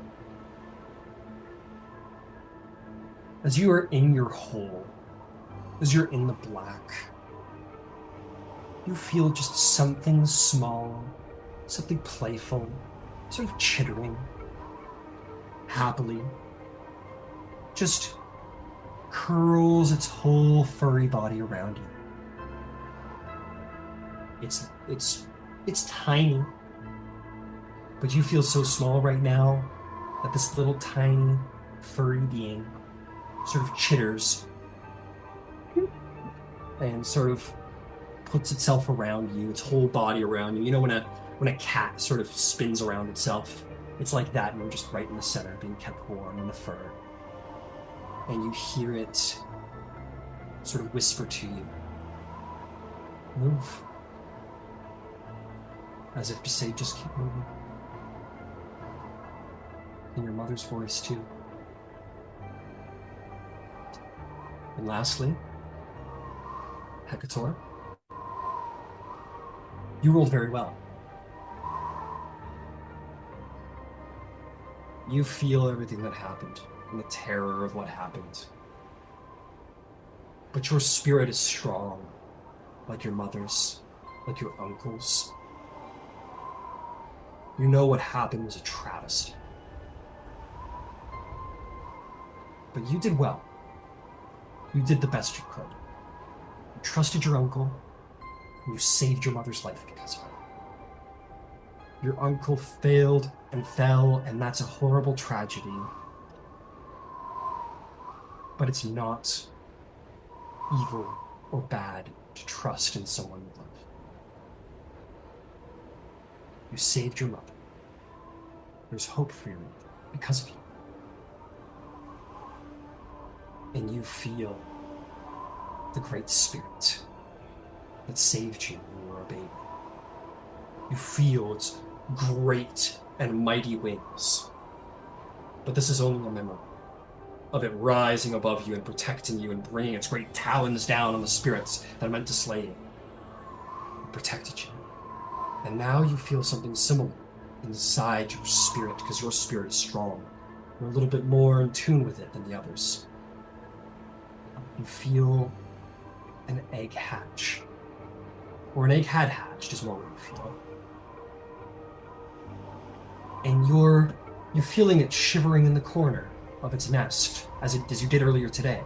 Sort of uncertain, fearful, defenseless, needing to be fed, needing to be nurtured, maybe some protector. Unlike everybody else, you have a strong spirit. You're a spiritual person, and you could interact with this creature as you dream slightly more lucidly. Would you?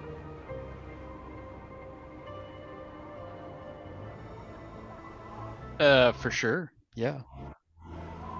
He would do what he could to provide comfort. You just reach out with your spirit to protect it, to keep it warm and safe. And it calms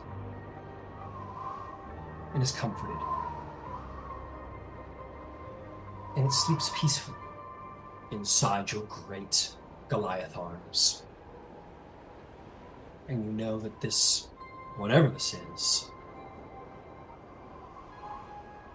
you can keep it safe. And it will grow to become strong. And you will all get a long rest. And you wake up the next morning.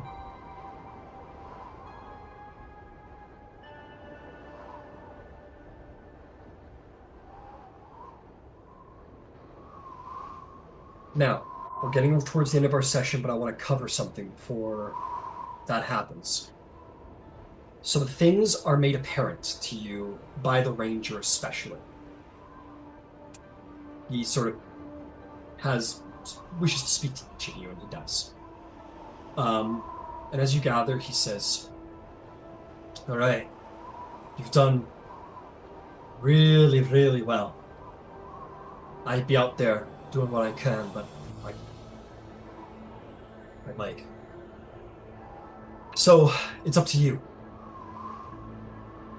You've made a great plan to find high ground, figure out where we are, looking at you especially, Ox, as you brought that up the most. It's an excellent plan, and I know you absolutely should do it. Whoever is best for the job. I'm not telling you what to do. You clearly got good heads on your shoulders, but as a ranger, just a word of advice. You gotta cover food. They've got food thanks to you. They need clean water. Luckily, got lots of snow. Try and boil snow, but gotta be careful there too, so you need to provide water for these people. And then, of course, you need to make sure that you control the despair and the panic and the fear and all that. You've seen it. It can grow rampant and take over. Whether you like it or not, people are looking to you for guidance. You gotta take the reins, my friends.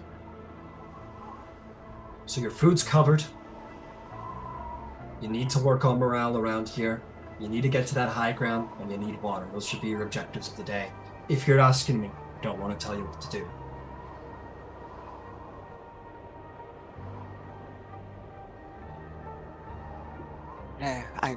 I'm grateful to listen to sense. Right. Well, that's all I have to say. Just You know what you're doing. Just thought I'd give a couple pointers from a ranger. Um, by all means, I'll do whatever I can. So with that, um, if it's cool with you guys, I wanna get us to the peak of that mountain. Who would like to be in charge of the hike, or more than one person, whatever? How do we want to handle the hike? And if there's anyone who's not going, what would they like to handle from the docket? Mira would like to go, but this is nothing that she could lead. Hekator can lead. He does have and is proficient in cartographer's tools, so potentially could try to map out a little bit of the area and maybe plan a good route for us to take. I'm definitely muscle. So I'm good to follow up Hecator's lead up the mountain. I'm not exactly a survivalist.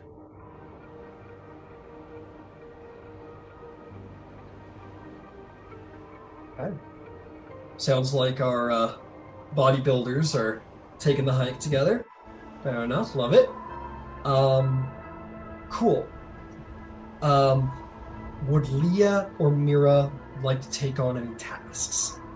There was a morale issue and there was a water issue. There might be others that the ranger hasn't identified, but those were the ones he brought. I could try to help with morale. I was going to Very good. suggest that's perfect. All right. Mira, would you like to perhaps help Leah, or do you want to help with the water, or is there some other goal that may need to be done that wasn't identified? I would like There was to help the with magic the. stuff.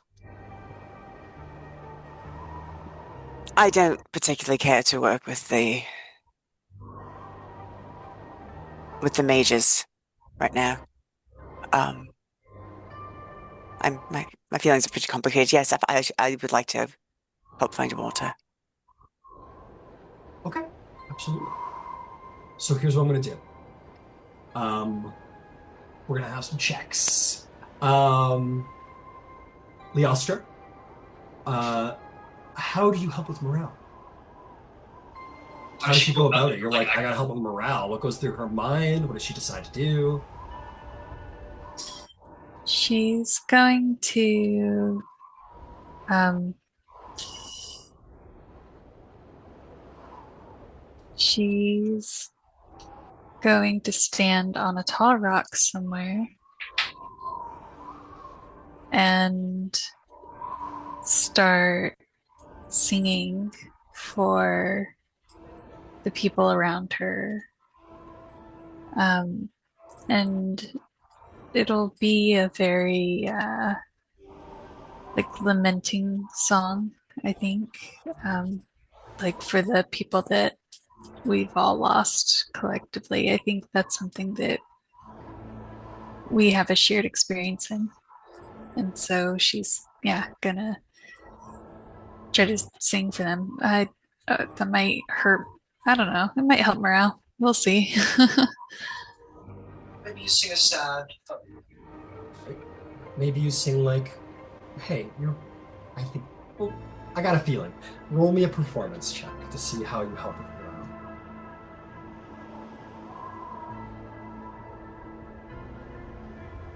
11. 11.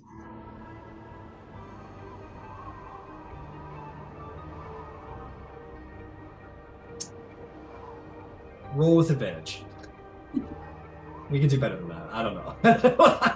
I can find an excuse, but I think the excuse is like, frankly, this is probably what people do. And I think that needs a little advantage.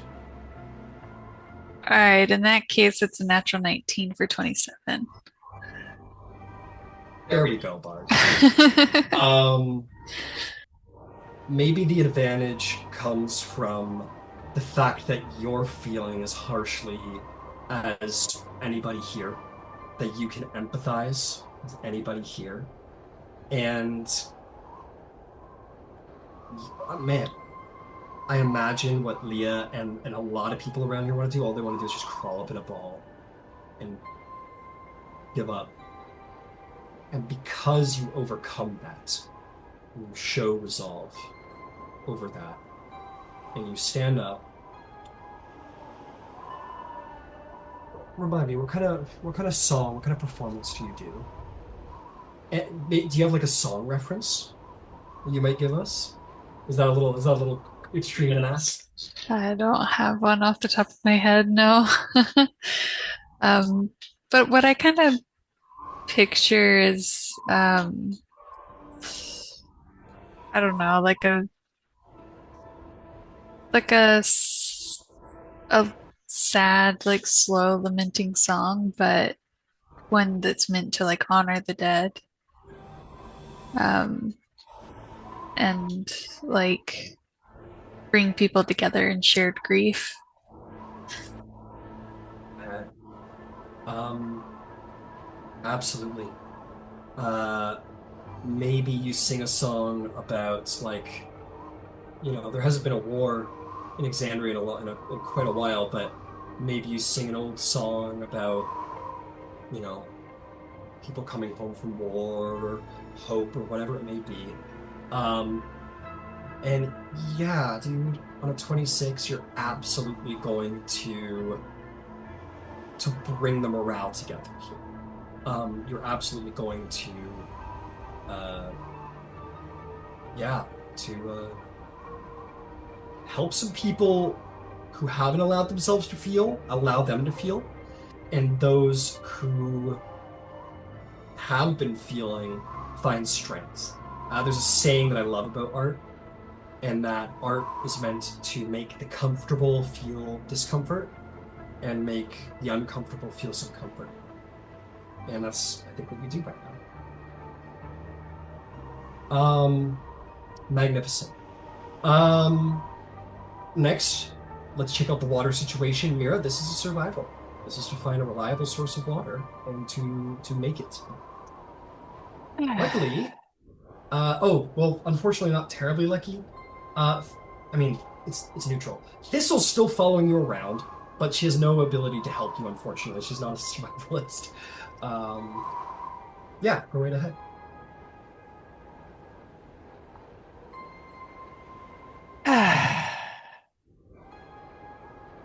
Okay, so that's definitely not going to do it. I guess a 5 on the dice.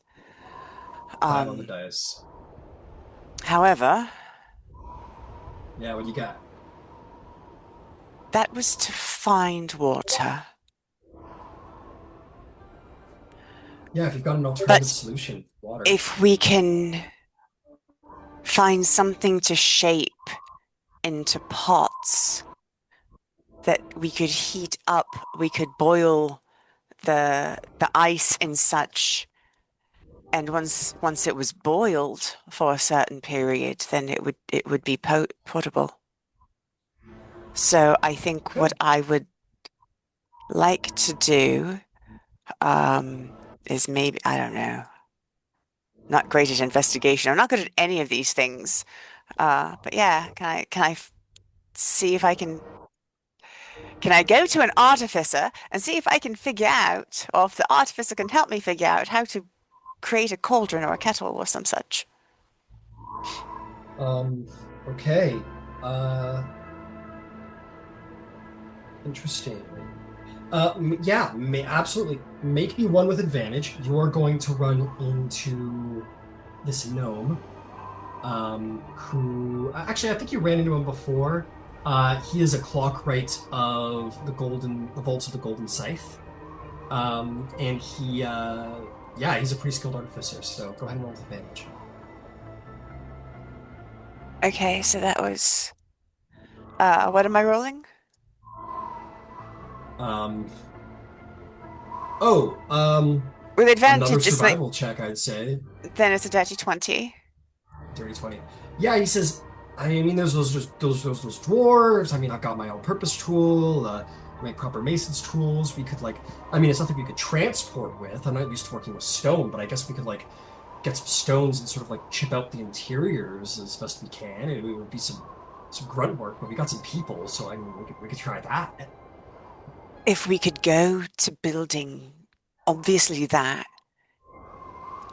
and then smaller receptacles, obviously. So once it's boiled, to be able so that people can drink, etc. Yeah, yeah. All right. Yeah, absolutely. We can make some small ones for the fire, and then some big ones to store. Yeah, I think it could work. Yeah, yeah. I know somebody else who's, and then he, uh, I'll tell you what he says. Would you mind talking to those Cathmoira dwarves for me? I don't think I could do it without them, but I don't think that I they'll help me I would something. be grateful. I would be glad to. Thank you. Okay. Um, I'm going to simply have you make a persuasion or intimidation check because there will probably be about 20 minutes of arguing with dwarves, and the stubbornness of dwarves is legendary. And in this time, they are a very insular people, um, and will be very, very reluctant to even speak to you, let alone help. It was an 18 for persuasion. Roll a stubborn check. Um, it's maybe more like an hour of just stubbornly just arguing and like getting them to speak to you, or finding someone to okay, if you would please tell the stonecutters to say this. She wants you to know that this, and then he's like, well, you can tell her. And she's they don't want anything to do with anyone from Avalir, but eventually you bring them around. They go, fine, we'll do it because we have to drink water and live, but that's the only reason we're doing it. And they will help. They will be very confrontational and kind of dicks about it, but they will do it. And you will be able to create water now because you've managed to achieve this. Um, Last but not least, that's very good, Mira. Hecator and Ox. Ox, I need 3 con saves from you because it is cold as shit getting to Yep. the top of the mountain. Um, this will be to get to the top of the mountain. And then I need survival checks from both of you. Just one? Just one each, yes. All right, so I'm my first con save, natural 20 for 25. Um, Okay. then I'm looking at mine's at the bottom, 14 for the second one, Okay. and then a 9 for the third one. That'll be a point of exhaustion to you as the 9, unfortunately. Thick. That's what I like to hear. But And hey, then that was a 20 on the first one, right? The yeah. first concept. Yeah, yeah. Cool. Just making sure I miss it. Well, the first one is a 25 Oh, technically. you're good. And And the then survival. yes, survival will be a flat 16. Okay. Is Excellent. this a discrete check that I could use guidance on, or is this like just I usually allow guidance for like just like a quick, like a single activity. This is like a Sure. drawn out activity. So Yep. I'll say we're gonna hold off on the guidance for this. Then that will be a natural 19 on the die for 24. Amazing. Hekator and Ox, you guys make it to the top of the mountain. Ox is like shivering pretty badly by the top, but is you haven't lost speed, but your fingers are like super numb. Um, Maybe even like a little bit of purple starting to form on certain parts of your body. Yeah, it's tough up here. Um, but you make it to the top. Now, this is important. You made it. You can look around now, which is important. Hecator, my cartographer. I imagine Ox. Ox, roll your own. Roll a perception check. Okay. Because Hecator, you'll already have advantage because you are proficient cartographers' skills. And roll me a perception or investigation to figure out where you are.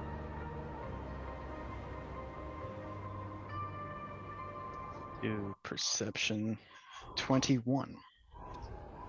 There's a 16. high DC, so that's great. You succeeded. Ox, would you get 16? 16. Okay. This is a success. I'm gonna start with what. So Hekator, you go to like, okay, we gotta figure out like where the hell we are. Given the time cycle, we're probably not even on the same continent.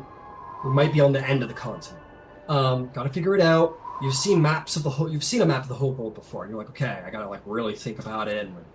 And you look around. You will notice you don't have your cardinal directions down. And this is the tough part.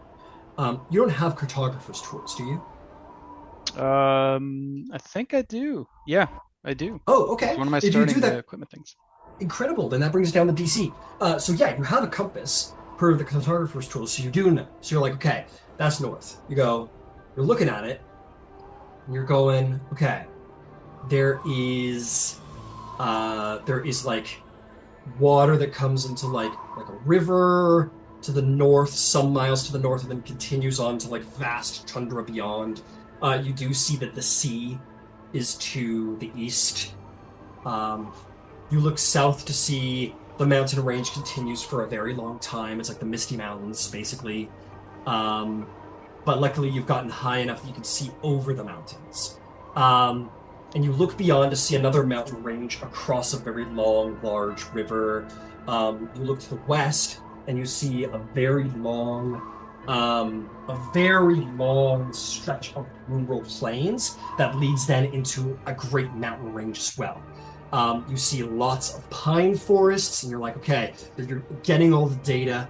You're thinking about the various maps that you've seen. While you're doing that, before I give you your answer, Ox, this is just like you got here and you're basically checking out the view, right? You've never been somewhere so majestic before. Like, this is incredible. Yeah. You're looking around and you look east to see like these long plains before they lead to mountains. You see, you're gonna see two things. You look down the mountain and you see like several miles off, like way, way, way down towards the base, you see about 3 deer sprinting as hard as they fucking can towards the sea. So west. Nothing is chasing them. They're sprinting like their lives depend on it. These deer. They're like zigzagging and running every sort of way, but they're not being chased in any mission. You don't know what's going on. You see birds. There's like a ton of birds and a strangely large amount of birds, like almost like a mass migration has just occurred. And the sky is just filled with birds, flying north and east. And then you look out over the plains, and you do see hints of civilization in the forms of lights, like little fire lights here and there. And one of them goes out. And another one nearby, just a couple seconds, maybe minutes later, becomes much brighter. And then a third one becomes much brighter. And there's black smoke coming off of those fires. Way miles and miles and miles off in distance. You notice, you look up, and you feel the wind moving. You feel the wind moving north right now. But the clouds are moving south.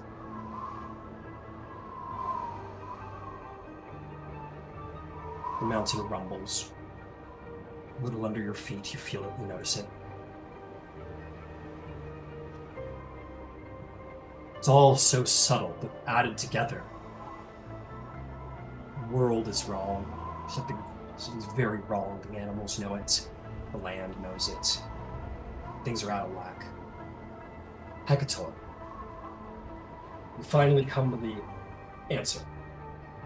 You are in the unnamed eastern mountains of Othanzia on the continent of Avalir.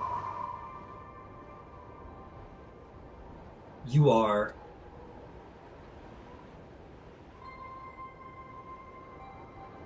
on the same continent as the holy city of Vasselheim, and you are several hundred miles from getting there.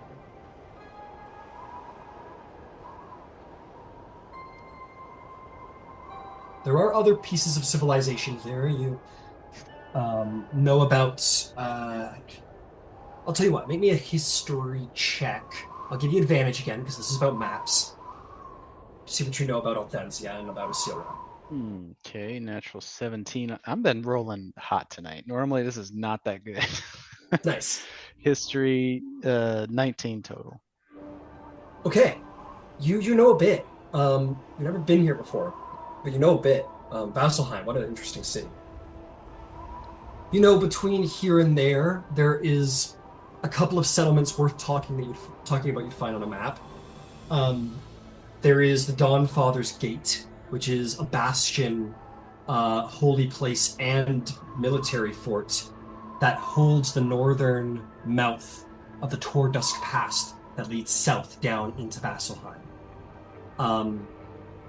You know that heading south into the Vespid Timberlands will get you and everybody killed, because those mountain ranges are perilous and there is no civilized way to pass. Althensia is filled with rural villages, lands that farm very harsh grounds, druid circles, and in the various pine forests.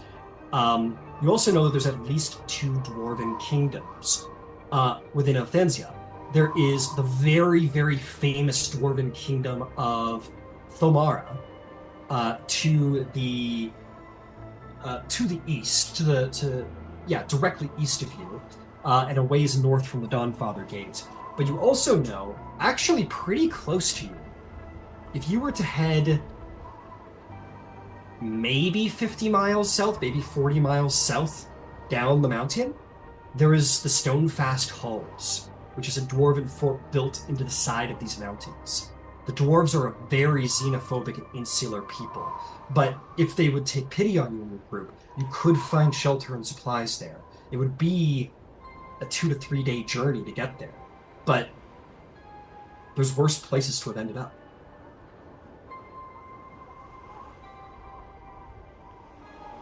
And I think that is where we will end the session. The world is wrong, but you know where on it you stand. Excellent. Thanks for hanging out a little extra late. I was just too excited for that word drop. Yeah, it was great. No, thank you. I actually, it's when you're that close to a story beat, and we can do it. Like, that's cool. Thank you for doing that. Yeah, no problem, no problem. I know some people have to, like how he got out of there. I know he has they have an early morning, so, appreciate the, a little bit extra time. Hey, what's up with those